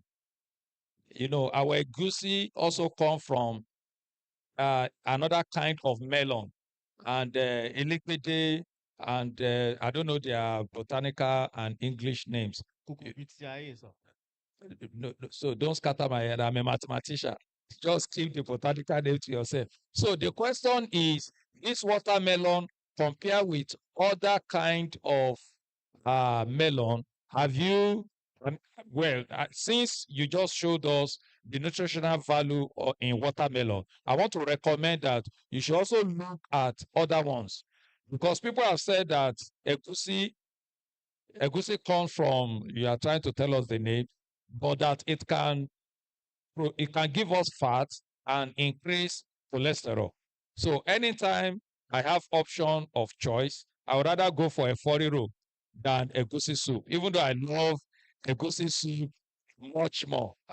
So, but because of that potential fatty, so I would love that you also do research into other kind of melon and be able to advise that, okay, we can do this and that. So lastly, just take the Okay, I mentioned it briefly from the start that many fruits and vegetables are known to contain many bioactive compounds.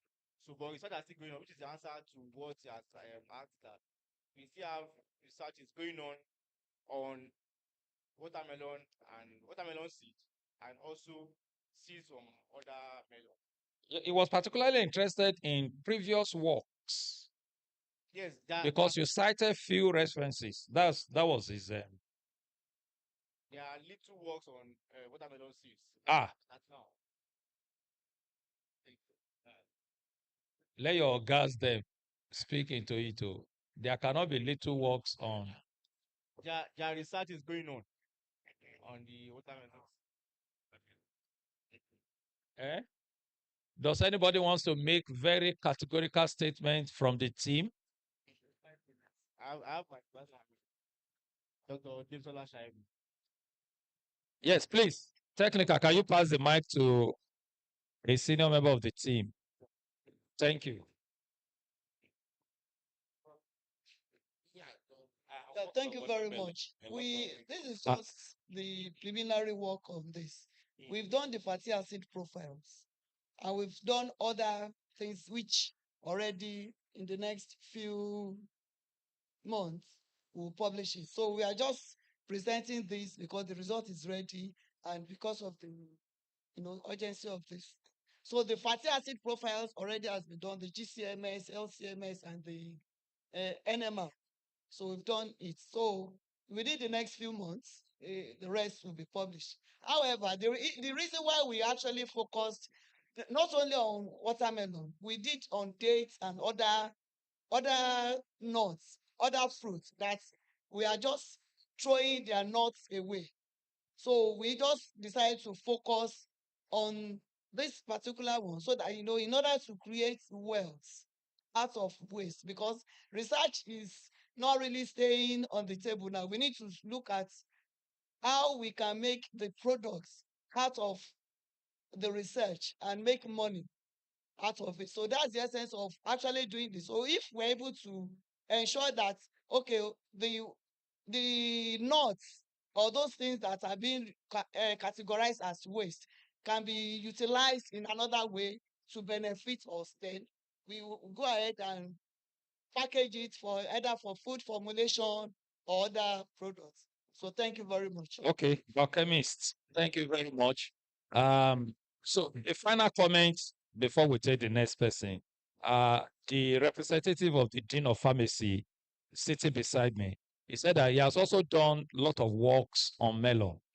Now, so what our colleague in physiology is raising is that the number of citation, the number of references are too few. It was appearing as if, not too much work has been done on it.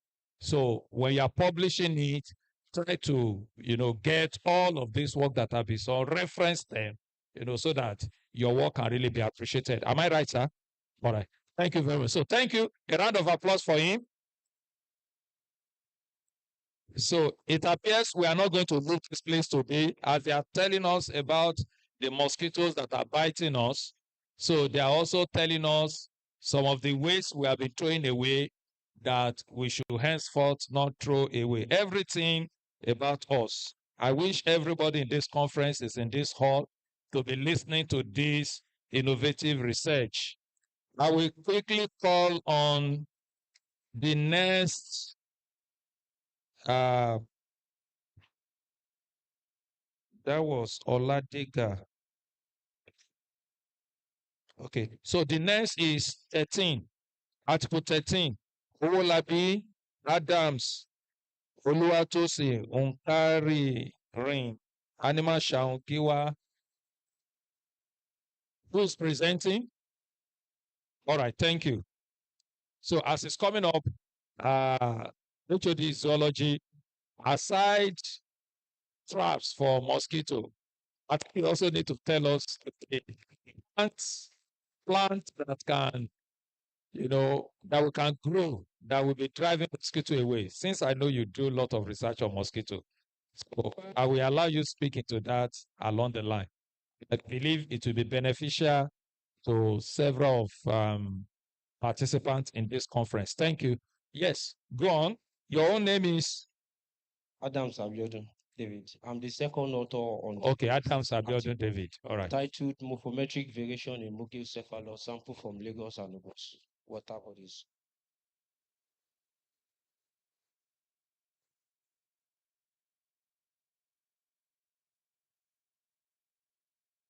Okay. Techniques of fish identification. Morphometric meristics data are essential for identifying fish species, understanding the taxonomic relationship. Significance of morphometric research: promotes sustainable fisheries, aids in biodiversity conservation. This study aims to investigate the morphometric variation in Mugiocephalus sampled from Lagos and Ogun waters body.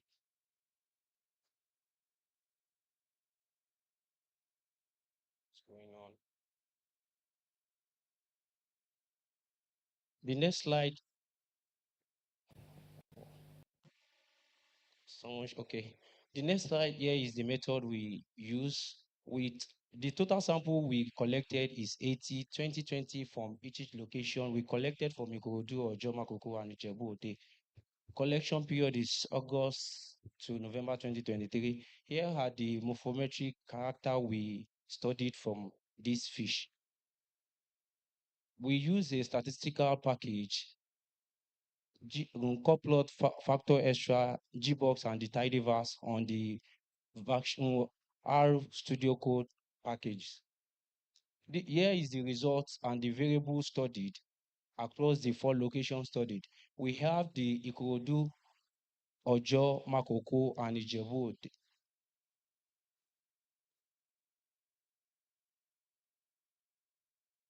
Yeah, we have the correlation analysis. The correlation between these locations are moderate. Ikorodu findings, most correlation significance and positive. There is a strongest correlation between the fork length of this location with the total length, which have the value of 0.97.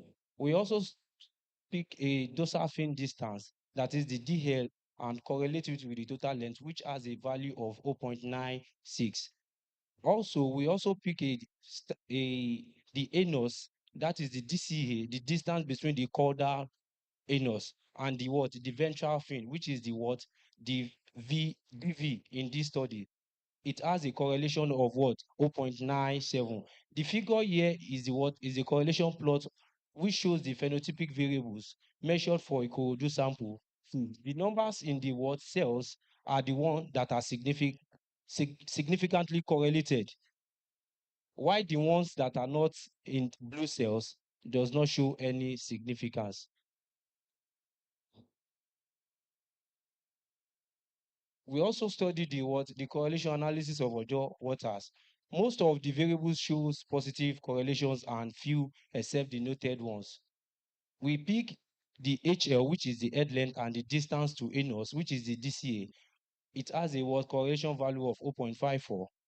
We also pick the what caudal peduncle depth, which is the CPD, and the fork length, which has a value of 0.49.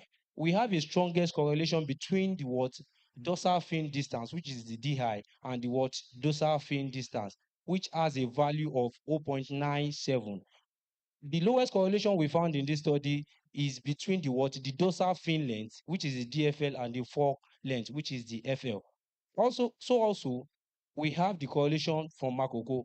All significant correlation were positive, ranging from the moderate to strong. We have the strongest correlation between the fork length and the total length, which value for 0.98.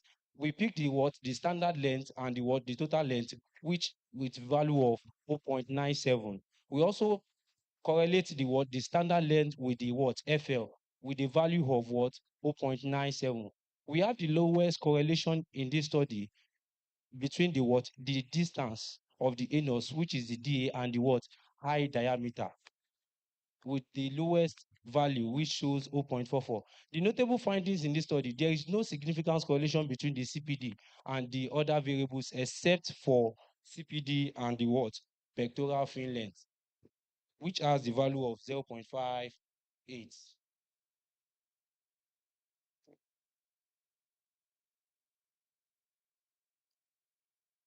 The next slide here. Okay. The next slide here is the clustering analysis. Overall clustering, there are three main clusters identified across the location. Many samples from Makoko clustered together, along with several from Ojo. We have variable clustering. 4 cluster form based on 17 measured variable. We pick a variables standard length, total length, and the fork length. The cluster B, we pick distance to the anus, which is the DSA, dorsal fin, distance to the anal, which is the DA. The clustering approach we use in this study is performed with the combined variable. Each variable were clustered separately. Our findings here is there are similar clustering patterns observed with selected 6 variables. We also did principal component analysis, which is known as PCA.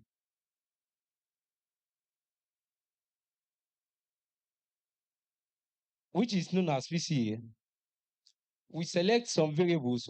The PCA with the 17 variable did not distinctly cluster samples by location. Some distinction observed among Makoko, Ikorodu, and Ojo sample. The PCA also states that there are no discrimination among samples from different locations.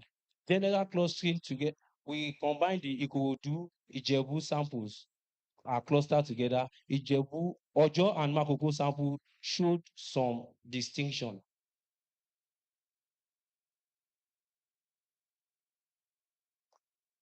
The next slide here I have is the discussion, which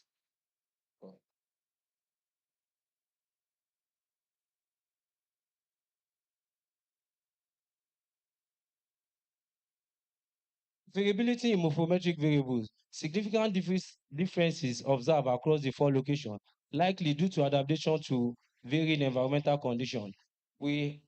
Findings for Makoko: higher morphometric values suggest greater nutrient enrichment and organic material in Makoko's water body. The head length shows no significant variation across location, indicating it may not be useful for breeding selection. Clustering and PCA. Both methods did not fully discriminate samples by location, though some locations displayed better grouping. Conclusion: there was a variability in the morphometric variables across the location, with samples from Makoko having higher value compared with the other locations. This study also identified strong and positive correlation between the variables across the locations studied. Research are needed to understand the genetic and environmental factor underlying for the variability in these traits, as well as the genetic regulation of these traits. Thank you. A round of applause. Adams, thank you very much. Any question for him?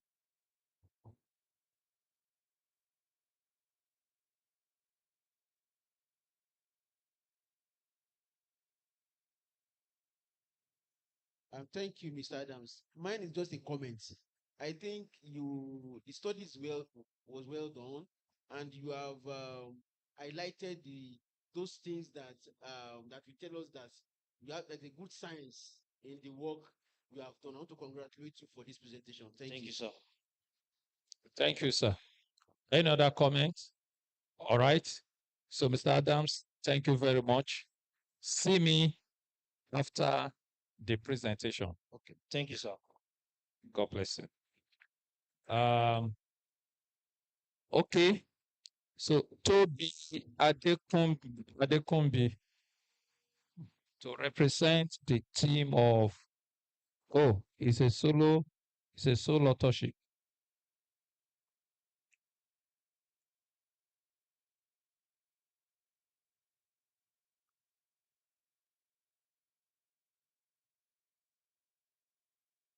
Good afternoon, everyone.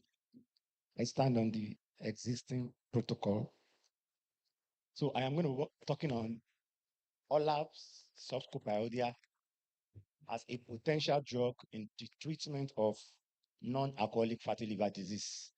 Non-alcoholic fatty liver disease is actually a chronic liver disease, and a fast check into to the net to check for the fastest growing liver disease, either in Nigeria or in the world, will either bring out non-alcoholic fatty liver disease or non-alcoholic steatohepatitis hepatitis, which is actually the second stage level of NAFLD.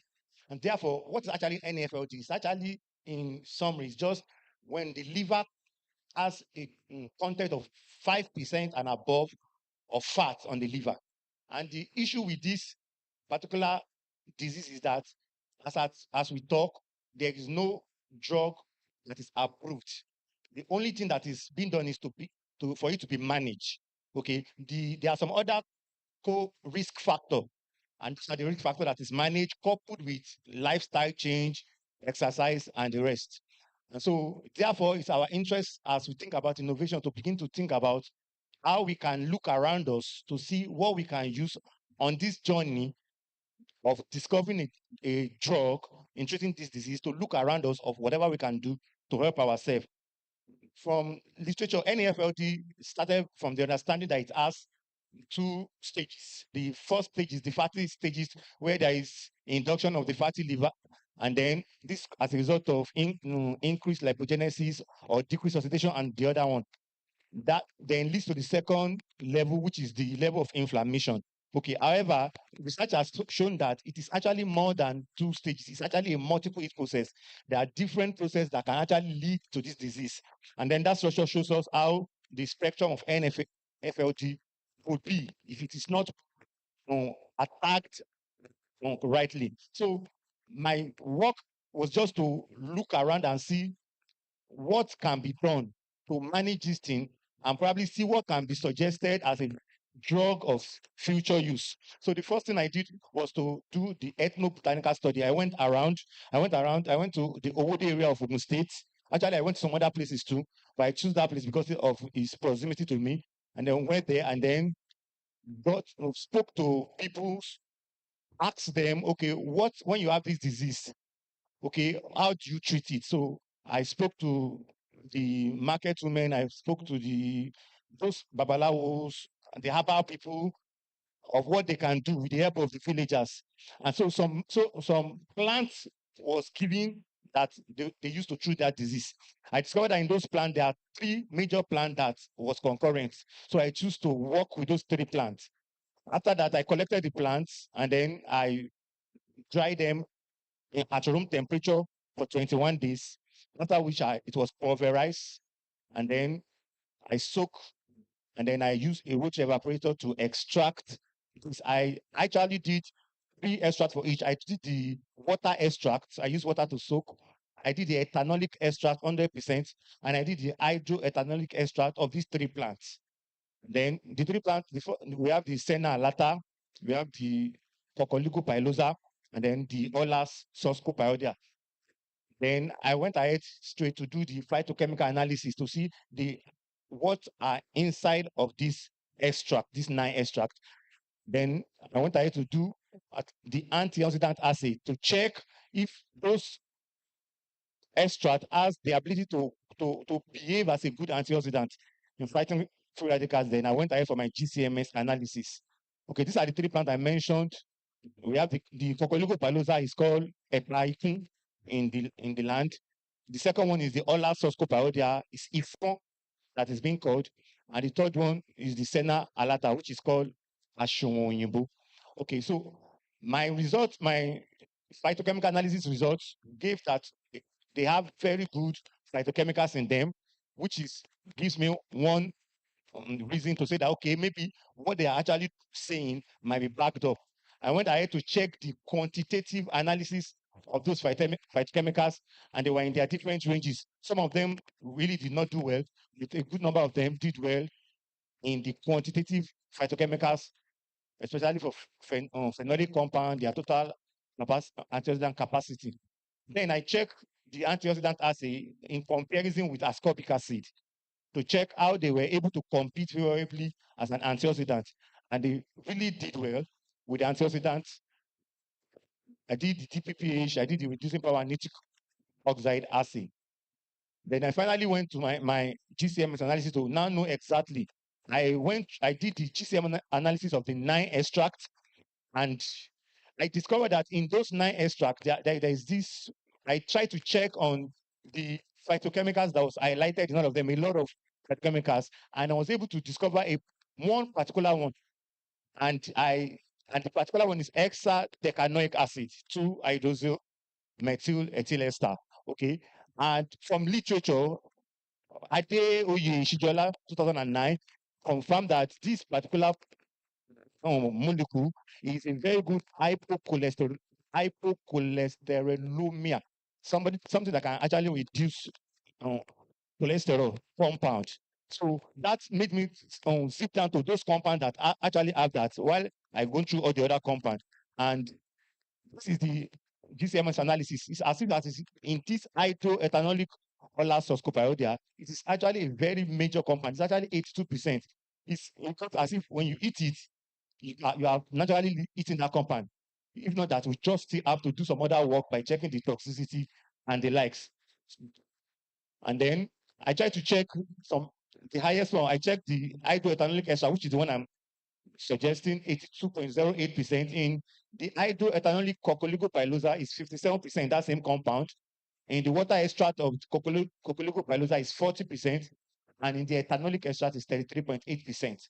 So, like I said, from the work, the hexadecanoic acid hydroxymethyl has been proved and confirmed by research to be a very good hypocholesterolemia compound.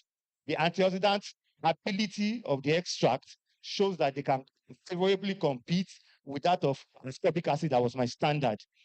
So the antioxidant activity is okay. So it is the antioxidant activity as well as the presence of a very high percentage of that particular compound, therefore gives credence to the possibility that this compound, especially this hydroethanolic Ola Soscopiodia, can be a very good plant that we can look up to in trying to decode and find solution to these endemic diseases that is affecting our work. Some other work is being done on it, but this is my take at this time. Thank you.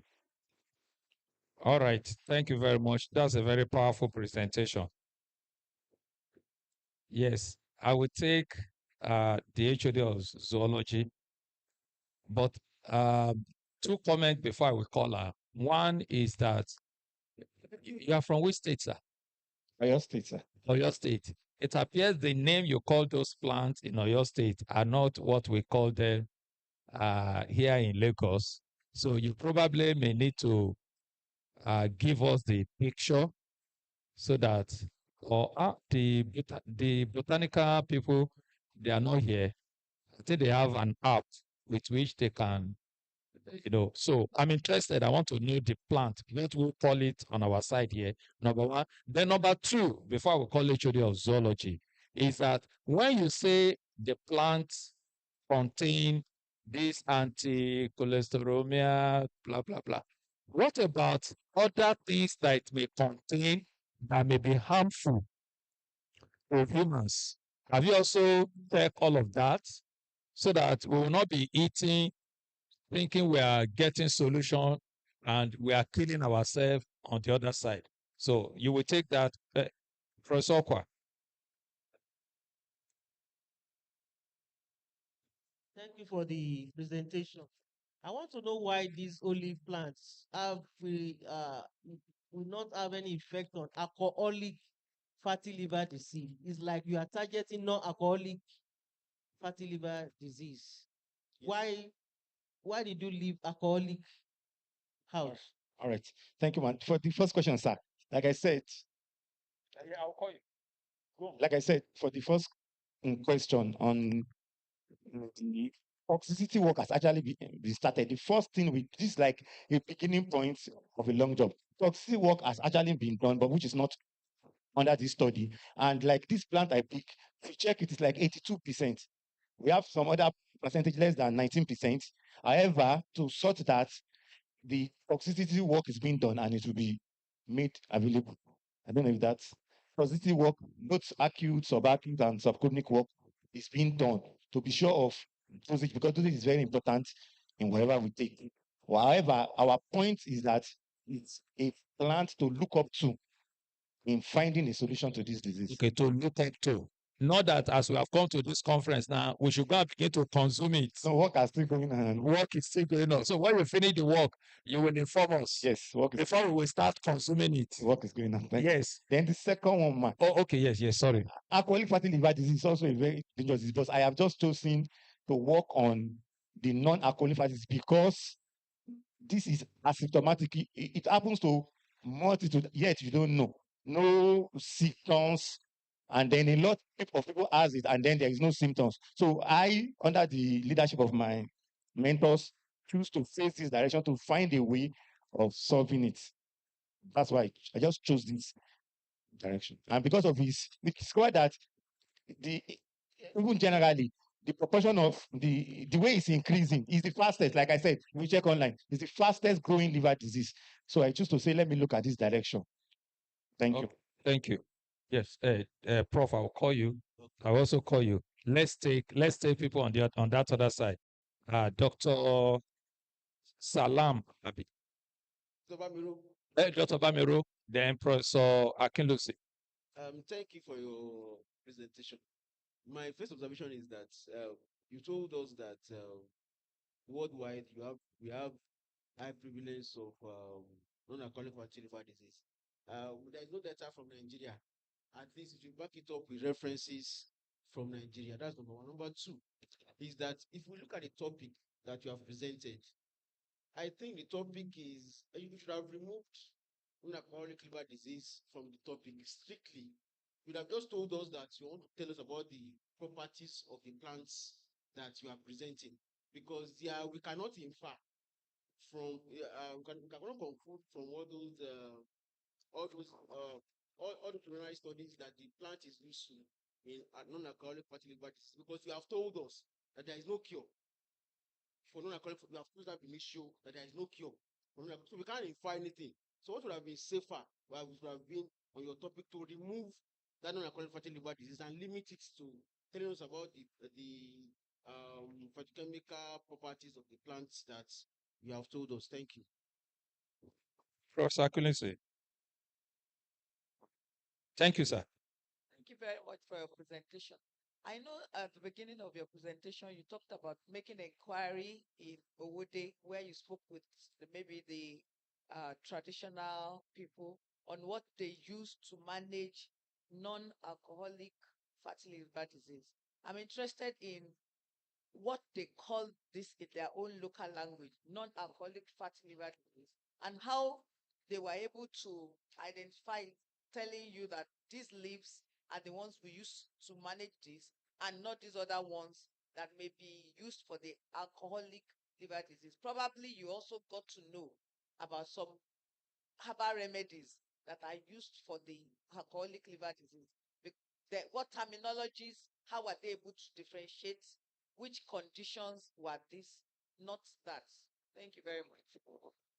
Okay, thank you. Yes. Okay, I just want to give you advice. I from at Solar Auto. If you know knows everything, you restrict your work on your area of expertise. You are talking of drug, plant materials. Before you start committing much money, there are basic things you have to do. You look at the toxicity. Do you have expertise to do that alone? And we are institution of higher learning where we have different departments. We have botany, we have chemical sciences and others. And my advice is that if you are making any presentation, you should carry along, because you mentioned about your mentor and others. Carry along people from different fields. You are now talking of a treatment. So please, that is very essential. You must carry them along so you can make a good presentation. There are some loopholes in what you have done. From my own area as a pharmacist and a formulation expert, there are a lot of things we can discuss later. Thank you. Well, I just want to add, have an addition. The issue of non-alcoholic fatty disease. There are a lot of drugs in the market. All the statins, almost 10, 15 statins are being used for all these things. So if you now have drugs that contains a lot of antioxidants, it doesn't you have not even, well, I mean, that's even just drug de novo. You have not talked about the drugs being used on human beings and seeing whether those drugs actually will have anything. You may even, the drugs that you think are reducing cholesterol, I mean, in situ, may not even have any effects when you now, I mean, use it on humans. So you have to be very careful. I mean, when you have not started using the drugs to treat, then you at least you let us know that these drugs are still in their native form, and I mean they have not been tested. So don't begin to give any particular. I mean, you don't give them any particular. May begin to talk about their quality. I mean, qualitatively, just let's know that you have found something that has some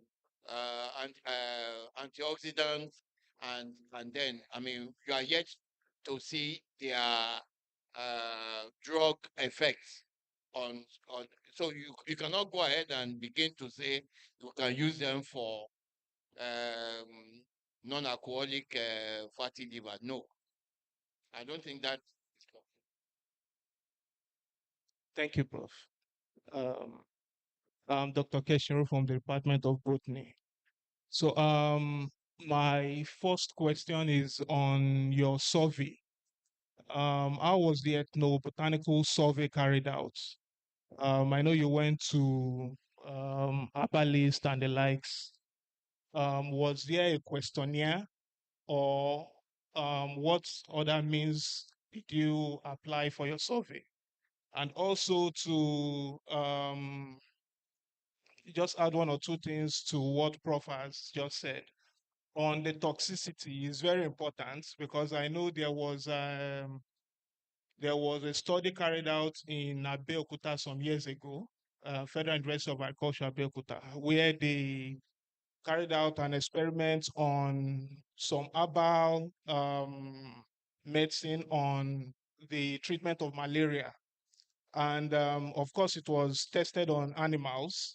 And when the result came out, it controlled the malaria but damaged some organs.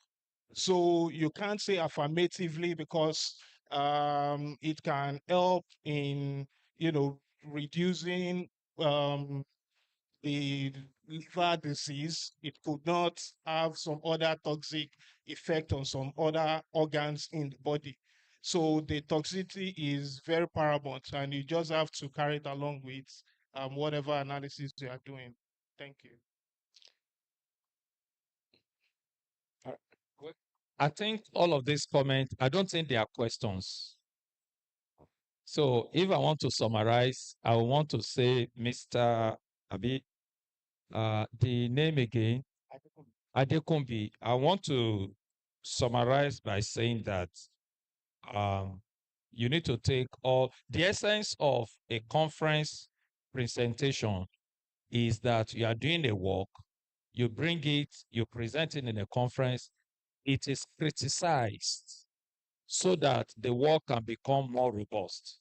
So going back now, you need to, in fact, when you have said that your mentors guided you along the direction of non-alcoholic fatty liver disease, then their name should have been part of the authors. I have something to say on that. I would like to respond on that mentor issue. The reason is, sorry, sir, is that if the department checked what I sent, that was not what I sent. That's why when you see I sent the whole authors. Okay. So I was shocked to see it here. Okay. But I didn't want to say that here. Okay. And if you check my slide, my author's name are the first. Okay, that's so. The other parts will not be from what some of them have said is that the TOSIC is very, very important. And then interdisciplinary is the direction research is going.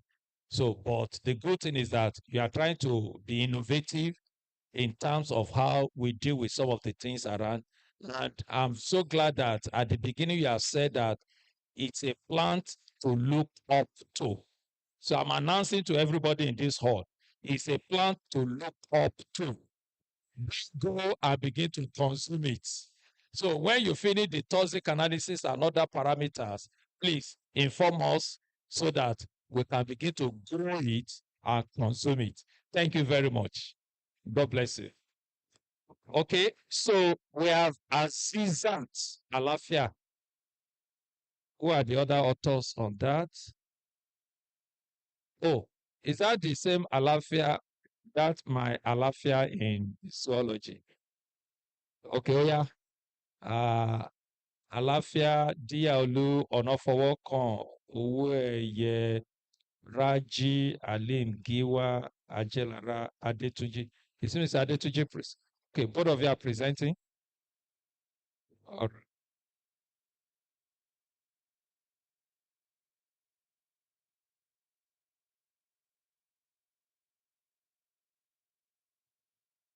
So we are going to take the biochemistry people tomorrow because their external examiner just arrived and they are attending to the external examiner for the BSc oral defense. Adejuwon Adeleye and Miriam O Amoni. Not yet. So after this, we'll take one more and we can try and look at the posters. So, this is the name is Azizat Alafia. 15, paper 15, 157/15.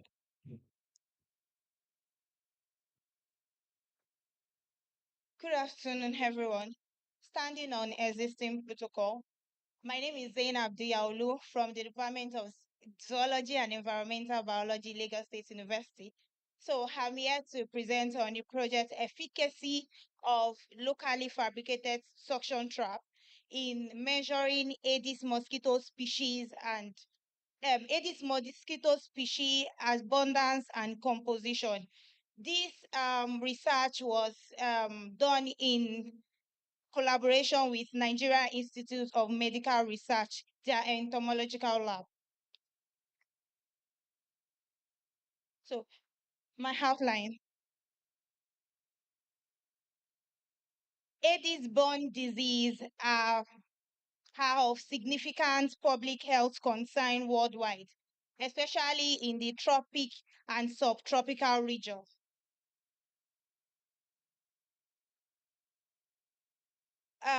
Due to the outbreak of Aedes-borne disease in various countries, especially countries in Africa that are sharing borders with Nigeria, there is need for surveillance and monitoring of this Aedes mosquito species in order to compare the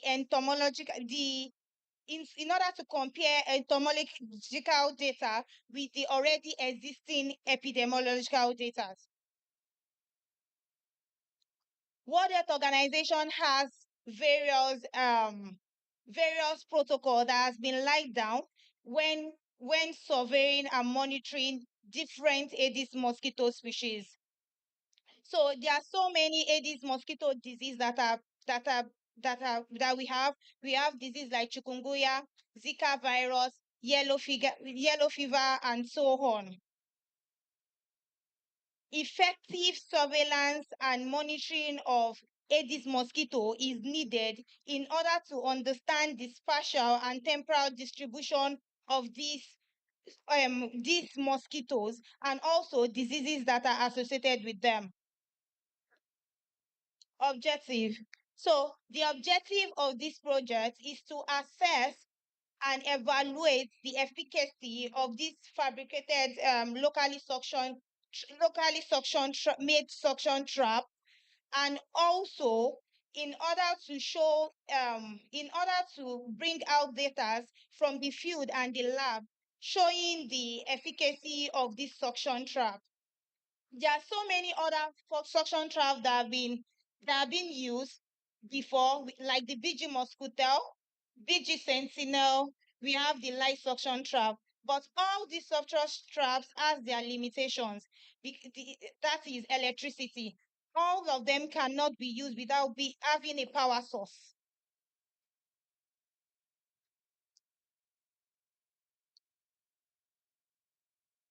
So, sorry, I'm not doing anything. So that is why we, in conjunction with a technical person in the lab, we have been able to develop this, which is the locally made suction trap. For my methodology. So this suction, the adult Aedes mosquitoes were surveyed and monitored at the 5 divisions of Lagos State. That's the Epe, the Ikorodu, the Badagry, Lagos Island, and Ikeja. The surveillance was done for 3 months, and it was done fortnightly. The adult Aedes mosquito were collected for 2 hours every sampling period. And after collection, they were taken to the lab for molecular and morphological analysis. We also check the Simpson index and the Shannon diversity index of this surveillance. So for my results, the locally made suction trap was used to check the abundance and composition of Aedes mosquito species, and it has proven to be effective. It was used without electricity. It has a power source that is rechargeable. So after charging it fully, we can use it for the whole day without needing to charge it. It is easy to handle and easy to learn how to use. It can be used for collections at difficult places, like it's like difficult breeding sites of mosquito, like under trucks, canals, vegetative areas, abandoned water sites, and so on. Next slide, please. So then we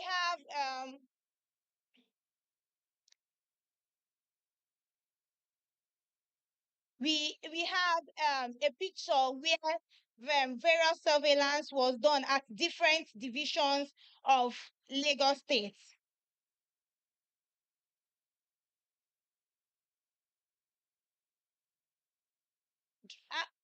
After this surveillance that was done for 3 months, the total number of mosquitoes that were collected across all divisions was 2,531. The mean total collection for each division was 470.2, and the Simpson index was 0.67, which shows that Lagos State has diverse, it has diverse distribution of Aedes mosquito, and also the distribution is heterogeneous. It also shows that the suction trap it is highly effective in the surveillance.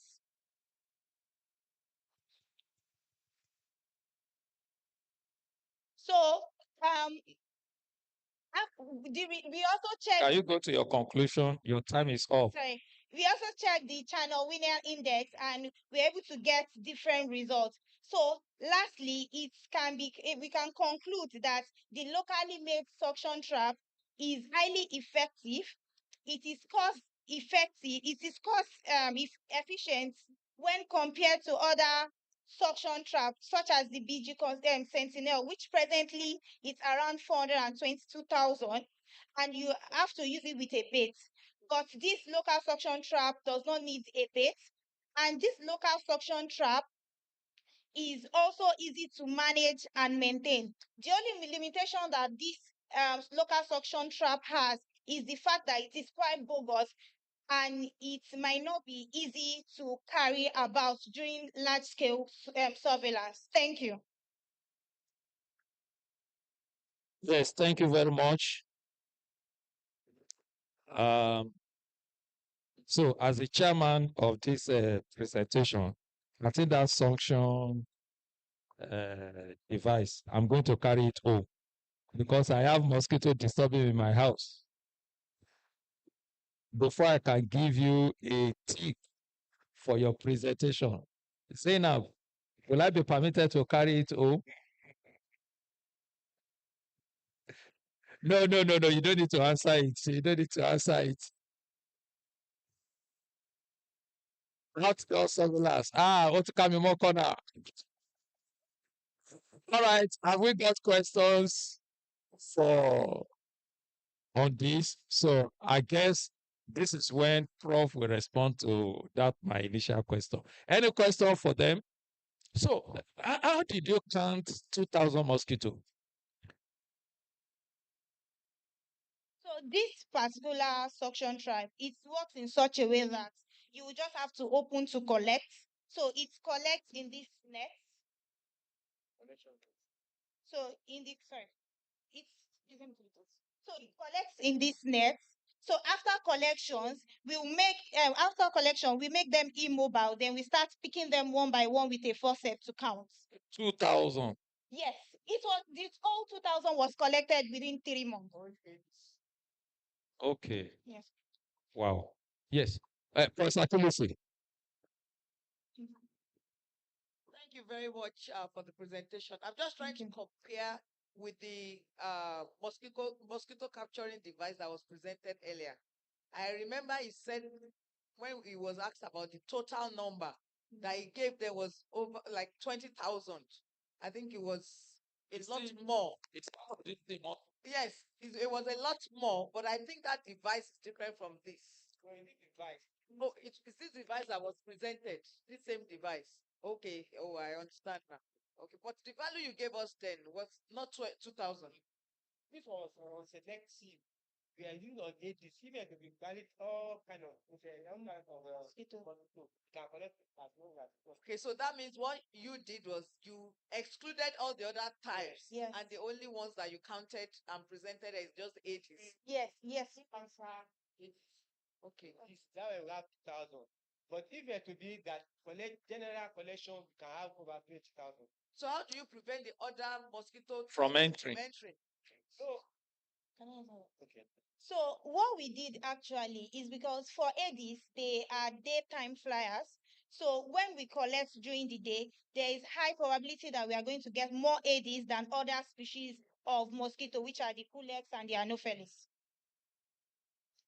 But that still does not stop other ones from entering. Yes. So does it mean that after you have demobilized them, you only count the Aedes? Yes, because we are only interested in Aedes-borne disease and we are screening them for Aedes-borne disease. So we are only interested in those Aedes and not the other species of mosquitoes. So when you see two mosquitoes, how do you distinguish between them? Or you look at them under microscope? Yes, that's the morphological and molecular analysis that we did. I need to come and do a Classification. degree in zoology to know that one. I'm a mathematician, so just pardon my ignorance. How do you look at two mosquito? And for me, mosquito is mosquito. I just kill it and But this mosquito has white band on them. my eye can see it, or with microscope. Yes, you can see it physically. When you look at it carefully, you see tiny scales on them that are white. So they are Ah. white and black. In fact, somebody posted something on faculty platform last week that they have 300 or 3,000 teeth. Yes. Abi? How many? How many? Yes, very terrible. 300 teeth with which, yes, this small mosquito, it showed. All right, thank you very much. I'm already, yes. Any other comments or question? Okay, thank you very much. Oh, okay, sorry. Okay, a botanist. Yes. It was a beautiful presentation. But my question is about the Aedes anopheles thing. Which illnesses does or disease does Aedes mosquito cause? And I know most of the I think for malaria is Anopheles mosquito. So can this also capture Anopheles mosquitoes and the likes? And please, can you just tell us some of the illnesses caused by Aedes mosquitoes? Okay, so the suction trap can be used to capture any type of mosquito depending on the time of the day that it's being used. So if you want a lot of Anopheles, you probably use it during the night. Then if you want Aedes, then you use it during the day. Then illnesses that Aedes-borne disease, we have yellow fever, we have Zika virus, we have dengue fever, we have chikungunya, and so on. All right, thank you very much. That dengue fever, I think they say it's a very terrible one. I listened to a presentation in South Africa on dengue fever, and it was mind-blowing. All right, thank you very much. I think we can release. So, Diallo, when are you going to make my indoor suction device for me to be dealing with mosquito in my house? Yeah, working on it. All right. Thank you very much. We are going to call on the last presenter for today in this group. That is Daniel Opadofin. But while he's coming, I want Prof to respond to plants. Do you want to speak now? Yes, thank you. I will speak a bit on the trap, then talk about the plants. Opadofin, please get ready. We're going to patent that because our discovery in the department and our Mr. Anofowokon is the one that designed that trap. So that trap is very Mr. Anofowokon, yeah. So that trap is the technician that Diallo was referring to.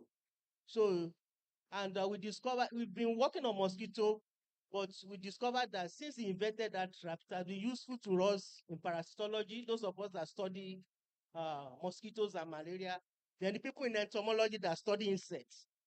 Diallo is from entomology unit.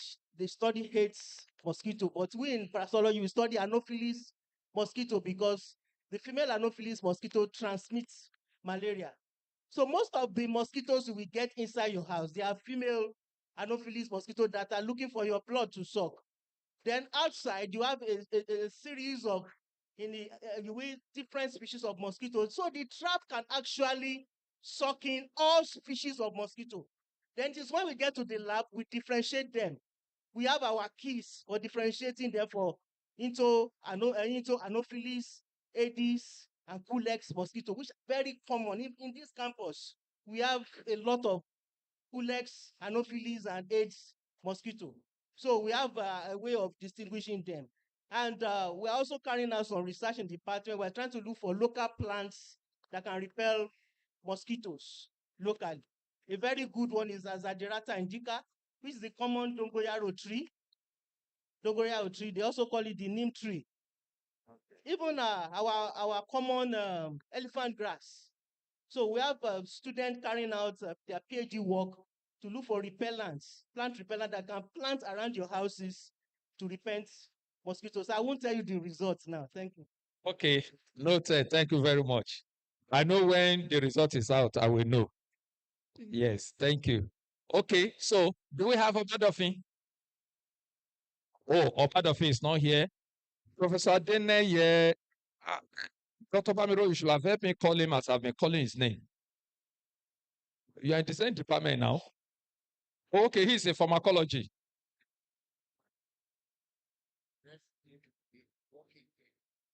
Sir?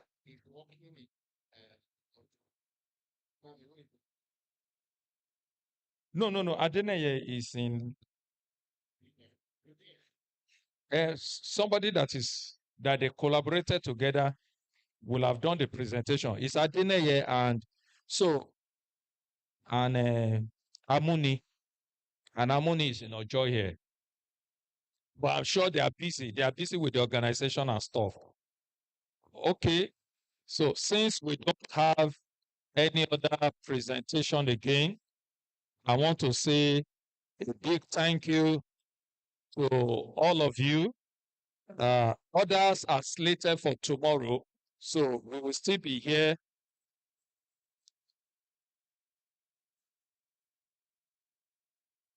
I want to encourage us to be here to be able to follow. Prof, your presentation.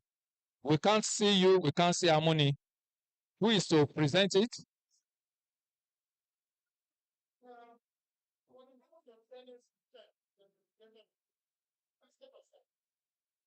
Okay.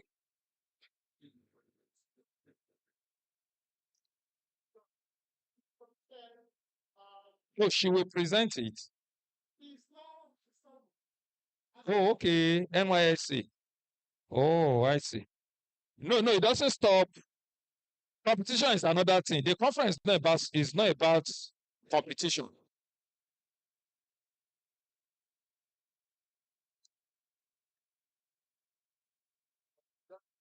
In the first place, it is about the research that have been done and about innovation. Tomorrow, fine. Thank you very much. Okay, all right. Thank you very much. So, on Chairman, we are done here. We have two presentations that they are not available. They are also attending to stuff in the external examiner. So we want to draw the curtain for PHS.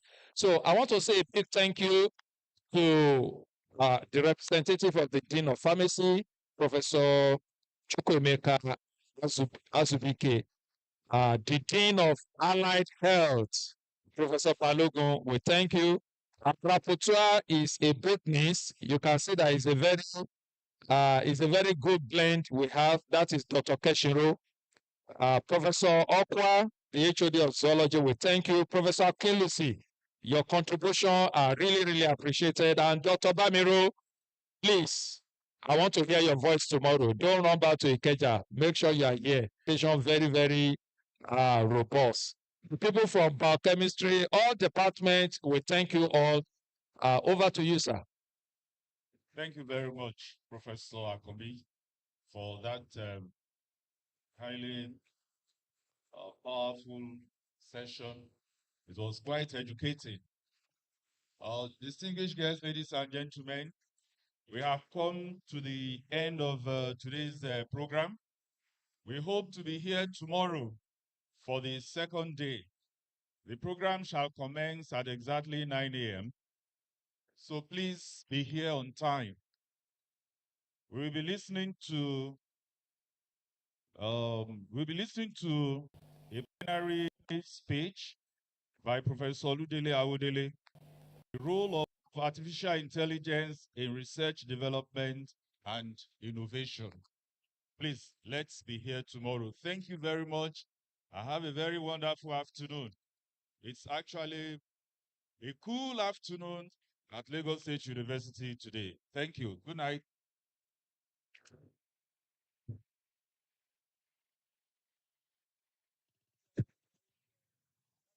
sessions outside, exhibitions, poster sessions. Visit them before you go home.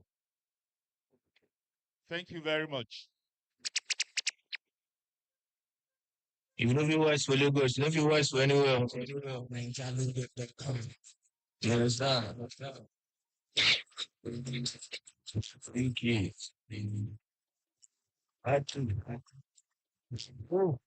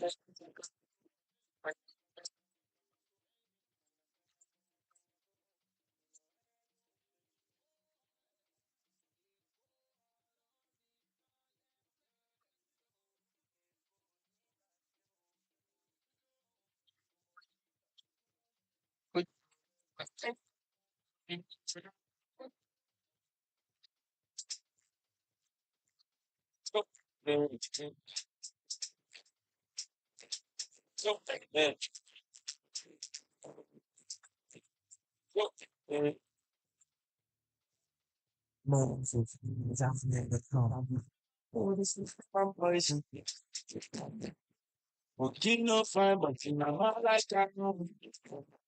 Show you can collect my money. You want to answer, you want to keep no. Just give me some money. If you like it, we ask it. It's just go with me. Don't stop it. It's not my guy, my guy.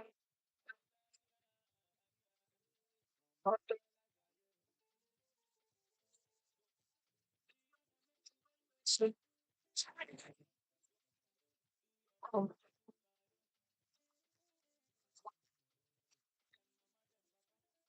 just want you. You know that my big man, kick that and that it's money. The money in the give us that's the already. More music. Trust. I'm playing with you, it's just this is so it's your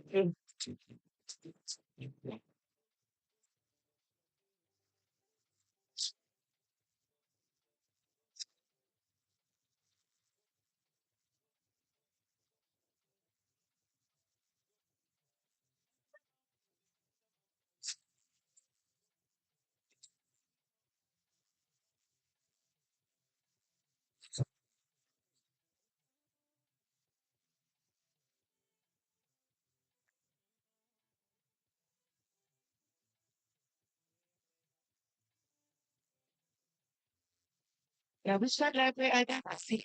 I carry God so I can the day increase in the God. But it did not know it. In office clear for your back. But then now in God's name. I did close and right. The king day is fighting. I think in the back. I can people I check. It's inside me. I think they